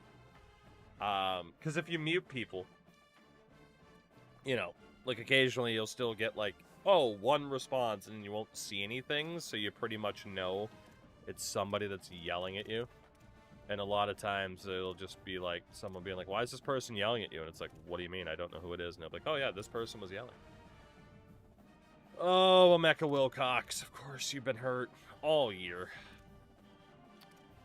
Edge rushers, nothing there. Garrison Aurora. What can we do for old Garrison here? Ooh, power moves. Thank you. Any physicals? Nope, that's it for Garrison. Thank you for the extra XP, buddy. Right side, we should be okay to hold off. Defensive tackles. I guess Thad Francis lost his red shirt at some point this year, so.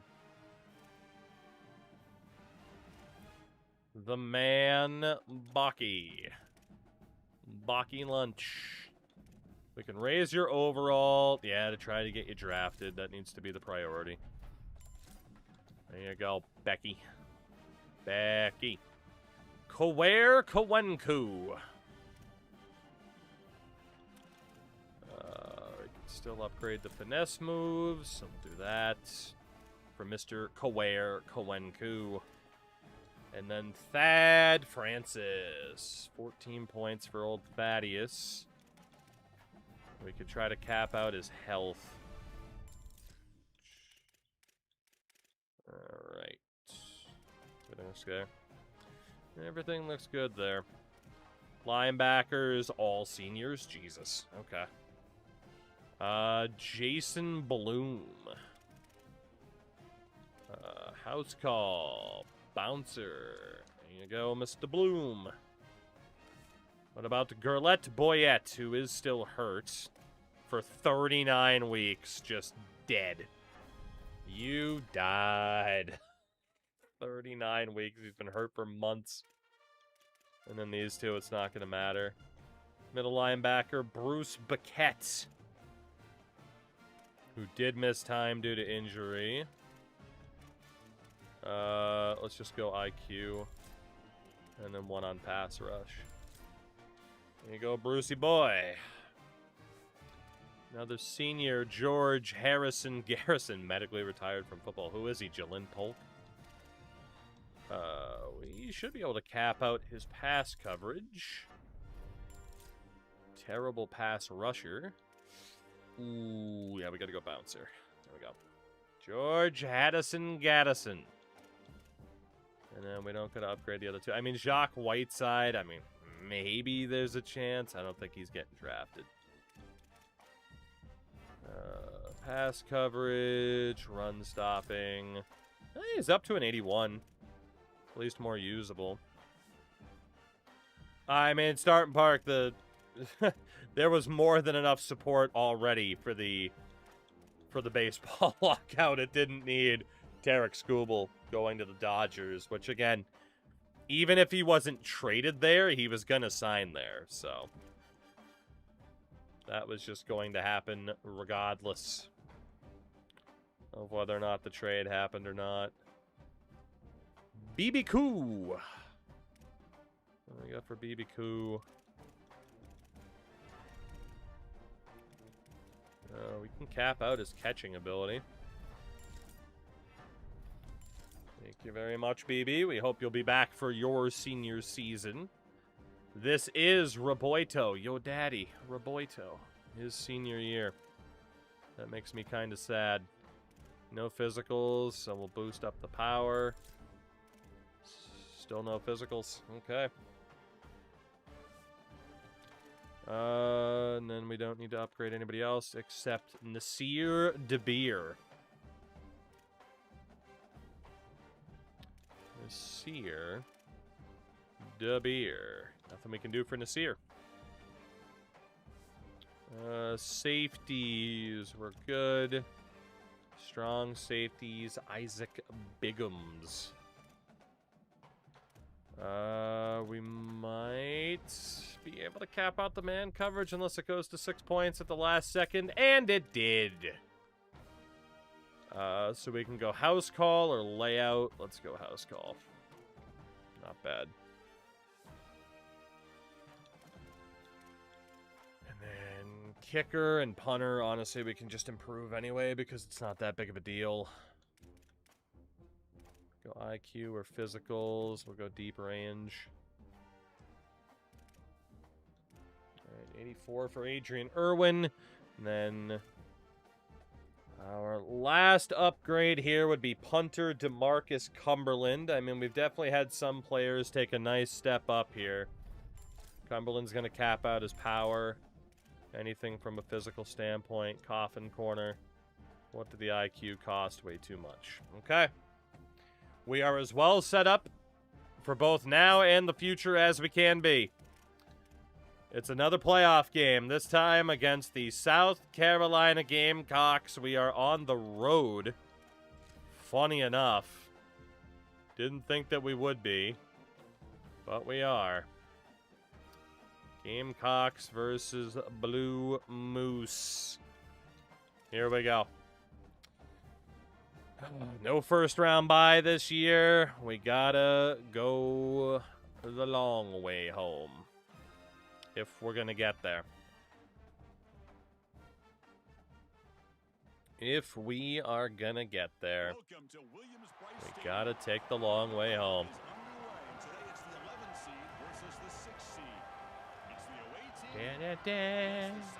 Cocky's Ric Flair entrance.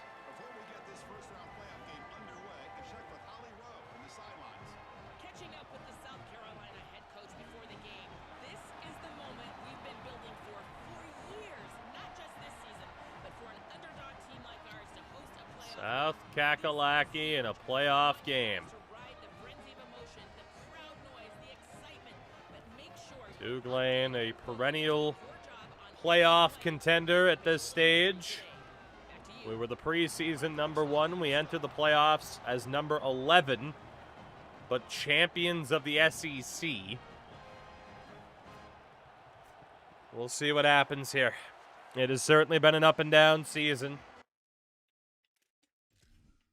Winning a national title would make most of our concerns go away, because at least that would be one of 2 items on the checklist finally checked off. And poor South Carolina, Pac-12 team, Tier 5, taking on Tier 2 Tulane, and finally we show some dominance. No touching! No touching! No touching! 37-0. Gastineau finally putting together a good performance. And man, that is a depressing return to the playoffs for the Gamecocks to make it back and get obliterated like that on their home turf. We advance to the quarterfinal, 37-0. Held them to 169 yards of offense. So it really does show you. I mean, competition level was certainly a factor this year in the teams we were losing to, because we play a tier 5 team and we just beat the brakes off of them, you know? Phenomenal game from Lamar Gastineau, one of his best of the season. And then rushing-wise, no rushing touchdowns, but Gastineau, McCoon, Morissette, all very, very good. And then through the air, touchdown for A.J. Cedar, I don't know. Penning and DeLong. The O-line, only 2 sacks allowed. That's not that bad.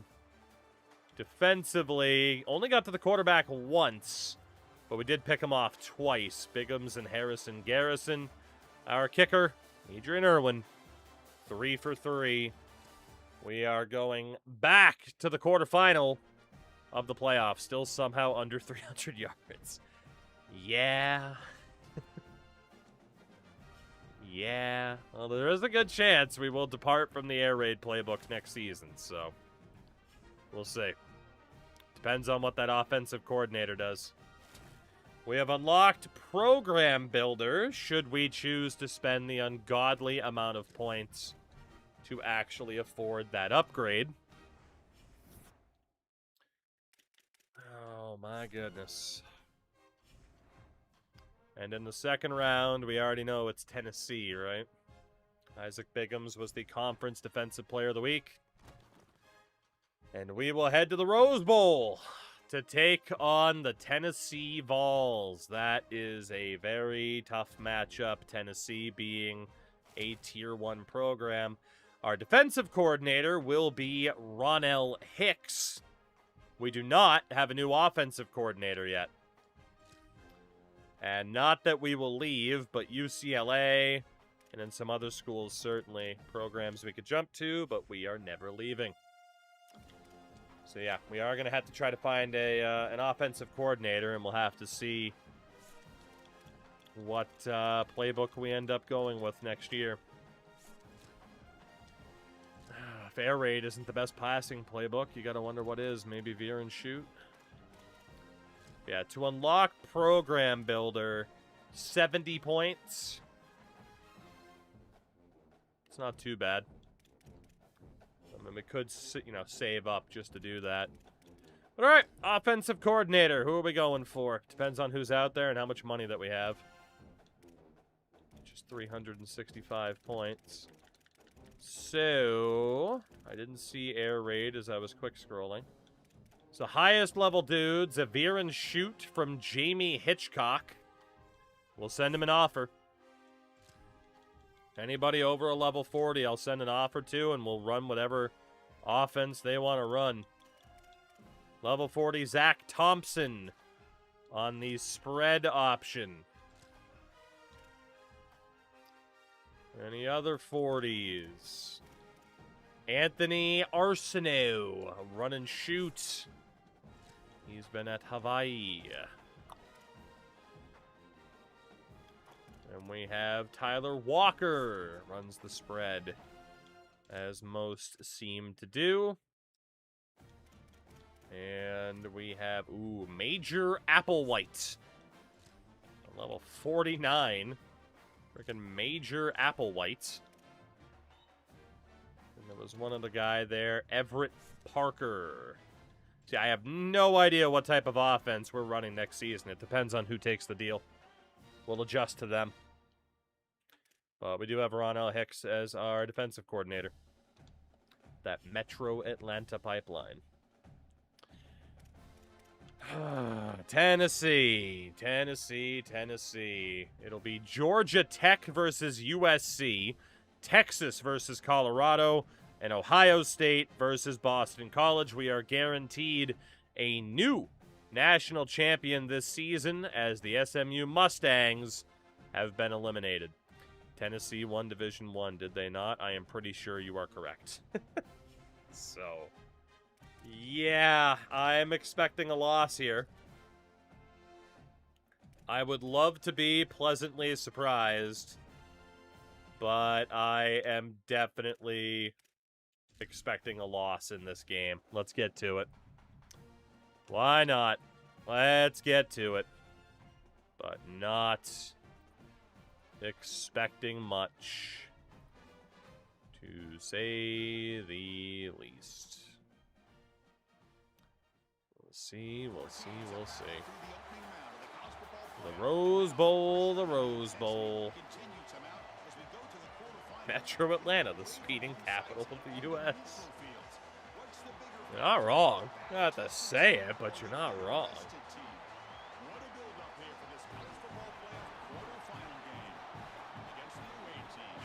Smokey the Dog.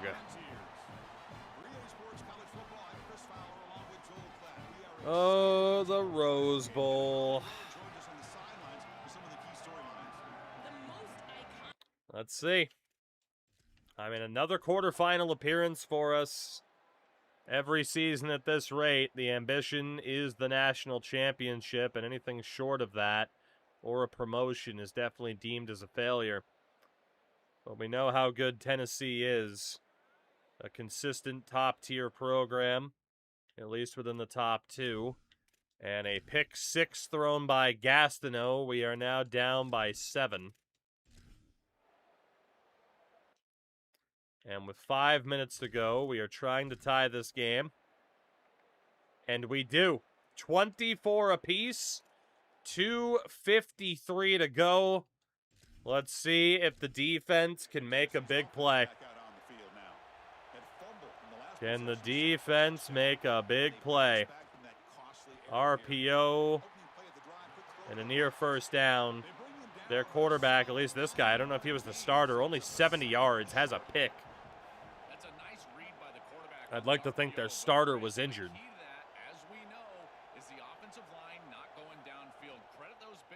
Hand off and stuffed. 3rd and 2.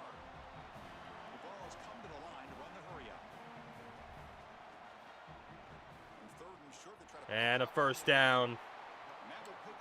Good jump by their running back, Ahmad Childress.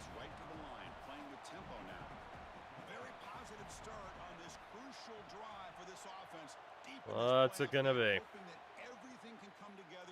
Quarterback keeper fools a lot of people and runs into two-lane territory.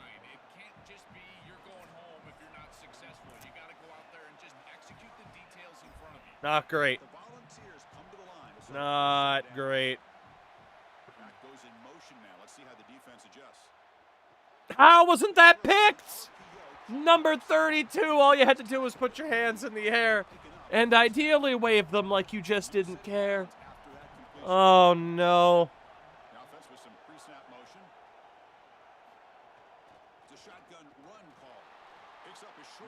And there's our first timeout. Are we allowed to jump in? Yeah. I can't imagine I'll be able to do any better than they do, though.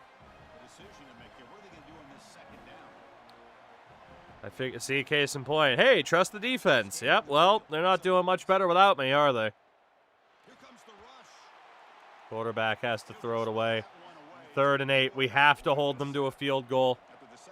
We have to, and we should have one timeout left as long as we get the stop here.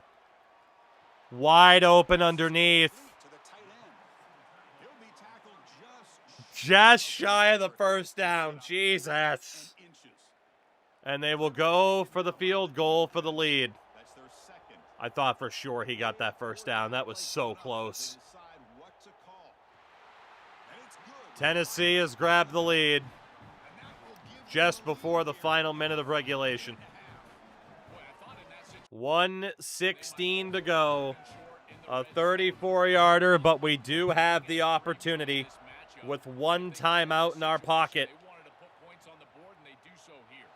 They'll return it from inside the 10-yard line. And we'll start at the 22. Good job by the coverage team. Here we go. Offense back out onto the field. Pressure on late. One chance. Down three. They've got to make something happen. One timeout. Offense out for the first play of the drive, beginning at the 22. On 1st and 10, they'll look to throw it. Dead. Nearly intercepted by the big man. Somebody immediately lost their coverage. The center just got obliterated. This game. It's 2nd down now. It comes down to this in this playoff game. 4th quarter. Final 2 minutes. Can the offense step up, make a play?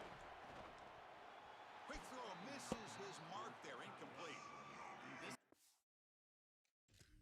I don't know why that was off. Green time on the catch. Okay. It's just not on the same page. I really don't understand how or why that was a miss, but all right. And clearly the quarterback is feeling Not ideal. Here we go. Trailing late in the game here. Serious urgency for this offense right now. B was open, but we got chased out of the pocket. Hit as he threw the football there on 3rd. Just had no time to throw. defense has been tough today, and Chris, The O-line is getting ripped apart. We have one play to keep our dream alive, and it's our 3rd string quarterback in Kwenku. all the time. Who's your best player? He gets the ball right here. Looking for a late deep throw. Intercepted. This game's over. Good. A takeaway for the defense. Tennessee wins. The defense is going to 27-24. any chance of a comeback. Now they GG's. W by just kneeling down. The season ends in heartbreak for the offense. The O-line just got obliterated, man. I had no time to do anything. Yeah, it's just there's nobody open. All you can do is hope. I would have had better luck, I think, if I threw to B, because that safety wouldn't have been able to get over there, but still.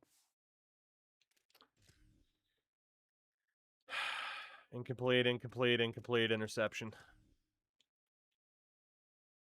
Yeah, 1st down. I don't even have a second, right? Don't even have a second. 2nd down. Just the incredibly awkward miss for no reason on a green time catch. 3rd down. Very little time to throw. Try to bide a little bit more time for that guy over the middle, but we just couldn't do it. The Tennessee Vols will knock us out in the quarterfinal. The only real positive of this season is the conference title. I mean, winning a playoff game is nice, but that is another failure of a season. When it's national championship, at best, a conference promotion to look forward to, and we get neither. They will come out, and they will show some rust, and they won't execute their game plan, but this group did it beautifully here today, and it's certainly a group that is focused on the Damn. I certainly would not want to play this group in the semifinal. And that's going to do it for our coverage. The loser begins pointing towards next season, while the winner takes a big step closer to a national We championship. lost a little, John. Cotton and Holly Rowe, I'm Chris Fowler. This has been another presentation of EA Sports College Football. Just can't break through. Just 249 yards of offense to their 380. In a game where their quarterback threw 10 of 17 for 95 yards, and we still lost. 2 interceptions for Gastineau, and of course the one for Kwenku at the end.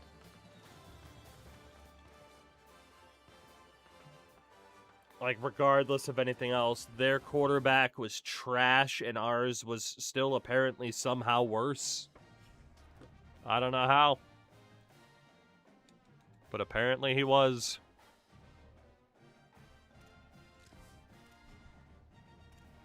We've done so well of building our way up the ranks. But it's all for nothing if we can't actually win. You know? If we can't actually break through and win a title, it's all for nothing. And Jamie Hitchcock will be our new offensive coordinator next season.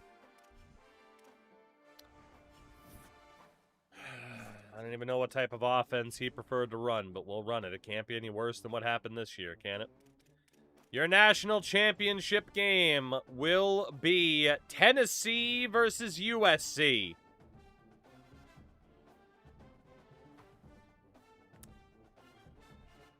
I'm so tired of seeing teams that we beat in the regular season or in a conference title game or just, oh my God. Hello, Baffle.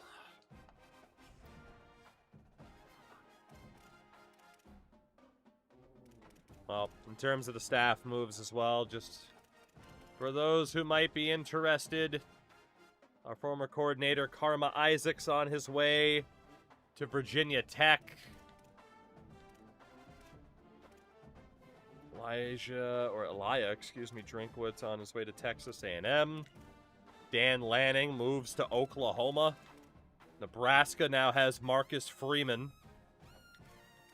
Mike Norvell in at Michigan. Gators bring in Brent Key. Boise State, Rhett Lashley. And Alabama brings in Pete Golding. Okay. I'm so bummed, though, that glass half full, glass half empty. Not a bad season, but still not as good as we wanted. It is a bit better, though, because we are officially a 4-star program. We needed that very badly to help us get to the next level. We are now a 4-star program for the very first time as the USC Trojans win the national championship. For the second time in 5 years after beating BYU in 2033, the Trojans beat Tennessee. I'm so sorry, Baffle. You showed up on the worst time. Well, we can say that's now 2 years in a row at least that we beat the eventual national champions. So that's nice, right? That's a strong silver medal. I guess we will probably build up for Program Builder. I don't know. It's that or we keep speccing into Tactician, I guess. But the Infinity Stones are looking pretty good. Oh, man. Well, let's leave this disappointing season behind us. Mostly disappointing, somewhat disappointing. Again, the negatives stand out, but there were a lot of positives. But we move on. We set our sights to 2038, and hopefully 2038 will be our year. Either we make it up to the top tier. Our budget's now 10.4K. Let's go. Either we make it up to the top tier, we win a national title. Both. Either would be great. But we need to start with the roster, NIL, and what it will take to keep some people happy.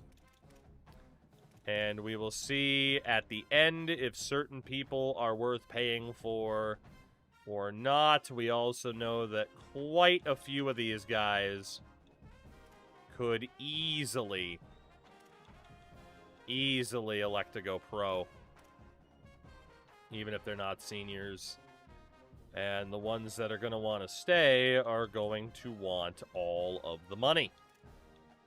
All of it. Let's see. Moran. Maximilian Pegasus. We can drop that money down. Okay, good news is for quite a few guys, though, they had some points on them and we can drop it down. But then there's some other dudes, the ones that are likely to go pro, that are going to be expensive as all hell. So, figure that one out. Let's see, reduce the money for these guys. That's looking a bit better. Mike James needs some points. Carmazzi doesn't need anything. Emeka Wilcox, who cannot stay healthy. So we're looking good there. J. Cole would need some points. Ron Devu would need some points. What about Better Call Sawyer? He's good with those points away. My God, he's Massey. Middle linebacker, good. John Jonnings needs a couple of points. Stephen A. Smith Jr. we could save on. What about the BB Koo? And this is still lining up for us to have quite a few points available, which is pretty nice. But also, like, the amount of departures could end up being crazy. Alright, good at safety. Good at kicker, good at punter. Okay, so, Diego Fuentes, probably not worth 195 points, but let's be honest, we have so much money there. At the same time, we do now need to afford a 4th staff member. So having some leftover points wouldn't be the worst thing in the world. But like these two at normal dev, are they necessarily worth it? Eh. But obviously if we don't have to lose them, I would like to not. I mean, at least 195 points is a bit much. But you know what? I think I'm just going to spend. There's a lot of guys who might go pro anyway, but we got to try to keep this roster intact, so screw it. Let's just spend it. Let's just spend it. You should work on tier 4 talent dev for wideout tight end. We'll see. That's a lot of points, right? And obviously we don't have a ton. We're at the part, the part with the levels now where it takes forever. Connor McLaughlin of Hercules, California. Ah, yes, good old Hercules, California. Population 26,000. It's too big of a place for me to care.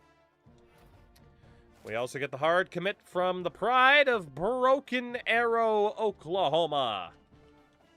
Broken Arrow, Oklahoma. Charles Beatty. Population 113,000. It's a city within Tulsa. Okay. Also too big of a place for me to care about then.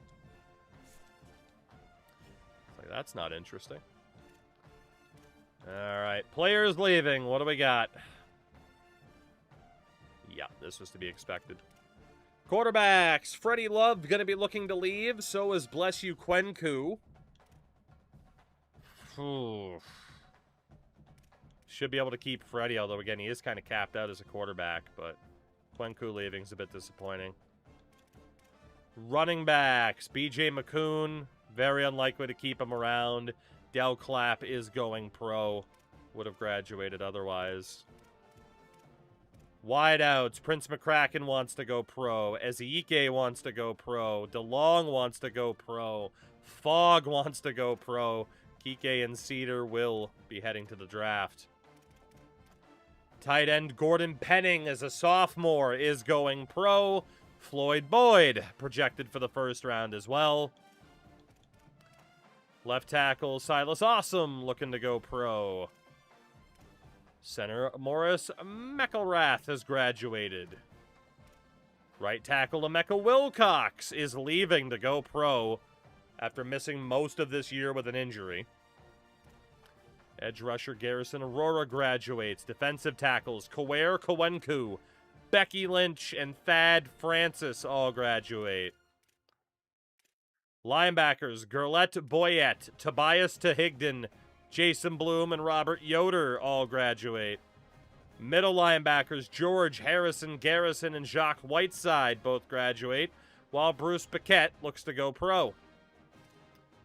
Stephen A. Smith II is going to leave, while F.U. Gallimore graduates.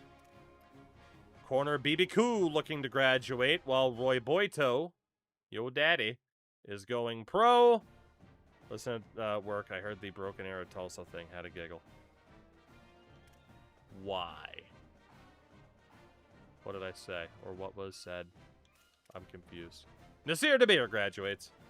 Safety. Tulsa, Lasso, broken area. Well, okay, fair enough. There's a third one? Well, is it just one big area that's like, oh, it's so big, we might as well name it 3 different things. Like, what the hell? Canna Corner will hopefully be able to keep. Isaac Bigham's graduates. Okay. So, what are we dealing with here? All of these guys, nobody has a significant amount of points to upgrade. DeBeer was expensive as hell. Yes, there's nothing else to do there. So, Freddie Love. 1, 2, 3, 4. Yeah, we might as well spend it. Freddie Love, are you going to stay? Yes. Canna Corner, are you going to stay? Yes, thank God. BB Koo, are you back for your senior year? Yes. And Amari Fogg is leaving. Fuck. Only 1 upgrade point, too. There's nothing I can even do for him. So then we get to the unlikelies.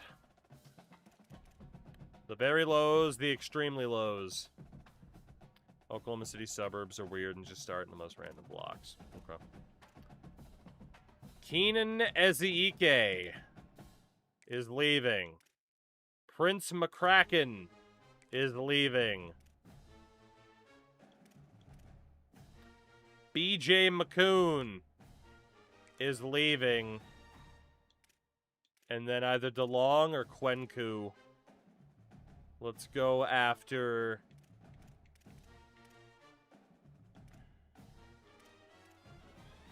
I feel like I should go for the quarterback over the wideout, but what about Iosefa DeLong? Yeah, he's gone too. Kwenku's out. That is a lot. That is a lot of missed players. That is a lot of departures. A lot of departures. It does free up quite a bit of money, but that's going to be tough to overcome. Very tough indeed. But hey, we are a 4-star program now. Draft results. I'm sure this will be nuts. First round picks, BJ McCoon, Prince McCracken, Floyd Boyd, and Gordon Penning. Second round, AJ Cedar, Keenan Ezeike, Iosefa DeLong, and Emeka Wilcox. Third round for Silas Awesome. Fourth round for Iosefa Kike. Fifth round, Bruce Paquette and Roy Boito. Sixth round for Del Clapp and Amari Fogg. Seventh round for Becky Lynch and George Harrison Garrison. We continue to graduate an immense amount of players to the pros every year. So in terms of who's left, quarterbacks, we have 3 of them. Running backs, we have 4 of them. Because McCoon left, but Adonis Morissette will be back for his senior year. For 0 fullbacks. Wideouts. Gone, gone, gone, gone, gone, gone. 1, 2, 3, 4 wideouts. Not good. Tight ends. Penning left. Boyd left. We have 3 tight ends left. We have 1 left tackle. 3 left guards. 1 center. 4 right guards, if I'm not mistaken. And 2 right tackles. That'd be $24K for your wideouts and tight ends with level 4 talent dev. I mean, we might as well go for it at this point, right? So, I don't really think our defense improved that much with the frickin' tactician improvements, so. Right tackle, 2, nope, 1 of them, because Wilcox left. Defensively, we have 2 left side edge rushers. 5 right side edge rushers. 1 defensive tackle. 0 strong side linebackers. 1 middle linebacker. 2 weak side linebackers. Koo ended up staying, so that's 4 corners. 4 free safeties, 1 strong safety, and then technically 2 kickers and 1 punter. Holy hell, do we have some work to do. The good thing is the recruitment class so far has been pretty good. But yeah, we got a lot of work to do. So, Rico Wake as an edge rusher, who could also be a DT. We'll factor him in as an edge rusher. Right tackle, Steven Rabb. We'll factor in as a guard for the moment. Quarterback, Rich Lopiensky. That's 4 quarterbacks. Defensive tackle, Thad Anderson. Edge rusher, Dexter Marks. Right tackle, Jacques Aragas. Defensive tackle, Donnell Muwamba. Left tackle, Nick Hyman. Quarterback, Jamal Trinidad. Linebacker, Celeste Cross. And edge rusher, Nolan Ricci. Josh Harris elected to go to Nebraska. We also got defensive tackle, Nick Goodley. Okay, so the defense is looking a little bit better than expected. And we also got Connor McLaughlin, an athlete, contested specialist, probably more of a wideout than anything. And then this dude we're in a battle for. Let's move him down. Charles Beatty, another offensive lineman. We got the athlete, Lyles, who will pencil in as a running back, but could obviously be on defense. And another lineman in Trap. So linemen, we're actually looking okay. And we're still not done, actually, because we also got Bouye as a corner. So we're in a battle for Austin Herkowitz. All we can do is go hard sell. Football influencer, there we go. We're also in a battle for Ralph Griggs. I mean, it is a running back, but also running back wide out. Screw it, we'll spend money on him. Try to outduel Ohio State if we can. We got locked out for Smith. We got locked out for Amy. That one hurts. Then there was some of these other guys we were just starting to talk to. It's a verbal commit for Sampson. Some of these guys I haven't even been able to scout yet. We might as well look. But really quickly, prospect list. Are there any 5s or 4s left over that have yet to commit? 5-star, no, except the guy that we got. And 4-star, there's one guy, it's Barger, who was a bust. So out of the portal, 5 stars, 1 guy, Bobby Grimes from Ohio State. 4 stars, quite a few people, but obviously we'll end up focusing on the guys that have interest in us out of the gates. And we won't have enough for all of them, including Stephen A. Smith II. Alright, so really quickly, Theo Hills at wideout. 89 speed, 95 acceleration with takeoff at 6'4". We'll fight for this guy. We'll definitely fight for him. He's not a primetime player. He's not clocked in. He's not an influencer. Star Search might be the one for him. Schedule him for a visit on playing time. Or it's getting close. Reggie Rhodes. He's good. He is very good. We will offer him more money to try to make a dent. And we know that we need something with brand exposure. Let's see if he's a status seeker. Schedule you for a visit on brand exposure. Wideout Colby York. 85 speed at 5'10". He's not a bust, but he's not a gem. We'll still look for him. He's not insane, but man, we just need bodies. And then Don Sampson. 90 speed. Too slow. I mean, probably, but I need players on the roster right now. Let's be honest, I don't know if he'll sign with us anyway, but He's not really taking a spot from anybody at the moment. Because we're going to be limited on the board. Conference prestige for you. Okay. So then we have everybody else here that already had some interest in us by default from the portal. So let's start handing out scholarship offers like candy on Halloween. And we'll figure it out from there. There's quite a few defensive players, especially some defensive tackles. I wouldn't mind us getting bigger at edge rusher because stopping the run has not been our forte.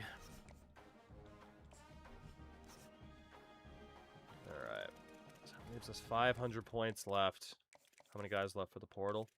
Quite a few. Quite a few, actually. I mean, we could take Sampson out of there and just say he's probably going to BYU.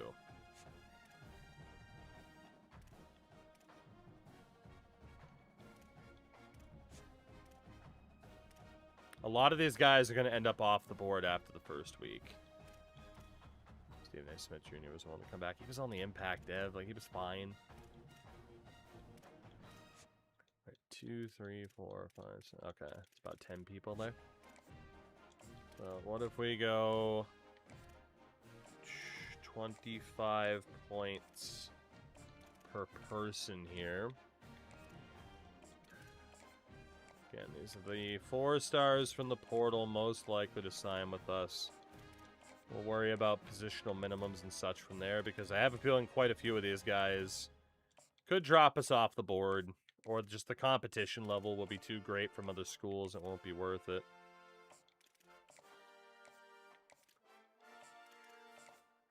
Still a lot of points left. I mean, I guess technically we could have put everybody on 50. I just suck at math. Whoops. Judge me not by my math qualities at 4 o'clock in the morning. Judge me instead by, hey, streamer, you should have hit A, streamer. Judge me by that instead. Dexter Road. The Aquan Dweeb. Mr. Cordell Busby. Yeah, it's actually nice to have points. I mean, obviously we don't have 50 for everybody, but, you know. It's a good amount. Yeah, let's start throwing 10 on the rest of these guys. The Mac and Dweem. Alright, Mr. Ramsey. Do the 50 for you. And there we go. It's a bit of a mess, but it'll do. We'll see what happens. It is only the first week, right? So the good thing is we were able to really optimize everybody else that we had already been looking at. Hopefully we can seal quite a few of those. Top Hat, sure do. That's why I pay for Turbo. We get the hard commit from Austin Hrinkowitz of Washington, Maryland. We get the hard commit from Ralph Griggs of New Canaan, Connecticut. Everyone's favorite state. Grimes says no to us. Okay. Only one guy, though, took us off the list. That's not bad. And that leaves us with a ton of points still available. All of those signings, McLaughlin commits, Beatty, Lyles Trapp, Bouye, Huchlowitz, and Griggs. Alright, so Theo Hills. Are we realistically going to be able to fight for you? Knowing that it's Indiana. You also had a visit in week 1. The only thing left we could really do for that guy is to up the amount of money. That's really it. Yes, Warrior. Yes, you do. Am I going to be able to outduel Indiana for this guy? I'm going to try. I mean, we have the money. I might as well try. Reggie Rhodes was not a status seeker. We've already offered him everything that we can offer. Let's be honest. Quite a few of these guys, realistically, we should take off the board. Really, those top two. We'll try for one more week, though. Colby York. We're definitely in the running for. I agree he's a bit slower than what we normally prefer to spend on somebody. Taste the The biscuit. gifted sub to Top Taste Hat. the Unbelievable. goodness Warrior, of the thank you for that. biscuit.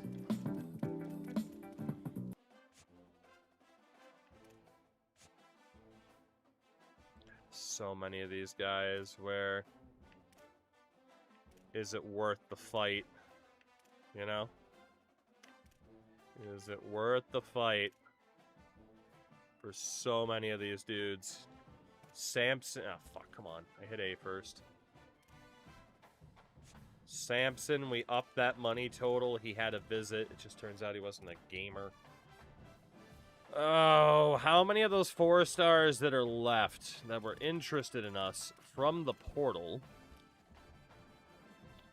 Let's see if any 5 stars changed their mind while we're here. They did not. There's no 4 stars left that were interested in us, and there's very few people we can even go after anyway. Daryl Aragon. She doesn't have any offers. Bannon, Granger, Smith, Ugo. Okay, quite a few of these guys we could fight for, but of course, outside of Aragon, they're all offensive players, so we might as well just fight. We might as well. So, Daryl Aragon. Let's just give you a boatload of money, put you on 50 points, see where that gets us. Mr. Council, it is a massive uphill battle to try to get this guy. But it's worth the fight. Go hard sell. He's a gamer. Schedule you for a visit on Conference Prestige. Kevin Ramsey. Let's see what we can do. Standard bearer. Schedule for visit. We'll go Conference Prestige. That's not bad. Joseph Walters. Actually, what were we paying Ramsey? Let's be honest. I mean, at this point, we might as well just spend extra to try to convince these guys. And if they fall off the board, they fall off the board. We got $2 grand remaining. We might as well go for it. So Walters, let's see what we can do for you. In a very competitive portal market, we got to be as aggressive as we can be. Very, very aggressive indeed. Playing time for that dude. What's your trifecta? The clutch. Kane or... That's gotta be... That's gotta be Kane. That's gotta be.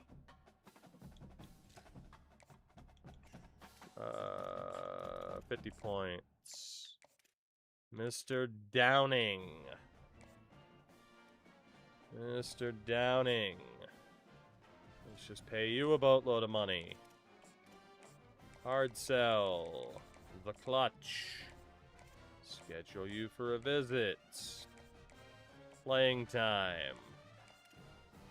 Mr. Emmanuel Agasiva. Let's pay you some money.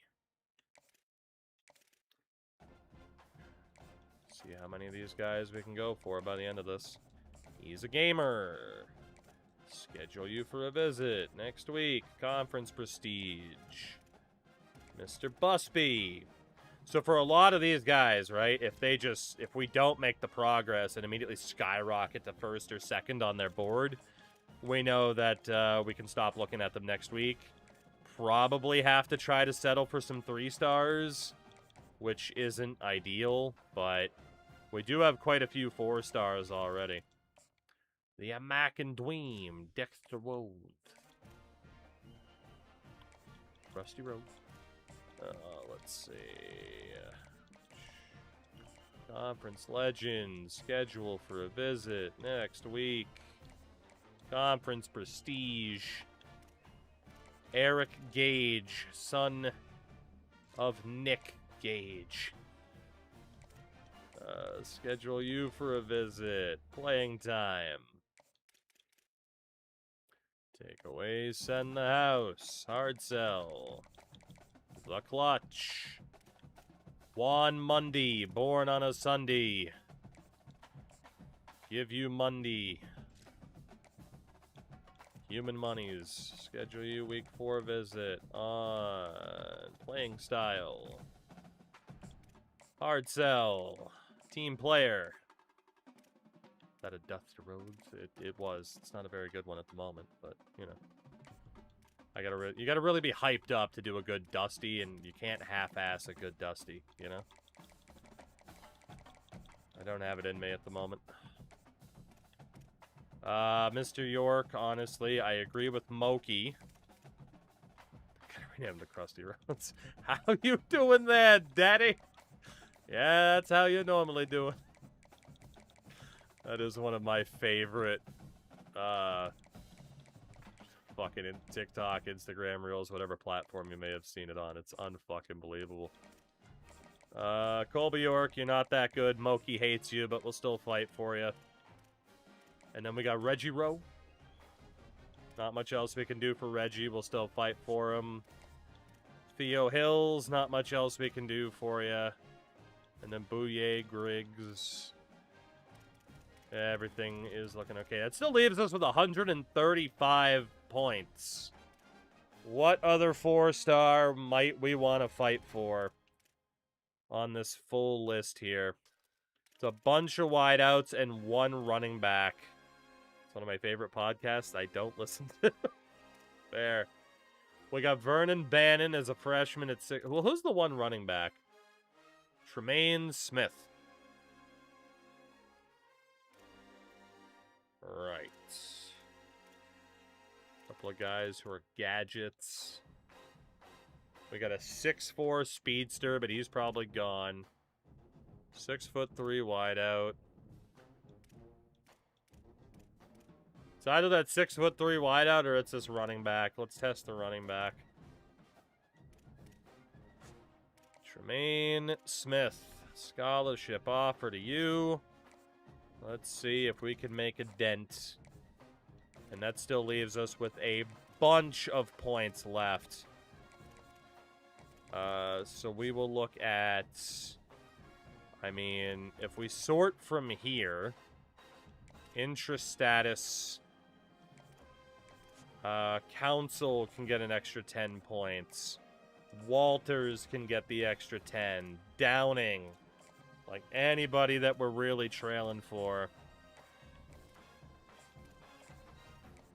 And why not just pop an extra 10 points onto all these guys? I dropped the wideout for a portal guy. They're about the same price. You sure would. I will not be doing the same. But I understand why you are suggesting it. But just because we're closer to getting him, I'm going to stick with it. Yeah, we lost a couple people this week anyway. Including another wideout in the form of Samson, so... Week number 3. Week number 3. So we are looking at Hills. He's gone. Max Scholarship, the Cell. Indiana's still there. They got to visit with him next week. He's gone. Krusty Rowe. We maxed it out. He's already had a visit. He's got a visit this week with Alabama. He's gone. York will stay, much to Moki's chagrin. What's our other double check mark here? Starfish. Stockade. Samson's gone. Monday will stay because we have a visit. Mr. Gage will stay because we have a visit this week. Dexter Rhodes will stay because we have a visit. Busby is gone. Agasiva is looking good. Downing is looking good. Or we can optimize with Kane or The Undertaker. Sunday players, schedule for a visit this week. All-Pro potential and just put you on 50 points. We might as well. Walters is looking good. He also has a visit with Florida or Indiana this week, so that's scary. Kevin Ramsey will just put you on 50. Council is gone. Aragon.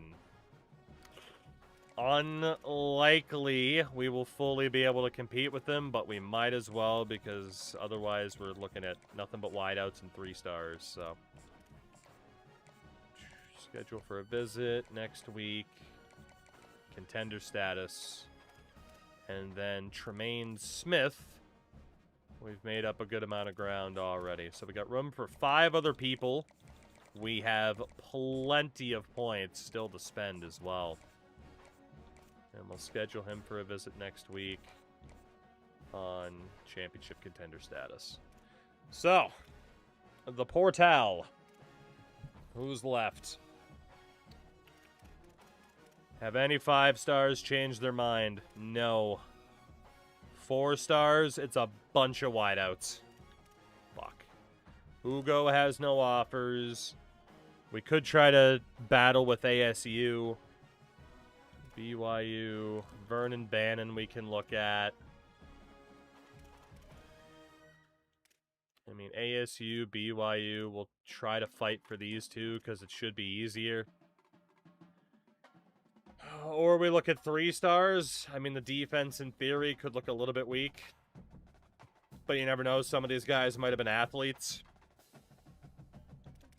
We're not going to be able to get all of them anyway. So we might as well look, and then maybe last minute we go for some 3 stars, you know?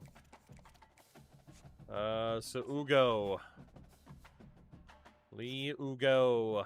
Let's see what we got for you, buddy. Then there was Vernon Bannon. The abundance of 4-star wideouts compared to 4 stars in another position kills me in the offseason. Well, again, you know, if you have that time to scout out, find some 3 stars, but we might as well push for these guys here. We have the money to do it. Like I said, we have some people that might be able to be switched over to the defensive side. It's a little bit of a risk to target these guys instead of 3 stars, but we gotta risk it at some point, right? We gotta risk it at some point. How you doing there, Daddy? Eric Gage from Williamsburg, Virginia.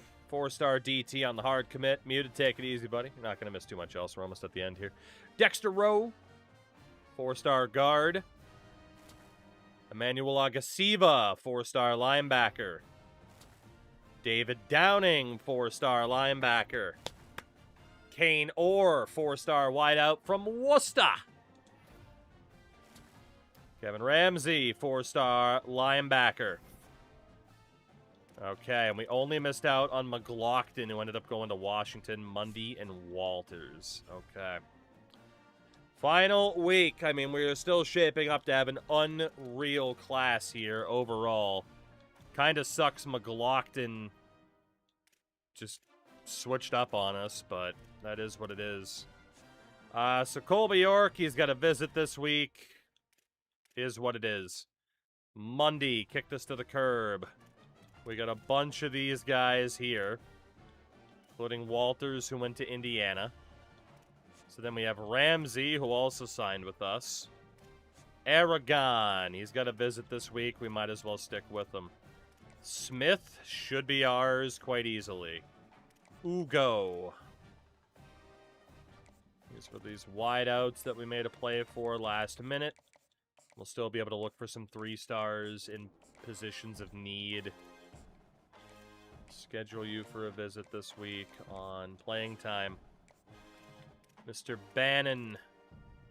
Looks like a good amount of those wideouts are more than happy to be here, so we got that going for us. Aspirational goals. I think we're out of visit possibilities. Mr. Sean Kincaid. So my hope is that one of these 4-star wideouts were a former athlete. Hopefully we can move them over to the defensive side, or some players that we had already had that could play defense, but we have on offense, we can move them over. Sunday player. Alright, and then Granger frees up a spot. 4 spots on the board.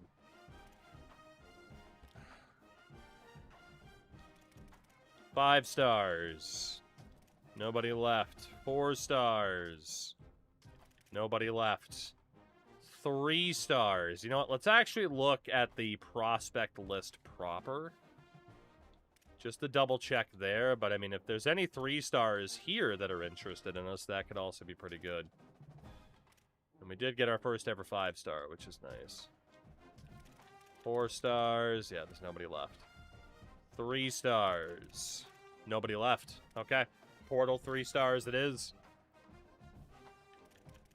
And certainly looking at defensive players above all else, if there are any. It is wideouts and running backs. There is a linebacker, Josh Cortez, son of Dan. There's a fullback, Bill Foxworth. Another linebacker, Jerron Alexander. Okay, we'll definitely target these two. It's probably too little too late, but let's see if we can brute force our way into the conversation through the power of money. We love money. I mean, yes, Connie, yes, you should. And then Jerron Alexander doesn't need that much to be spent on him. All right, so we got 2 spots left. And more points than we know what to do with. Capitalism 24. That's what we do. Okay. So yeah, it's running backs, wideouts, and 1 cornerback, or quarterback. 2 quarterbacks, actually. And that fullback. You know what? Fuck it. Let's go for the quarterbacks. Cameron Gray and David Ogba. Let's see what these guys are thinking. Are they mad about the competition level? No, they are not. So you know what? Fuck it. With how inconsistent the quarterback position's been, let's go for the quarterbacks. Hold the fuck up. Leicester's in League 1. Oh, did you not know that Leicester got relegated from the championship? Yeah. They're in free fall. When did they get so bad? Past couple years, man. Just bad spending, bad scouting, bad recruiting.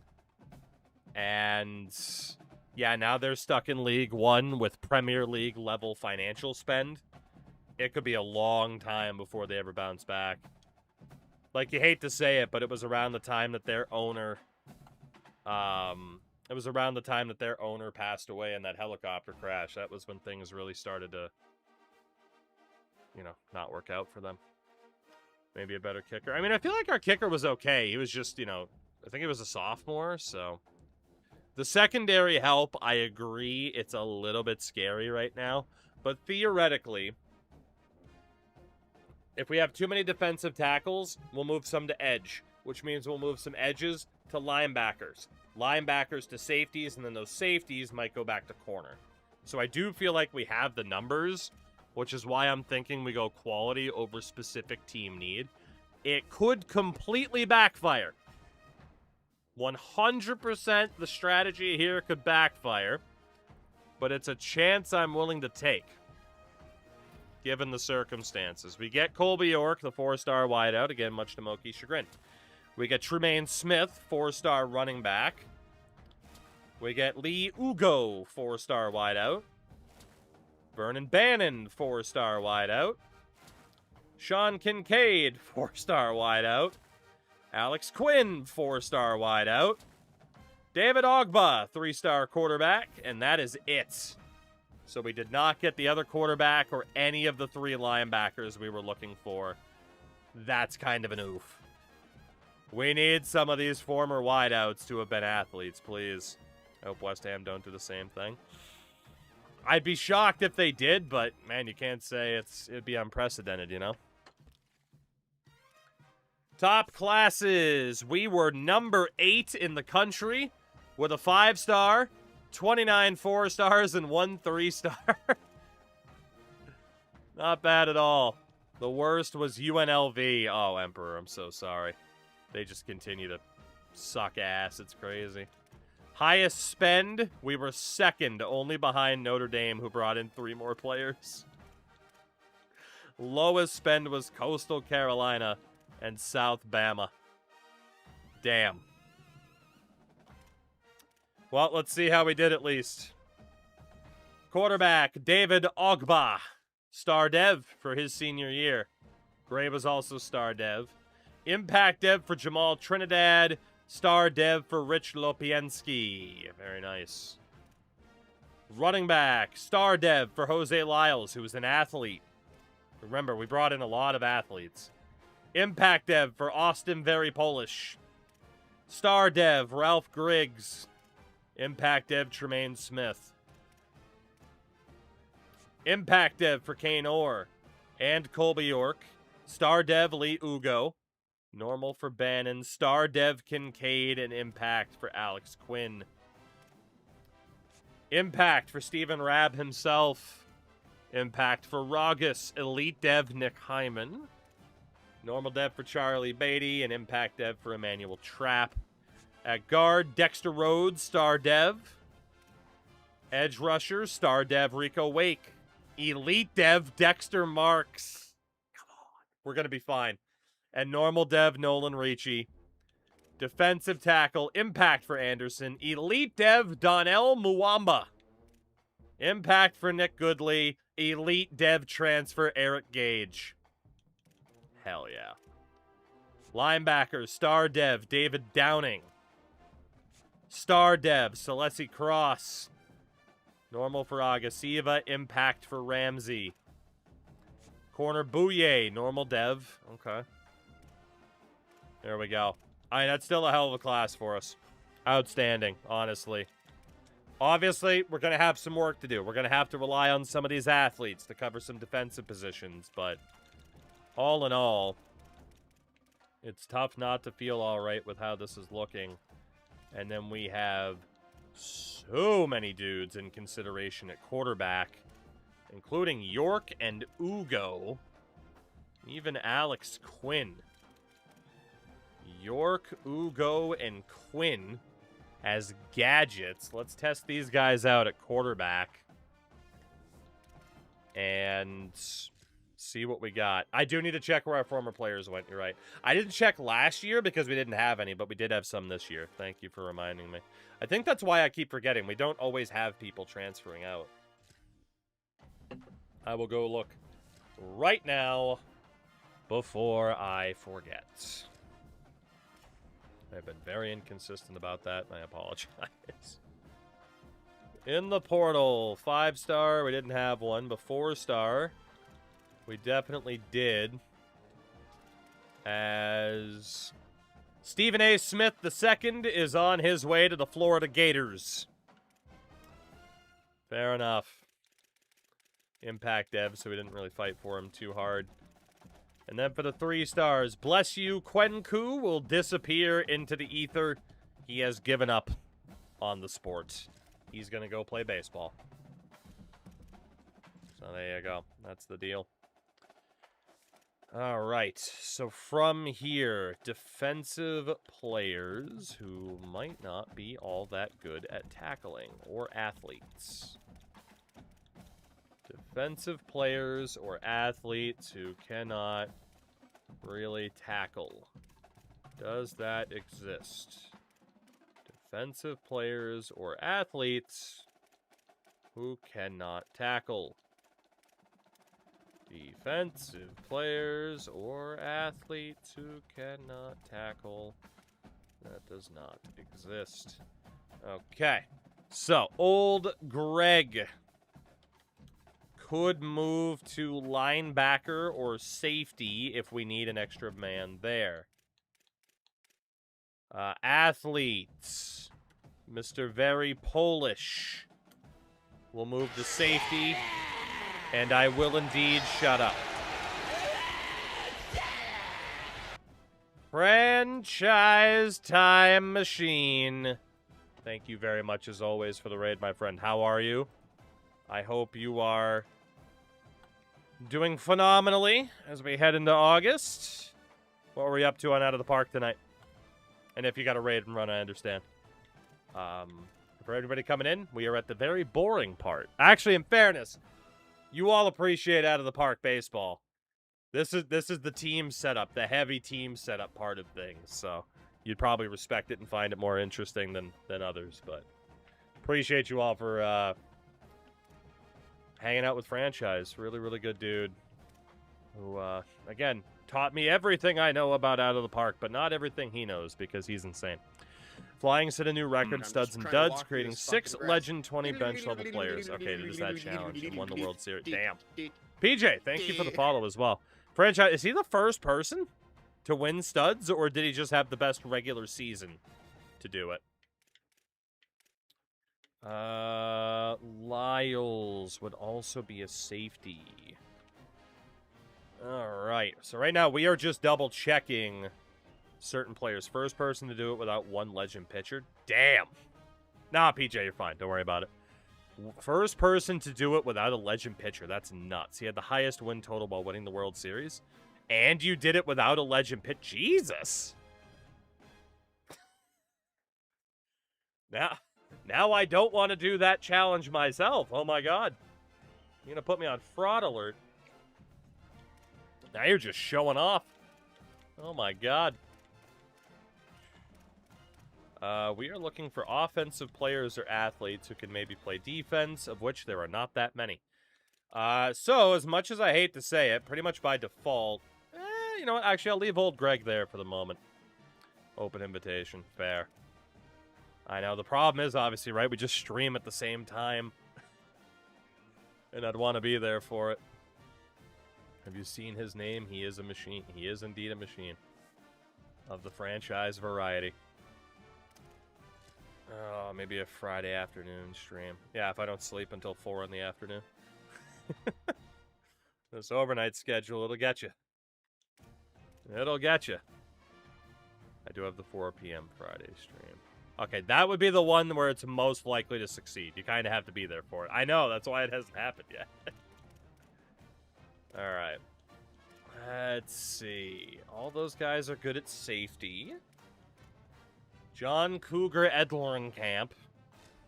Sleeping until 4 p.m. Real. I mean, I've talked about it a million times, right? I got an overnight stocking job out of high school at a supermarket, and that has forever ruined my sleep schedule, I swear. Somehow my wife doesn't kill me, but she knew what she was signing up for in terms of a schedule, so. Alright. I think we're okay on that front. Obviously, we're going to need more corners. Coco, we're all the way up to Tier 2, but we have not been able to push through to win a national championship, nor have we been able to, well, make it up to Tier 1 yet. So, I mean, we're doing well, but there's still room to improve, you know? How was Spider-Man, without spoilers for people? Tulane is great. So, Tulane was a joke forever, because we did a Tulane dynasty back in, like, NCAA 13 or 14, and people said, hey, make a custom school, and of course you couldn't on those games at the time without jumping through hoops, but once they, you know, brought the games back, it was too obvious, right? Overnights are the best until you want to do anything with any other human being. Yeah, pretty much.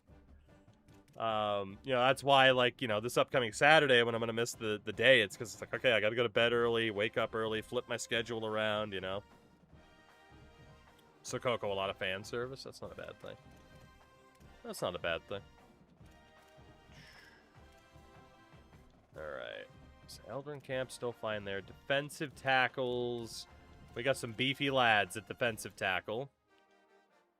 And then edge rushers. Speaking of beefy lads. That is a lot of beef. A lot of beef indeed. Okay. We might actually end up being a little bit short, surprise, surprise, when it comes to the defensive side of the ball.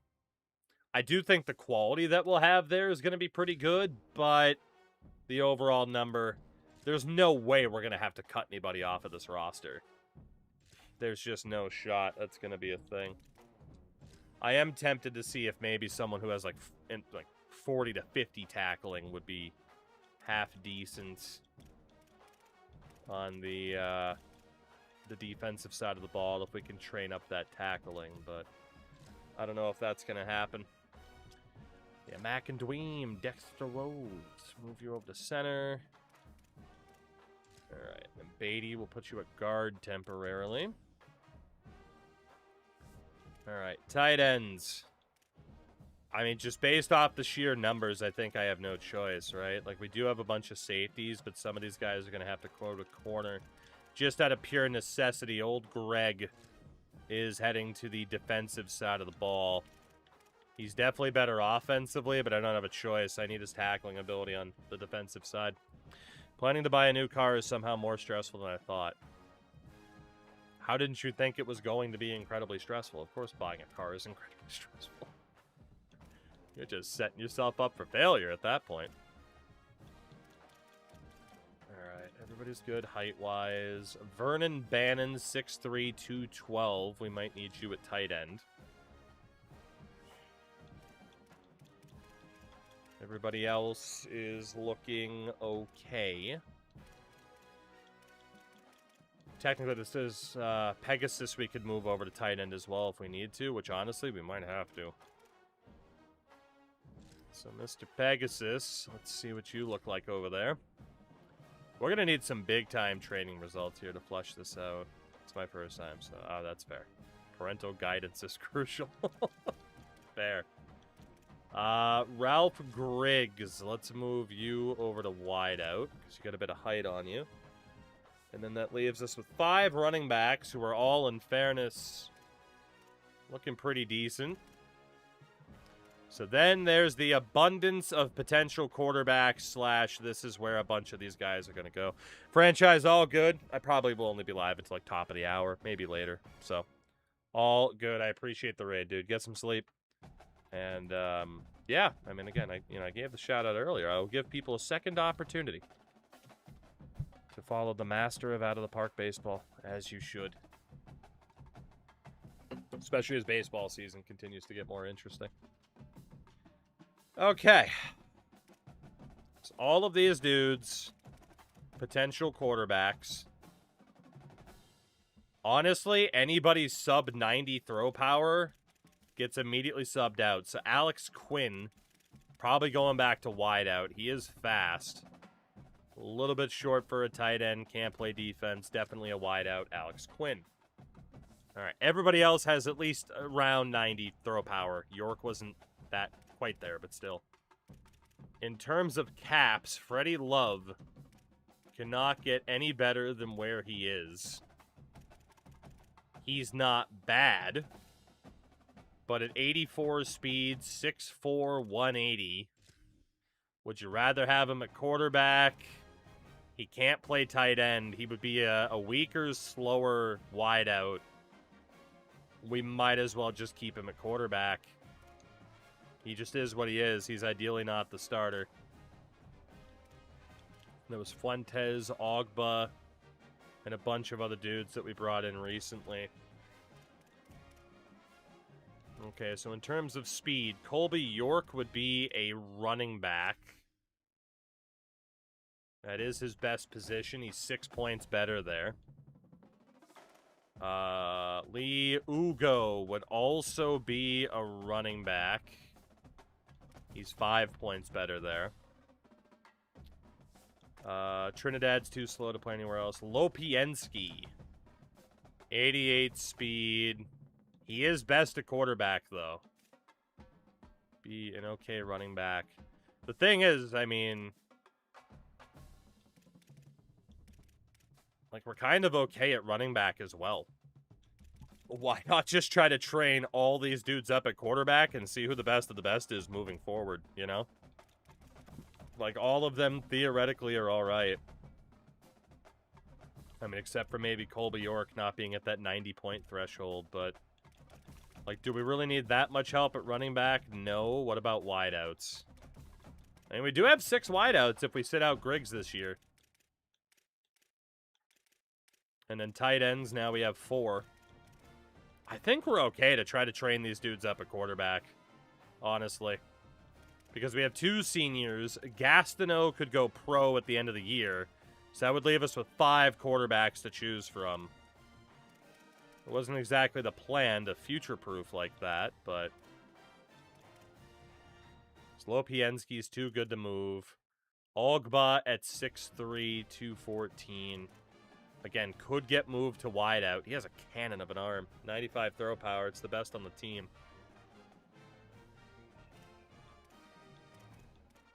I think I'm leaving these guys there. I think I am.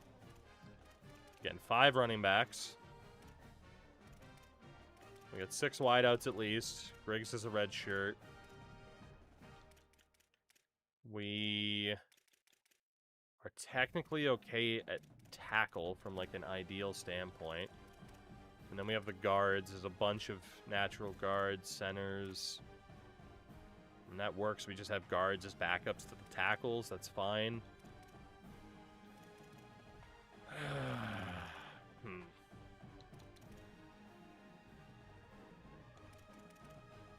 Again, right? So that's 6 quarterbacks.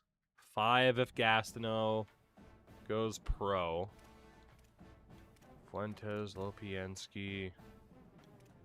Ugo would technically be like the 5th choice quarterback this year. Or like the 4th or 5th choice running back. I mean, it doesn't make too much of a difference.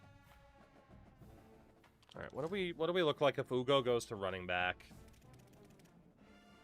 What do we look like if Colby York goes to running back? Because we did have a couple of seniors at running back as well. Trinidad is too slow to play anywhere else. Lopienski needed to be a quarterback. And then Ogba is best at quarterback, 2nd best at wideout. We'll do that. The guys who are best elsewhere can play elsewhere. Otherwise, we'll leave them here. At least we got a couple of more running backs into the mix. I mean, granted, lack of red shirts is kind of crazy, but they can be in the mix at fullback too. So I'm okay with the O-line, even though technically we don't really have people at tackle, but I think it's fine. Unless... I mean, yeah, if we move everybody out that's like 6'5", it's crazy. Because the right tackle should actually be pretty good.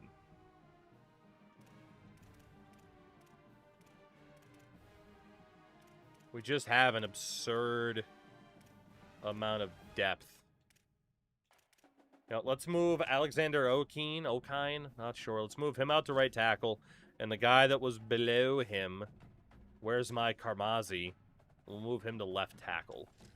Just to get some proper depth. So then from here is defensive tackle, but ideally we redshirt all 4 of those guys, so I need some extra edge rushers. Rico Wake would also probably be redshirt. Same for Marks. Damn. So maybe... I mean, all these guys are at like 80 speed as well. So maybe the guys with the best strength, like Earl Lacombo and Kevin Ramsey. Who honestly I wouldn't mind redshirting either. And then that's outright defensive tackle. Alright, Earl Lacombo. Let's move you to defensive tackle out of need so we can get away with redshirting some players.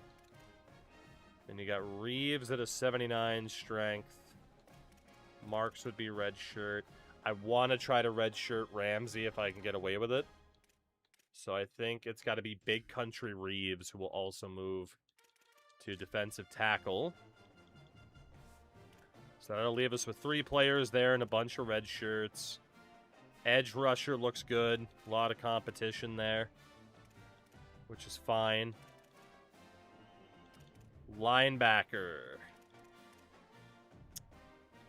is not the best. Not the best. Especially if we redshirt Cross. So we will move Johnings over to the strong side. So yeah, we're a little bit thin. And then David Downing is a signal caller. Apparently he can be a thumper. Let's put him in the middle, I guess. Since signal caller apparently sucks. So we'll move Agasiva over to the weak side. Okay. Yeah, definitely not the most amount of depth at linebacker right now. There are some good players there. Corner, we are going to have no choice. Actually, if I look back at edge rushers, 1, 2, 3. Yeah, we just don't have the depth to spare.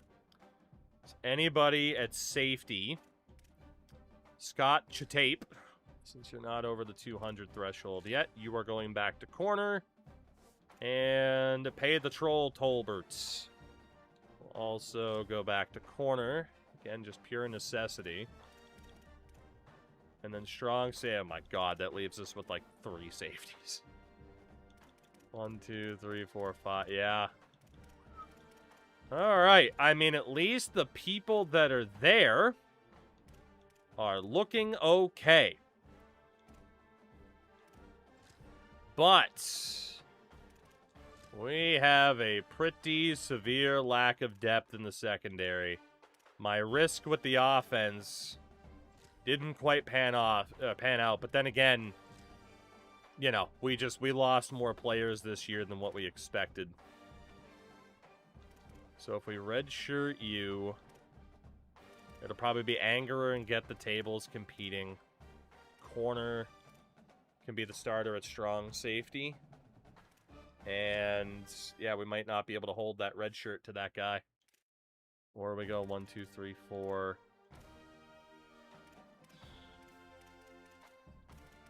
And move, like, Tolbert over. Yeah, you know what I think we have to do?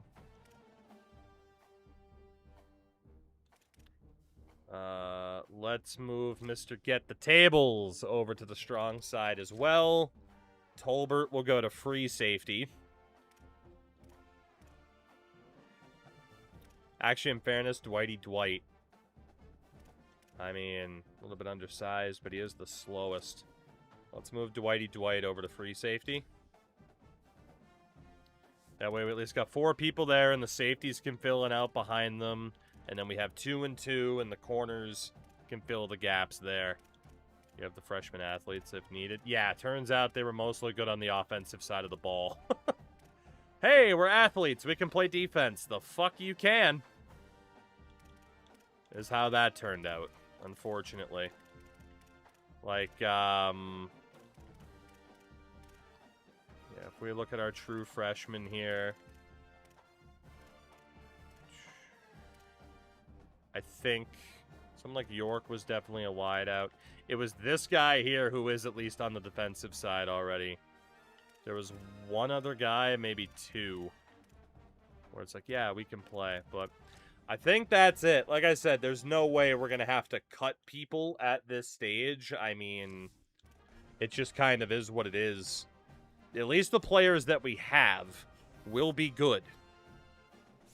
But we have definitely continued to struggle with maintaining. I don't think we've ever had a full roster, have we? Outside of like the first season. But we're going to have a hell of a lot of upgrade points to go through here, which is going to be really nice. So let us do that. Lamar Gastineau at quarterback. We can cap out. Yeah, we'll just work heavily on the IQ and the accuracy. I mean, he has 91 throw power, which isn't amazing, but if we can cap out everything else, we should. Wow, we actually can't cap out the accuracy. So we can go elusiveness or physicals, mobile resistance, dot. Improve pressure resistance on the run. Let's upgrade his elusiveness. It's a 94 for Gastineau. I don't know if he'll actually play like it, though. Freddie Love, again, unfortunately is capped out, but like the best position for him was quarterback. There was really nowhere else to put him. We could have moved him away from quarterback and moved him back, which is what I should have done to try to get the archetype to free up, but I mean, he's going to be surpassed by other people anyway.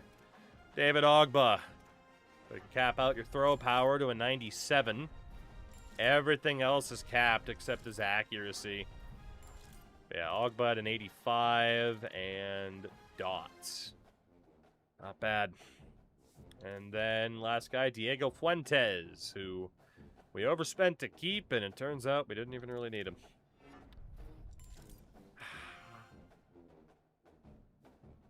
You know what? We shouldn't need this guy this year. Let's think long-term, get the XP for capping out his elusiveness.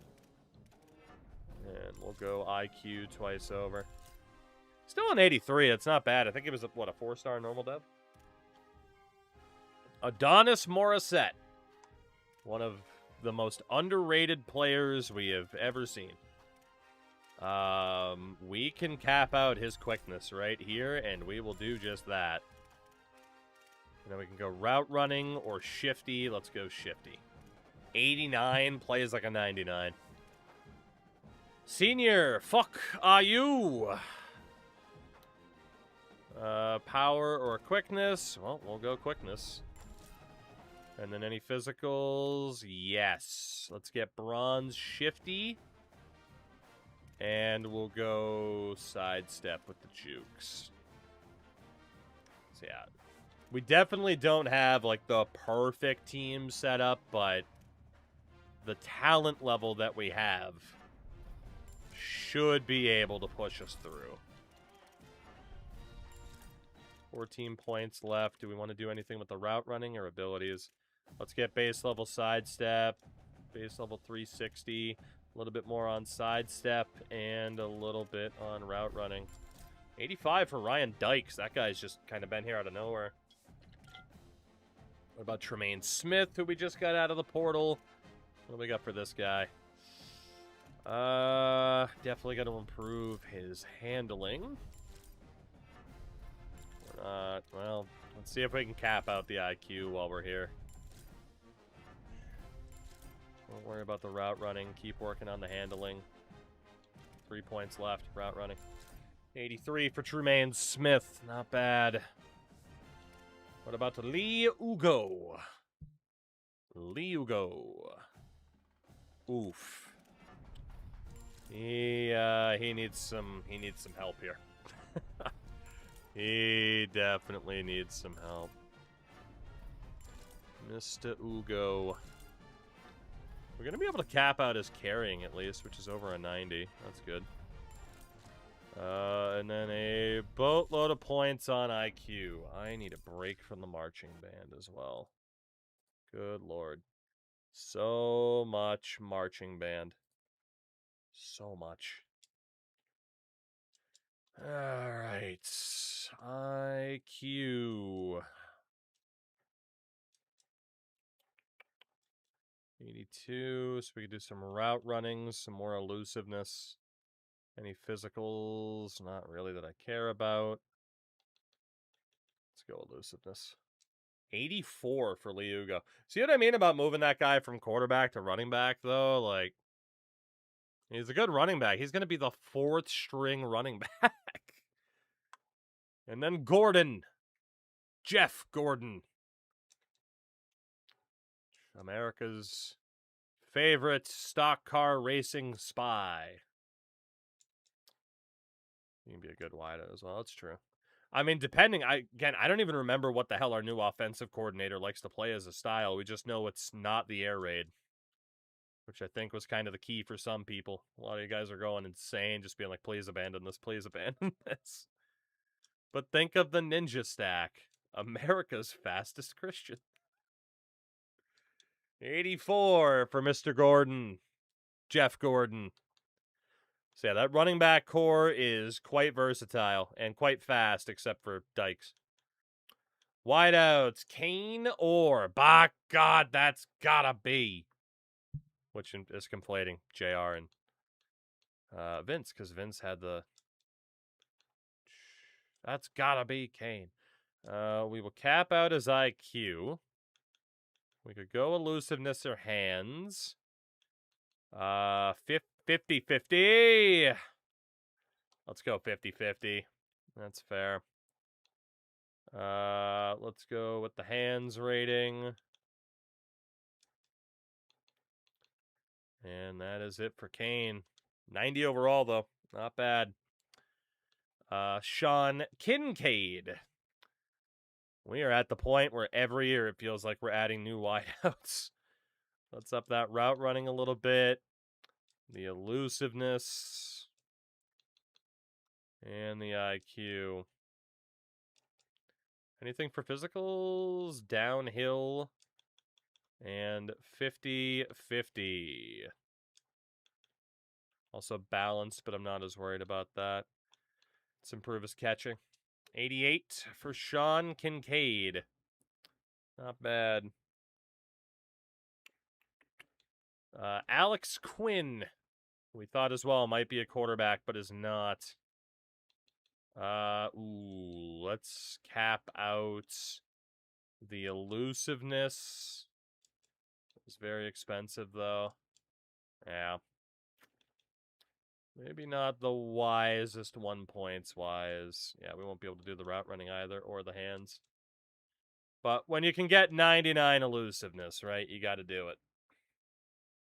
Especially if we move him back to quarterback at some point. Yura Moran. Yura Moran. Let's get those points up there. Good old Yura. Good old Yura. Yura Moran. That route running up there. God, they need to take FIFA's system to make this faster. Let's just cap out the route running since we're right there. Elusiveness is fine. And then a crap load of points on IQ. Alright.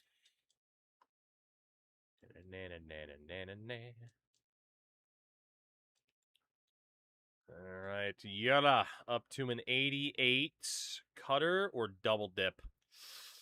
Let's go cutter. That guy's got some good abilities, though. Cutter, double dip, sure hands. Big belly, Akindele. Big belly, Akindele. You missed your chance at having his IQ as a 69. I'm so sorry. I've disappointed you. I've failed you. Let's see. Let's just cap out the catching ability for Big Belly here. We got a lot on route running, elusiveness, IQ. Actually, we'll just be able to cap out the route running here, too. Alright. I've never met I've never seen an opportunity to meme that I've never been sad to miss out on quite like that one. Alright, the Big Belly Akindele up to a 79. Not bad. It's a good start. And then Hotel Rugamba. Smarter is better. Sometimes dead is better. Alright, what can we do for Hotel Rugamba? Hotel Rugamba. We'll be able to cap out his catching ability. 91 carrying. Route running. He's never going to be an elite route runner.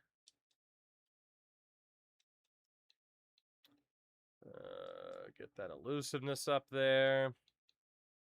Get the intelligence. And we're going to be looking pretty good. A lot of points on IQ and then a little bit more on elusiveness. A 79 for Hotel Rugamba. Receiver core looking pretty good still. Not as fast as it used to be, though. That might be the shame. We don't have anybody with truly elite speed. Tight end, Torrey Paul. I barely remember having this guy on the team. We might as well cap out the IQ since it's close. Well, the hands are pretty close, too. Turns out we can do both. Fellas, get you a man who can do both. Could platinum his 50-50 jump ball, but I think I'd rather go a little bit more on route running and a little bit more on blocking. 86 for Torrey Paul. What do we have for Vernon Bannon? Another new addition out of the portal.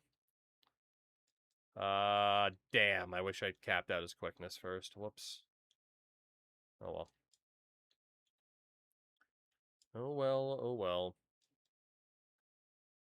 Can we hit the IQ max? Nope. Yeah, still an 83 for Bannon. Can't get sure hands either. Which is a shame. Max, a million Pegasus. Who has no blocking ability whatsoever. That's got to change. Get everything to about, up to about a 5-point spend. And now we'll try to cap out his IQ and his blocking if we can. We're not going to be able to get it right now, though, so let's just spread the wealth. Max Emilian Pegasus. I'll actually be able to cap out the blocking. That's good. Thank you for the XP, buddy. Yeah. Who's that last tight end? Breweries. It works both ways. It sounds like breweries, but it also sounds like Drewberries. It's breweries. Cap out his catching. Can we do for IQ and blocking? What can we do for IQ and blocking? Route running. Blocking. IQ. He does have a hell of a mustache, though. You gotta give him that. Alright. A lot of these guys have 50-50 unlockable, too. Tight ends are looking pretty good. Still pretty dangerous there. Got some decent speed. Left tackle, Doc Hendricks, the old Freebird himself. Let's definitely work on that IQ. And then we can either cap out the pass blocking or work on the footwork. Let's go footwork since he's a tackle. Let's see. Good old Doc Hendricks. Do we have any physicals? Outside shield. You know, I will spend on option shield just because I don't know what type of offense we're running this upcoming season. Let's start specking into pass blocking a bunch. 85 for Doc Hendricks. Pretty good. Pretty good. And the backup, where's my Karmazi? What do we got? Let's cap out the power since it's right there. Let's see what else we can do. Well, chat, last night when we were doing the upgrades, we talked about the entire state of the video game industry. Do we have anything to talk about this time to pass the time? I mean, I do want to see what this team looks like. At the same time, I could finish this up off stream, to be honest. It's based on some stuff I got to do. What was our rank? 8th. Highest recruitment class ranking we have had to date. Ooh, yeah, we can definitely cap out this guy's pass blocking. Honestly, the run blocking, too. Let's take the XP. And physicals, outside shield, base level option shield. A little bit more footwork for Sergio Saxnumber, who had a moment last season where he absolutely blew it, so that wasn't fun. Let's cap out Jared Ball's footwork since we're already kind of there. Any physicals? Nope. Run blocking, pass blocking. Any physicals? Go pass blocking, run blocking. Any physicals? Wear down. Eh. Pass blocking, run blocking. Any physicals? Nothing we can get. Fair enough. And then Wu Tangelo. The elite dev lineman. The caps are ridiculous. They basically don't exist. This guy is going to be insane by the end of it. Absolutely insane. That IQ is already going sky high, too. And the footwork. Anything for the physicals? No. Let's get that run blocking up there. More pass blocking. Any physicals? Pocket shield. Play action shield. Not worried about wear down. Let's go footwork, I guess, for Mr. Wu-Tang. Hello. Centers, Dexter Rhodes. Transfer. Should be able to cap out his IQ here pretty easily. Alright, get that run blocking up there. It's a lot of help with this run blocking. Get that footwork up there. I mean, he is a center, but still. Stop having defensive tackles. Just obliterate our centers immediately. It's looking okay. Robert Rob, Robbie Bobby. Our favorite center, Robert Rob, Robbie Bobby. That IQ up there. Work on that run blocking. Work on that pass blocking. Work on everything, Mr. Rob, Robbie Bobby. Any physicals? No. Let's work on the IQ a bit more. Let's work on the run blocking and the pass blocking. Now any physicals? No, he's useless. Even though he's tied for the highest rated center we have on the team. Mike James. What do we got for Mike James? We'll cap out his power, and that's it. Cool. 85. No physicals help from Mike James. Fair enough. Deacon Poot. What do we got for Deacon Poot? Nothing we're super close to capping out. Any physicals? Play action shield. Alright, run blocking it is. Pass blocking it is. Well, it's already on 6, but... Footwork. So just get the XP cap. Any physicals? Let's do pocket shield, play action shield. 5 points left, nothing to spend it on. I mean, I guess technically there was wear down, but we'll save it. Then right tackle, the Earl of Sandwich. His quickness only costs 6 points per. Let's fucking go. Footwork, we'll get to a 5-point spend. We'll just cap it out. We'll get the IQ up there. Shout out to the Earl of Sandwich. He's going to be looking pretty good here. We could hit the IQ cap there. But there's a lot of abilities we could get to make this dude better. So, pocket shield, outside shield. The Earl of Sandwich. And then Alexander O'Keen, Alakini. Run blocking and quickness. That is it. All right. Hope you're ready for all your points to be spent in run blocking, sir. Maybe some physicals. Pocket shield, play action shield. Yep. Let's go pocket shield again. 7 more points, run blocking. Not a bad player. Not bad at all. Defense, Kevin Ramsey as an edge rusher. Might end up being too good to redshirt, to be honest.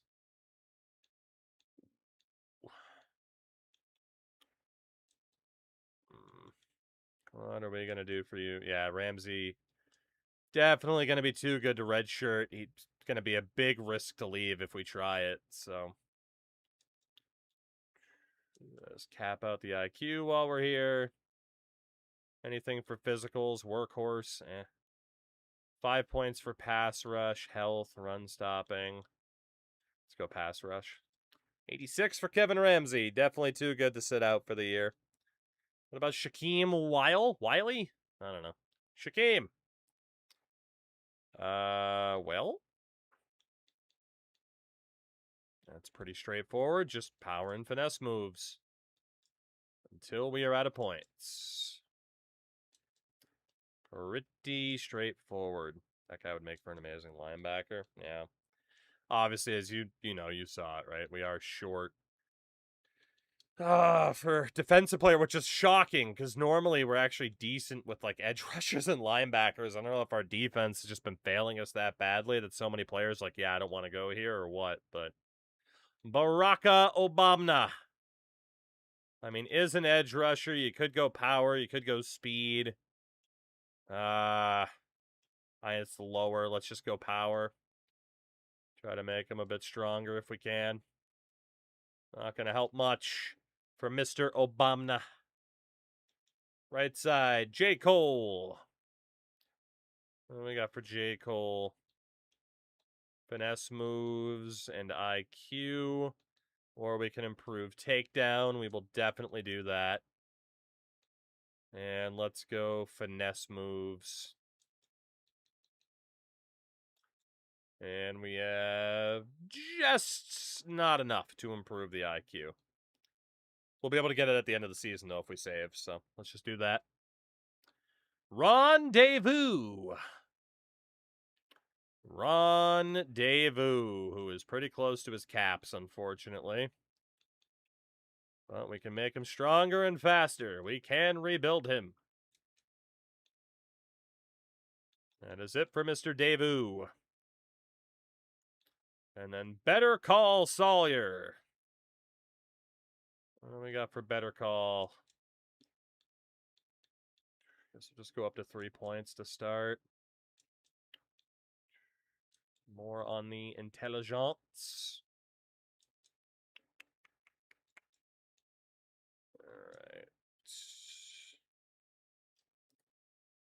Alright. Let's see. Let's go power moves for Sawyer. Run stopping. He's a massive project, but holy moly, no finesse cap. Yeah. Trying to get him to at least be super well-rounded, and then, yeah, like the fact we can continue to put points in finesse over the years could be great. Obviously, too, right? There is that other strategy of just being like, okay, no finesse cap, just only spec into that and make them really, really good at one thing. Maybe someday I will do a playthrough where that's how I play it. I mean, shit, this defensive tackle, Earl Lacombo, has no finesse cap either. I mean, he was an edge rusher, in fairness, though. We just had the need. And we will spec into Option Disruptor. Go with a bit more in the way of power moves and finesse moves. Any other physical? Nope. And we'll go into finesse moves. And power move one more time. 79 for Lacombo. It's Massey is the guy that we're really intrigued by here at defensive tackle. He's got a real lack of caps. All right, run stopping. That's up to 6 points per. Power moves. Finesse moves. And IQ can go up quite a bit. Any physicals? No. So let's cap out his IQ for the XP. Anything off of that? Nope. So one more upgrade. It is either run stopping or power moves. Let's go run stopping. Just to improve the tackling. So, I mean, Massey is still a big project, but 82 showing up as an 85 is pretty good. And then Big Country Reeves, the other edge rusher, moved to DT. I'm intrigued to see how this guy can do there, if he just gets overpowered or not. Any physicals to work with? No. So we'll cap out his run stopping. We'll go to cap out his IQ after this, too. Okay, and then it's finesse moves, power moves. He does have takedown now, though. And then finesse. 82 for Big Country. All right, so we don't have, like, that dominant force at defensive tackle. But we do have 3 very solid options, and an Eric Gage we will sit out this year. That is a big fella. Just like the player build. He looks like a thick, was it Clancy Brown that voices Mr. Krabs, who was in Detroit Become Human? He looks like a thick Clancy Brown. Spec onto option disruptor. Let's go run stopping. Bit on power moves. A little bit more on IQ. 80 overall for Gage. Linebackers, John Jennings is going to end up being a starter. The former John Jennings. We really got to improve this guy's pass rush here. He's also... Was Clancy Brown in Sleepy Hollow? What did he play in Sleepy Hollow? I haven't seen that movie in probably like 5 or 6 years. I remember my wife had never seen it, so I'm like, oh, let's watch this then. She's like, all right, fine, whatever. The TV show. Oh, okay. I never saw the TV show. I only saw the movie with Johnny Depp. Well, fair enough. Now I might have to watch Sleepy Hollow, the TV show, if it has Clancy Brown in it. Goddamn. John Cougar Edlerncamp. I still don't understand how that last name is spelled that way, and it's not like a generated, or it is a generated name. Cougar is definitely not designed to be a linebacker, but we needed a linebacker. So, you'll do okay there, Cougar. You'll do all right. All right, now it's just quickness and power. Can get house call, of course, from his experience in the secondary. And then old Greg, the tight end turned linebacker, because, again, he was a former athlete, and we needed the depth. Let's get that run stopping up there. He currently has a 33 in pass rush. It'll be up to like a 60. Yeah, 63 pretty much immediately. We'll have linebackers. I'm not going to say they're going to be good at it, but they're here. He's murdered in the first episode. Motherfucker! And that's why I haven't watched Sleepy Hollow, the TV show. Unbelievable. But he does make appearances in the first season. Unbelievable. That's one of those bullshit hooks. Like, ah, look, Drew Barrymore. She's in Scream. Is she? Pull the rug out from underneath me as a viewer. I don't like it. Alexander the OK. Hello. We can do wrap up. That was actually her idea. Oh, I know, and it's fucking genius, by the way. I'm not complaining about it. Like, dude, the twist of Scream of her dying at the beginning is a fucking classic in film history. It was just the best example I could think of to be like, here's the star. Just kidding. Because that is probably the best example. I mean, outside of, like, Psycho. But also, like, you know, what's-her-face from Psycho doesn't die until an hour in. Spoiler alert for a 60-year-old movie. Sorry, everybody. Sorry, everybody. Also, don't watch the remake with Vince Vaughn. Why the fuck was Vince Vaughn in the Psycho remake? I don't know, but he was. Damn it, it's ruined. Man, wait until you get to the shower scene in Psycho. I'm sure that won't be spoiled for you, but woo boy. Just you wait. Iosefa Vitato. What do we got for Vitato? Go for the run stopping. Go for the IQ. We're just going to cap that out at this point. You know, remember last year when it's like, yeah, we knew the defense is weak. Like, I know Jay Benny mentioned that earlier. And it's true. Like, we knew the defense wasn't the strongest heading into last year. It might be even worse this year, which is pretty impressive. Emmanuel Agasiva. Not the best at pressing. Good thing you're not a corner. Your pressing makes me depressed, okay? Let's go pass rush, and that is it for Emmanuel Agasiva. Yeah, this linebacker core is not looking good. While, in terms of depth, the starters, like the first 4, good. The lack of depth is staggering. All right, what do we got for BB Koo? Definitely amp up the blanket coverage, layout. And we'll just go crazy into man coverage here. Cap that out. 88 overall for BB Koo. So close to getting Jammer. I will die on the hill that Clancy Brown should have been Sully in the Uncharted movie. I would have been all for that. I gotta be honest, I still haven't watched it. I have no desire to watch it. Like,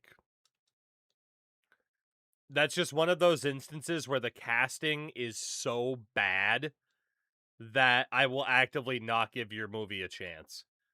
And then obviously, like, you know, I know the reviews of it, and that it's like, yeah, it's a video game movie, a bad one. Like the fact that, like, there's no way anybody could have done research on Uncharted and been like, ah, yes, Mark Wahlberg, perfect casting for Sully. Fuck off. Like, the most clear-cut example of, well, let's get the star power of Mark Wahlberg. It's like, what star power of Mark Wahlberg? What is that man? Someone prove me wrong. What has that man been in since The Happening all but killed his career? Which, don't get me wrong, I fucking love The Happening. That is one of my favorite bad movies of all time. God bless you, M. Night Shyamalan. But, like, I can't remember the last time I was like, yeah, Mark Wahlberg was good in that movie. In both Teds. Okay. But is Ted good because of Mark Wahlberg? No. It's good in spite of Mark Wahlberg. But to your point, he wasn't Ted. Shout out to the Ted TV show, by the way, which is much better than the Ted movies. That's right, I said it. It's a shame the Ted TV show isn't continuing. I'm not saying he's good, I'm saying he's in them. That's fair. I'm just saying. I agree with your examples. Your examples are on point. That's all. All right. Scott Chatape. Mark Wahlberg's what people thought Matt Damon was 20 years ago. That is shockingly poignant. Nothing for Dwighty Dwight. Let's cap out the hands. Mark Wahlberg was terrible in Transformers 4 and 5. Those weren't good whether or not he was in them. He just makes it unsavable. And I'm not saying, like, I'm, like, this devout, like, well, I mean, kind of. Because, you know, that guy has quite the history. But as an actor, I'm not saying I'm like, no, there's nothing he's been good in. Like, man, I grew up watching, like, Four Brothers. I like that movie. But yeah, like, you asked me, like, hey, what was something good Mark Wahlberg's been in the past, like, 20 years? It's like, that is a list you can count on one hand. Right? Last Mark Wahlberg I liked was probably The Fighter. Totally fair. Totally fair, and he was very, very good in that movie. What was that, like 2011? 2010, 2011? So it has been 15 to 16 years. But that is a fair point. That was a phenomenal movie. And he was good in that film as well. It wasn't one of those, like, in spite of hims. Oh, Saint Angerer. Oh, boy.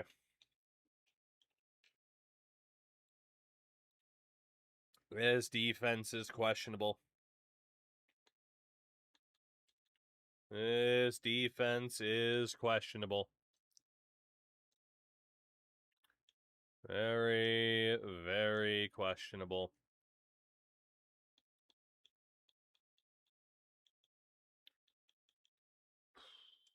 $83 for Can of Corner.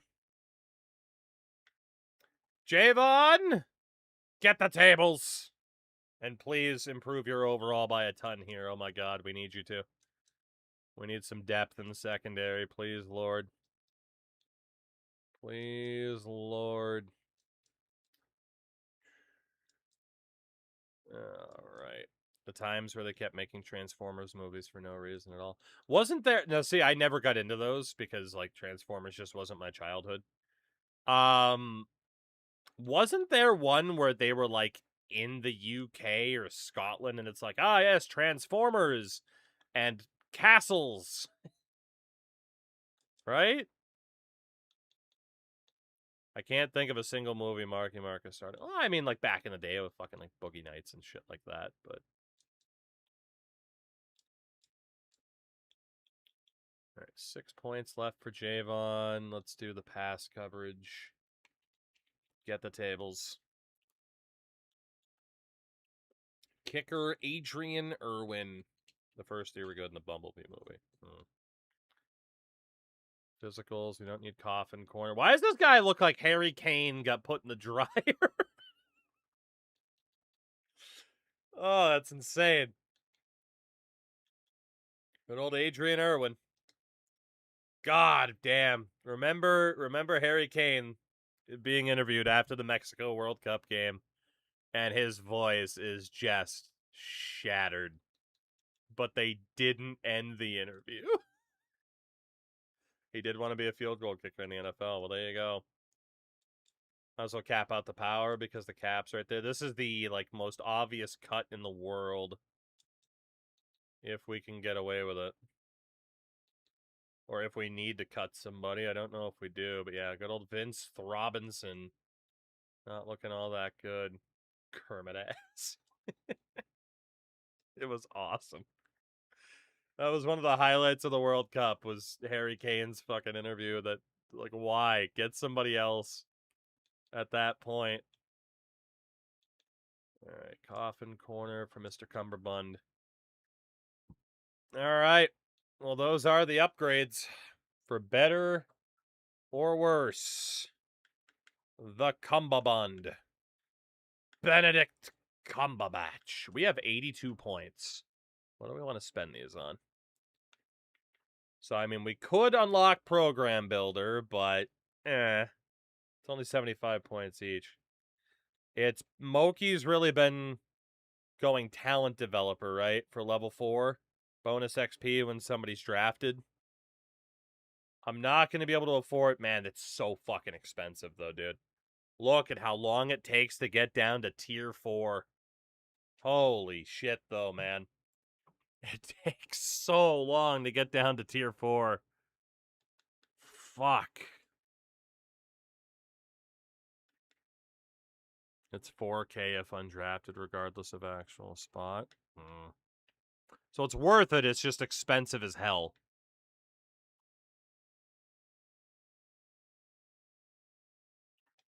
This is what you're telling me. Architect. Starting quarterback will gain XP faster. The skill cap. Chance to increase the skill cap of conference national title. We know tactician was kind of worth it. Strategist is all tied to visits, deal breaker thresholds, chance to learn dev trait while scouting. It's all so expensive. Increase sway chance, starting interest. Honestly, speccing into increasing starting interest for, like, the secondary might be the right thing to do here. It honestly might be. Like, we've had trouble getting corners lately. Increase chance to sway defensive backs. Getting more starting interest might be a good way to go. Again, I don't doubt the talent developer's insane. But... And was Program Builder the one... But Program Builder was the one where we could improve our pipelines, right? Yeah. So it's either the starting interest or we go to Program Builder to try and improve the pipelines.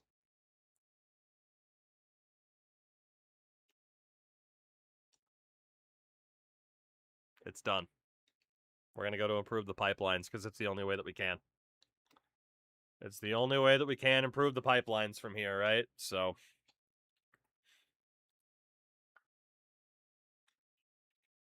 All right. Do we have to cut anybody from the team? No, we're actually at 78 out of 85. It felt like we were much worse off than that, but we're okay. Cool. And obviously we'll have to do the conference updates and all that fun stuff, but I do not want to do that right now. So, that means, everybody, we have arrived. We have arrived at the end of this specific stream. This specific stream, indeed. I wish I could keep going, but it is almost 6 in the morning, and I have some things to do before bed. So, thank you all for hanging out with me tonight. I appreciate it immensely. We will be back tomorrow. It's the mad dash to try to accomplish our goals in this playthrough before Madden drops, and we go from one football game to the other. So, we'll see what we're dealing with. I have no idea who this guy is, but we're going to go raid him in his South Alabama dynasty. And, yeah, we will be back tomorrow. So, again, thank you all. I appreciate it. You know the deal. YouTube-wise, like, subscribe, channel memberships. Twitch-wise, follow the channel. And yourself-wise, brush your damn teeth, because it's important.